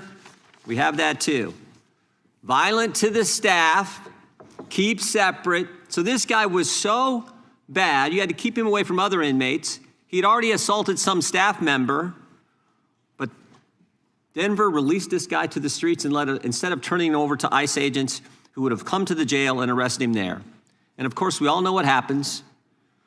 When the officers did apprehend Mr. Gonzalez out on the street, he assaulted one of the officers.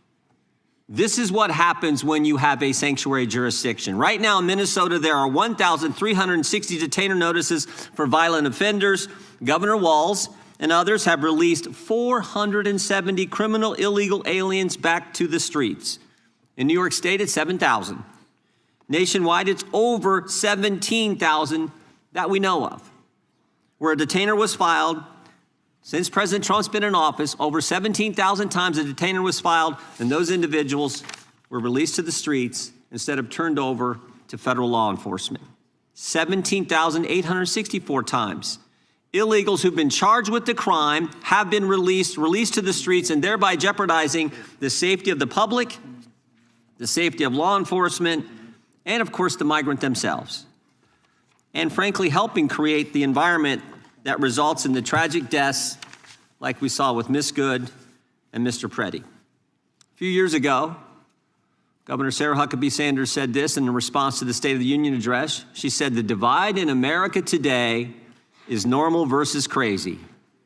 And it's true, because it's crazy not to have a border, which is what we had under the previous administration. It's crazy to abolish ICE, and it's crazy to release bad guys who are here illegally to the streets when with one phone call, federal law enforcement will come to the jail and pick them up. The mindset that says it's okay to release these guys is the same left-wing mindset that thinks it's okay to weaponize government against your political opponents. And that is exactly what we had in the previous Justice Department. The Biden-Harris Department of Justice called parents domestic terrorists.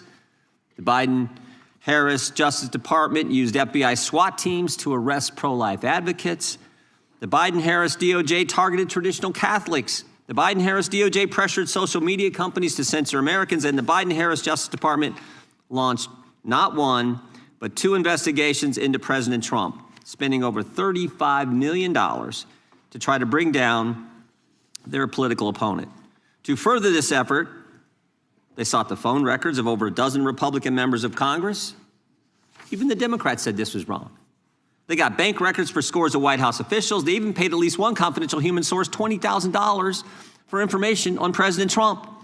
And of course, while doing all this, they couldn't tell us who planted the pipe bombs, who leaked the Dobbs opinion, and who put cocaine in the White House. But thank goodness the American people saw through it all.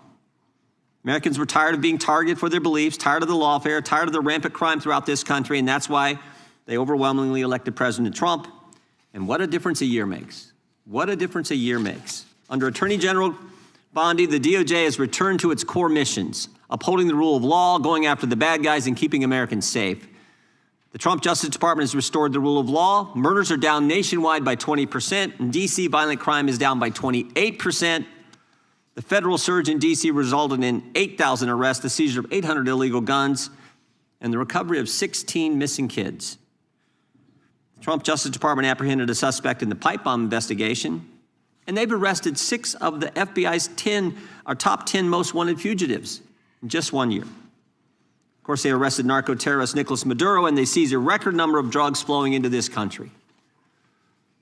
Trump Justice Department put an end to targeting Americans for their beliefs. Attorney General Bondi rescinded Attorney General Garland's anti-parent memorandum. Department of Justice ended the practices of using the FACE Act to target pro-life Americans. They've refused to tolerate attacks on places of worship and investigations of traditional Catholics that we saw in the previous administration. On her first day, Attorney General Bondi disbanded the Foreign Influence Task Force that was pressuring social media companies to censor Americans. And the Trump Justice Department has ended lawfare. Under Attorney General Bondi, along with Director Patel, they've worked to expose the political nature of Arctic Frost and the Jack Smith investigations. They've turned over hundreds of pages of documents to Congress, and that's why we know, for example, that Mr. Smith paid at least $20,000 to some confidential human source. That's why we know that Jack Smith knew it was unconstitutional to seek to toll records from members. But since the litigation risk was low, and because members would never find out about the subpoena until years later, they charged ahead and violated the Constitution. The Trump Justice Department has changed DOJ policy to require prosecutors to tell judges if NDOs relate to members of the separate and equal branch of government, the Congress. And to top it all off, the Trump Justice Department opened an investigation into the conspiracy behind the Russia collusion hoax. The Justice Department has put common sense ahead of politics. They sued to keep boys out of girls' sports. They secured deals with universities to stop race-based admissions and anti-Semitic practices. And after discovering rampant fraud in Minnesota, the Justice Department, under the leadership of Attorney General Bondi, has established a new national fraud division. In fact, I met with Colin McDonald, who will head that division last week. I think he's going to do a great job. There's a lot of work to be done in that area, but I want to thank the Attorney General for her great work in the first year on the job, and I want to thank you for being here. With that, I would yield to the ranking member for an opening statement. Thank you kindly, Mr. Chairman, and welcome Attorney General Bondi. You've got the best lawyer's job in America because your mission is justice and your clients are the American people. But to promote justice for the people, you've got to listen to the victims, like the women seated behind you today. Those are just some of the hundreds of survivors of Jeffrey Epstein's global sex trafficking ring who are demanding that the truth be told and are demanding accountability for the abusers who trafficked and raped them. You still haven't met with these survivors. So with their permission, let me introduce to you the survivors and late survivors' family members who are present today. There's Teresa Helm, there's Jess Michaels, Laura Bloom McGee, Danny Bensky, Liz Stein, Marina Lacerda, Sky and Amanda Roberts, who are the family of the late Virginia Giuffre, Charlene Richard, and Lisa Phillips. Now, you're not showing a lot of interest in the victims, Madam Attorney General, whether it's Epstein's human trafficking ring or the homicidal governmental violence against citizens in Minneapolis. As Attorney General, you're siding with the perpetrators and you're ignoring the